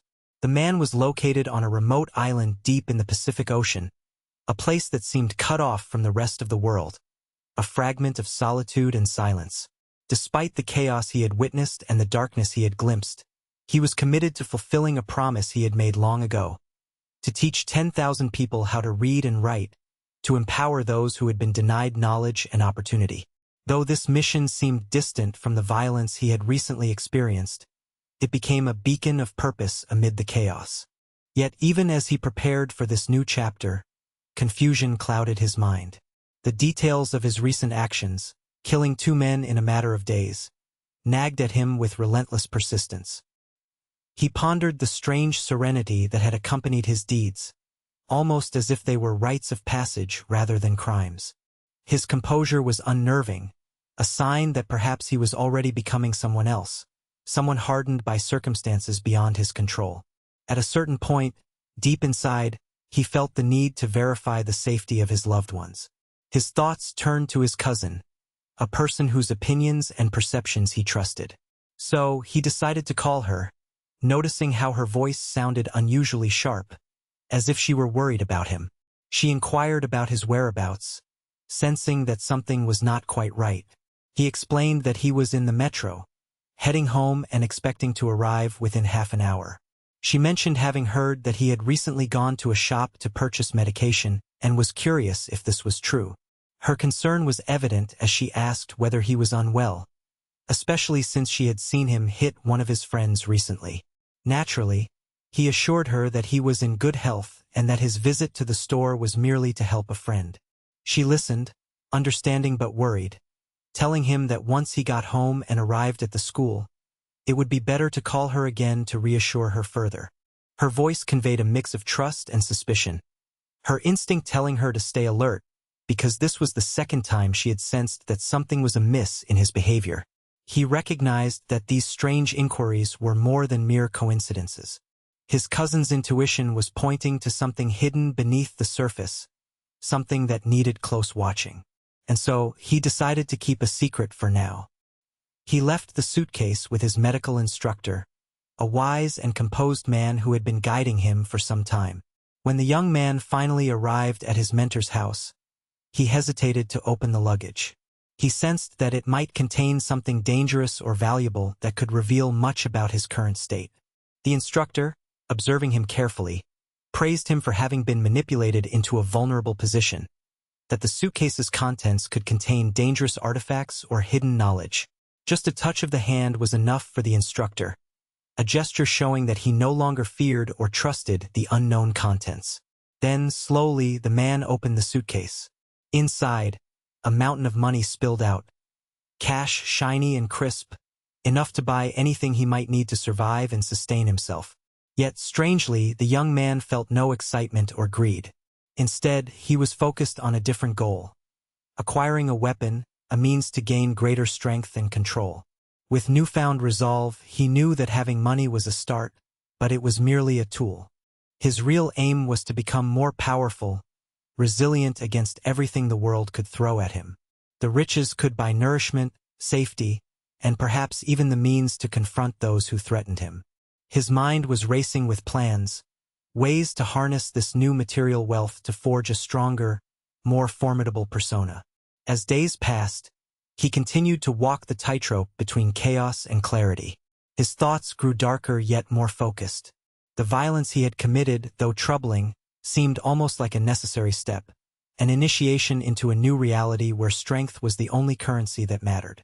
The acts of killing, brutal and indisputable, left him feeling both hollow and strangely invigorated. He realized that the path ahead was one of relentless growth, of learning to master both his body and mind in a world that continually tested his limits. He remembered the promise to teach others, an act of kindness in a sea of turmoil.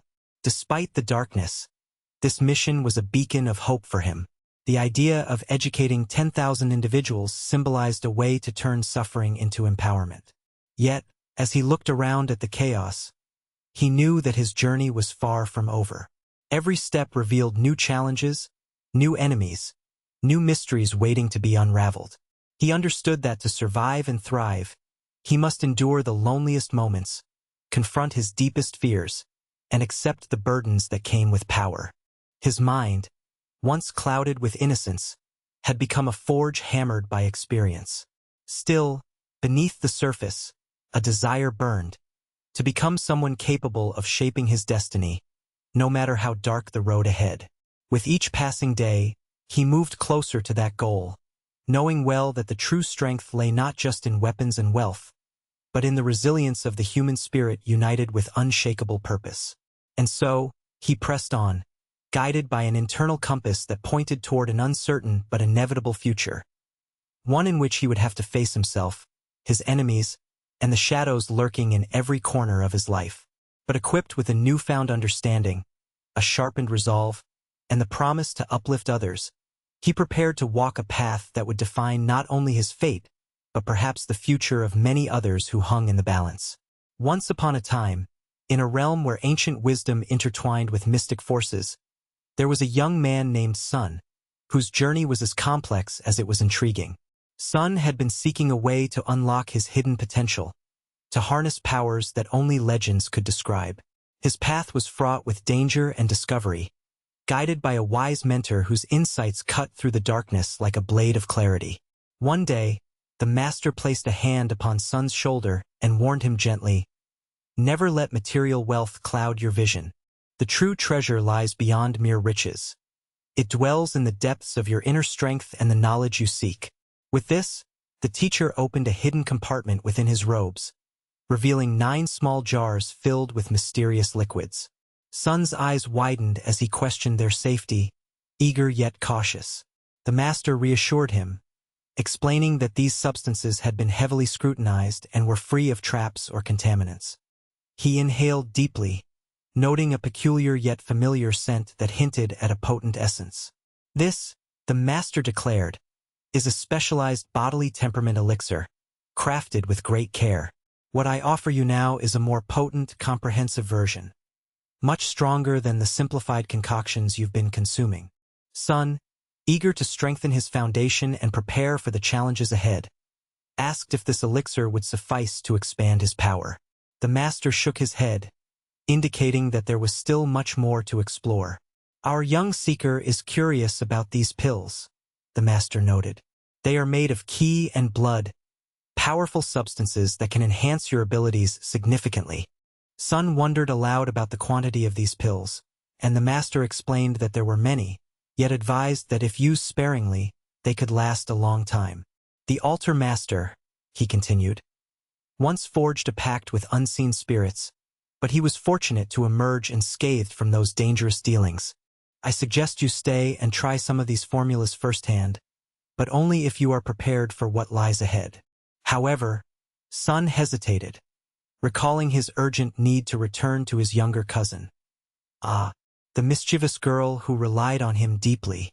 With a sigh, he decided he must leave soon, balancing the weight of his mission against his curiosity. In the next scene, Sun found himself wandering the bustling streets near a hospital. Suddenly, a man hurried past him, accidentally dropping money onto the cobblestone. Sun instinctively called out to alert the stranger, who turned back with a grateful smile. Just as the man was about to thank Sun, an elderly voice from nearby forewarned about potential scams lurking on the internet, warning that if he tried to pick up the money himself, he might fall prey to thieves. Confused and slightly uneasy, Sun watched as the man hurried away, clutching his coins. He had intended to return the money, but his cousin, swiftly took his hand and insisted they head into the hospital for a series of examinations. 2 hours later, exhausted yet determined, Sun sat in a quiet corridor, pondering the intricate web of connections and secrets swirling around him. Within the hospital's sterile halls, Sun was acutely aware that a certain professor, whose name had been softly mentioned by the gentle, flowing pen of the herbalist, was nearby. Suddenly, a medical attendant appeared, announcing that they would escort Sun to the professor's room. His cousin grew curious and asked if there was reason for concern, but the doctor explained that they needed to assess something unusual. The doctor's eyes came alive with a mixture of surprise and concern. "I've never seen a person quite so healthy," she said, examining Sun's vital signs, which hovered near the maximum limits of good health. Her enthusiasm was palpable, and her admiration genuine. Sun felt a quiet sense of pride. He knew that his resilient health was thanks to the secrets shared in a thriving WhatsApp group dedicated to mystical and healing arts. As they moved down the corridor, a nurse appeared, pointing toward a patient in room number 570. The nurse mentioned that something seemed peculiar. A girl in that room appeared outwardly fine, yet internally her organs showed signs of being ravaged by a severe burn, an anomaly that drew Sun's attention. Moments later, the nurse left to check on other patients, and Sun's cousin announced her intent to visit the professor himself. As they crossed the hospital's long, echoing hallways, a bald man who had been lurking nearby suddenly spoke, his voice tinged with a craving for power. He was searching for the legendary seventh member of the clan, a figure cloaked in secrecy and strength. Sun, at first, could not sense the man's presence, but he knew instinctively that he was somewhere in the vicinity, hidden within one of the many rooms on the ward. This shadowed figure, craving the fragments of ultimate strength, moved silently, intent on uncovering secrets that could tilt the balance of power. The story continued to unfold with twists and revelations, each character driven by motives both noble and treacherous. Sun's journey was becoming clearer, though the path ahead was shrouded in darkness. His resolve was unwavering. Each step brought him closer to understanding the hidden truths of his own potential and the secret forces that operated behind the veil of everyday life. He knew that only through perseverance, wisdom, and a touch of daring could he hope to unlock the ultimate secrets that would shape not only his destiny but the fate of all he sought to protect. In a quiet, sunlit courtyard, an unassuming man approached a humble residence. He was a guest, a visitor come to inspect and assess something important, though he himself had little idea of what to expect. The local boy, ever curious and eager, stepped forward with a respectful smile. Recognizing the visitor's purpose, the boy offered a small gesture of hospitality, a handful of fresh fruits, bright and plentiful, each piece a token of goodwill. The guest accepted the offering graciously, expressing his thanks with a faint nod, before moving on to his task. Suddenly, the silence was broken by the creaking of the old wooden door. An older man with a bald head appeared abruptly, his face set in an expression that was hard to read. His gaze lingered strangely on the visitor and the boy, though he quickly dismissed the moment as insignificant. With a dismissive wave, he mumbled something under his breath, then turned away, descending the creaking staircase with unhurried steps. Just as he disappeared from view, an unexpected voice echoed from behind. A sharp, somewhat sinister remark that the scammer was still present. The boy, startled and confused, wanted to explain, to clarify his intentions, but the old man was already retreating into the shadows, heading down the stone steps and out of sight. Perplexed, the boy looked after him, puzzled by the strange accusation that seemed out of place. Why had that eccentric old man called him a swindler? It was at that moment he noticed someone familiar from earlier, a girl with a shy but knowing expression. Her cheeks flushed with embarrassment. She quickly denied any coincidence, dismissing the suspicion and asking if he was all right.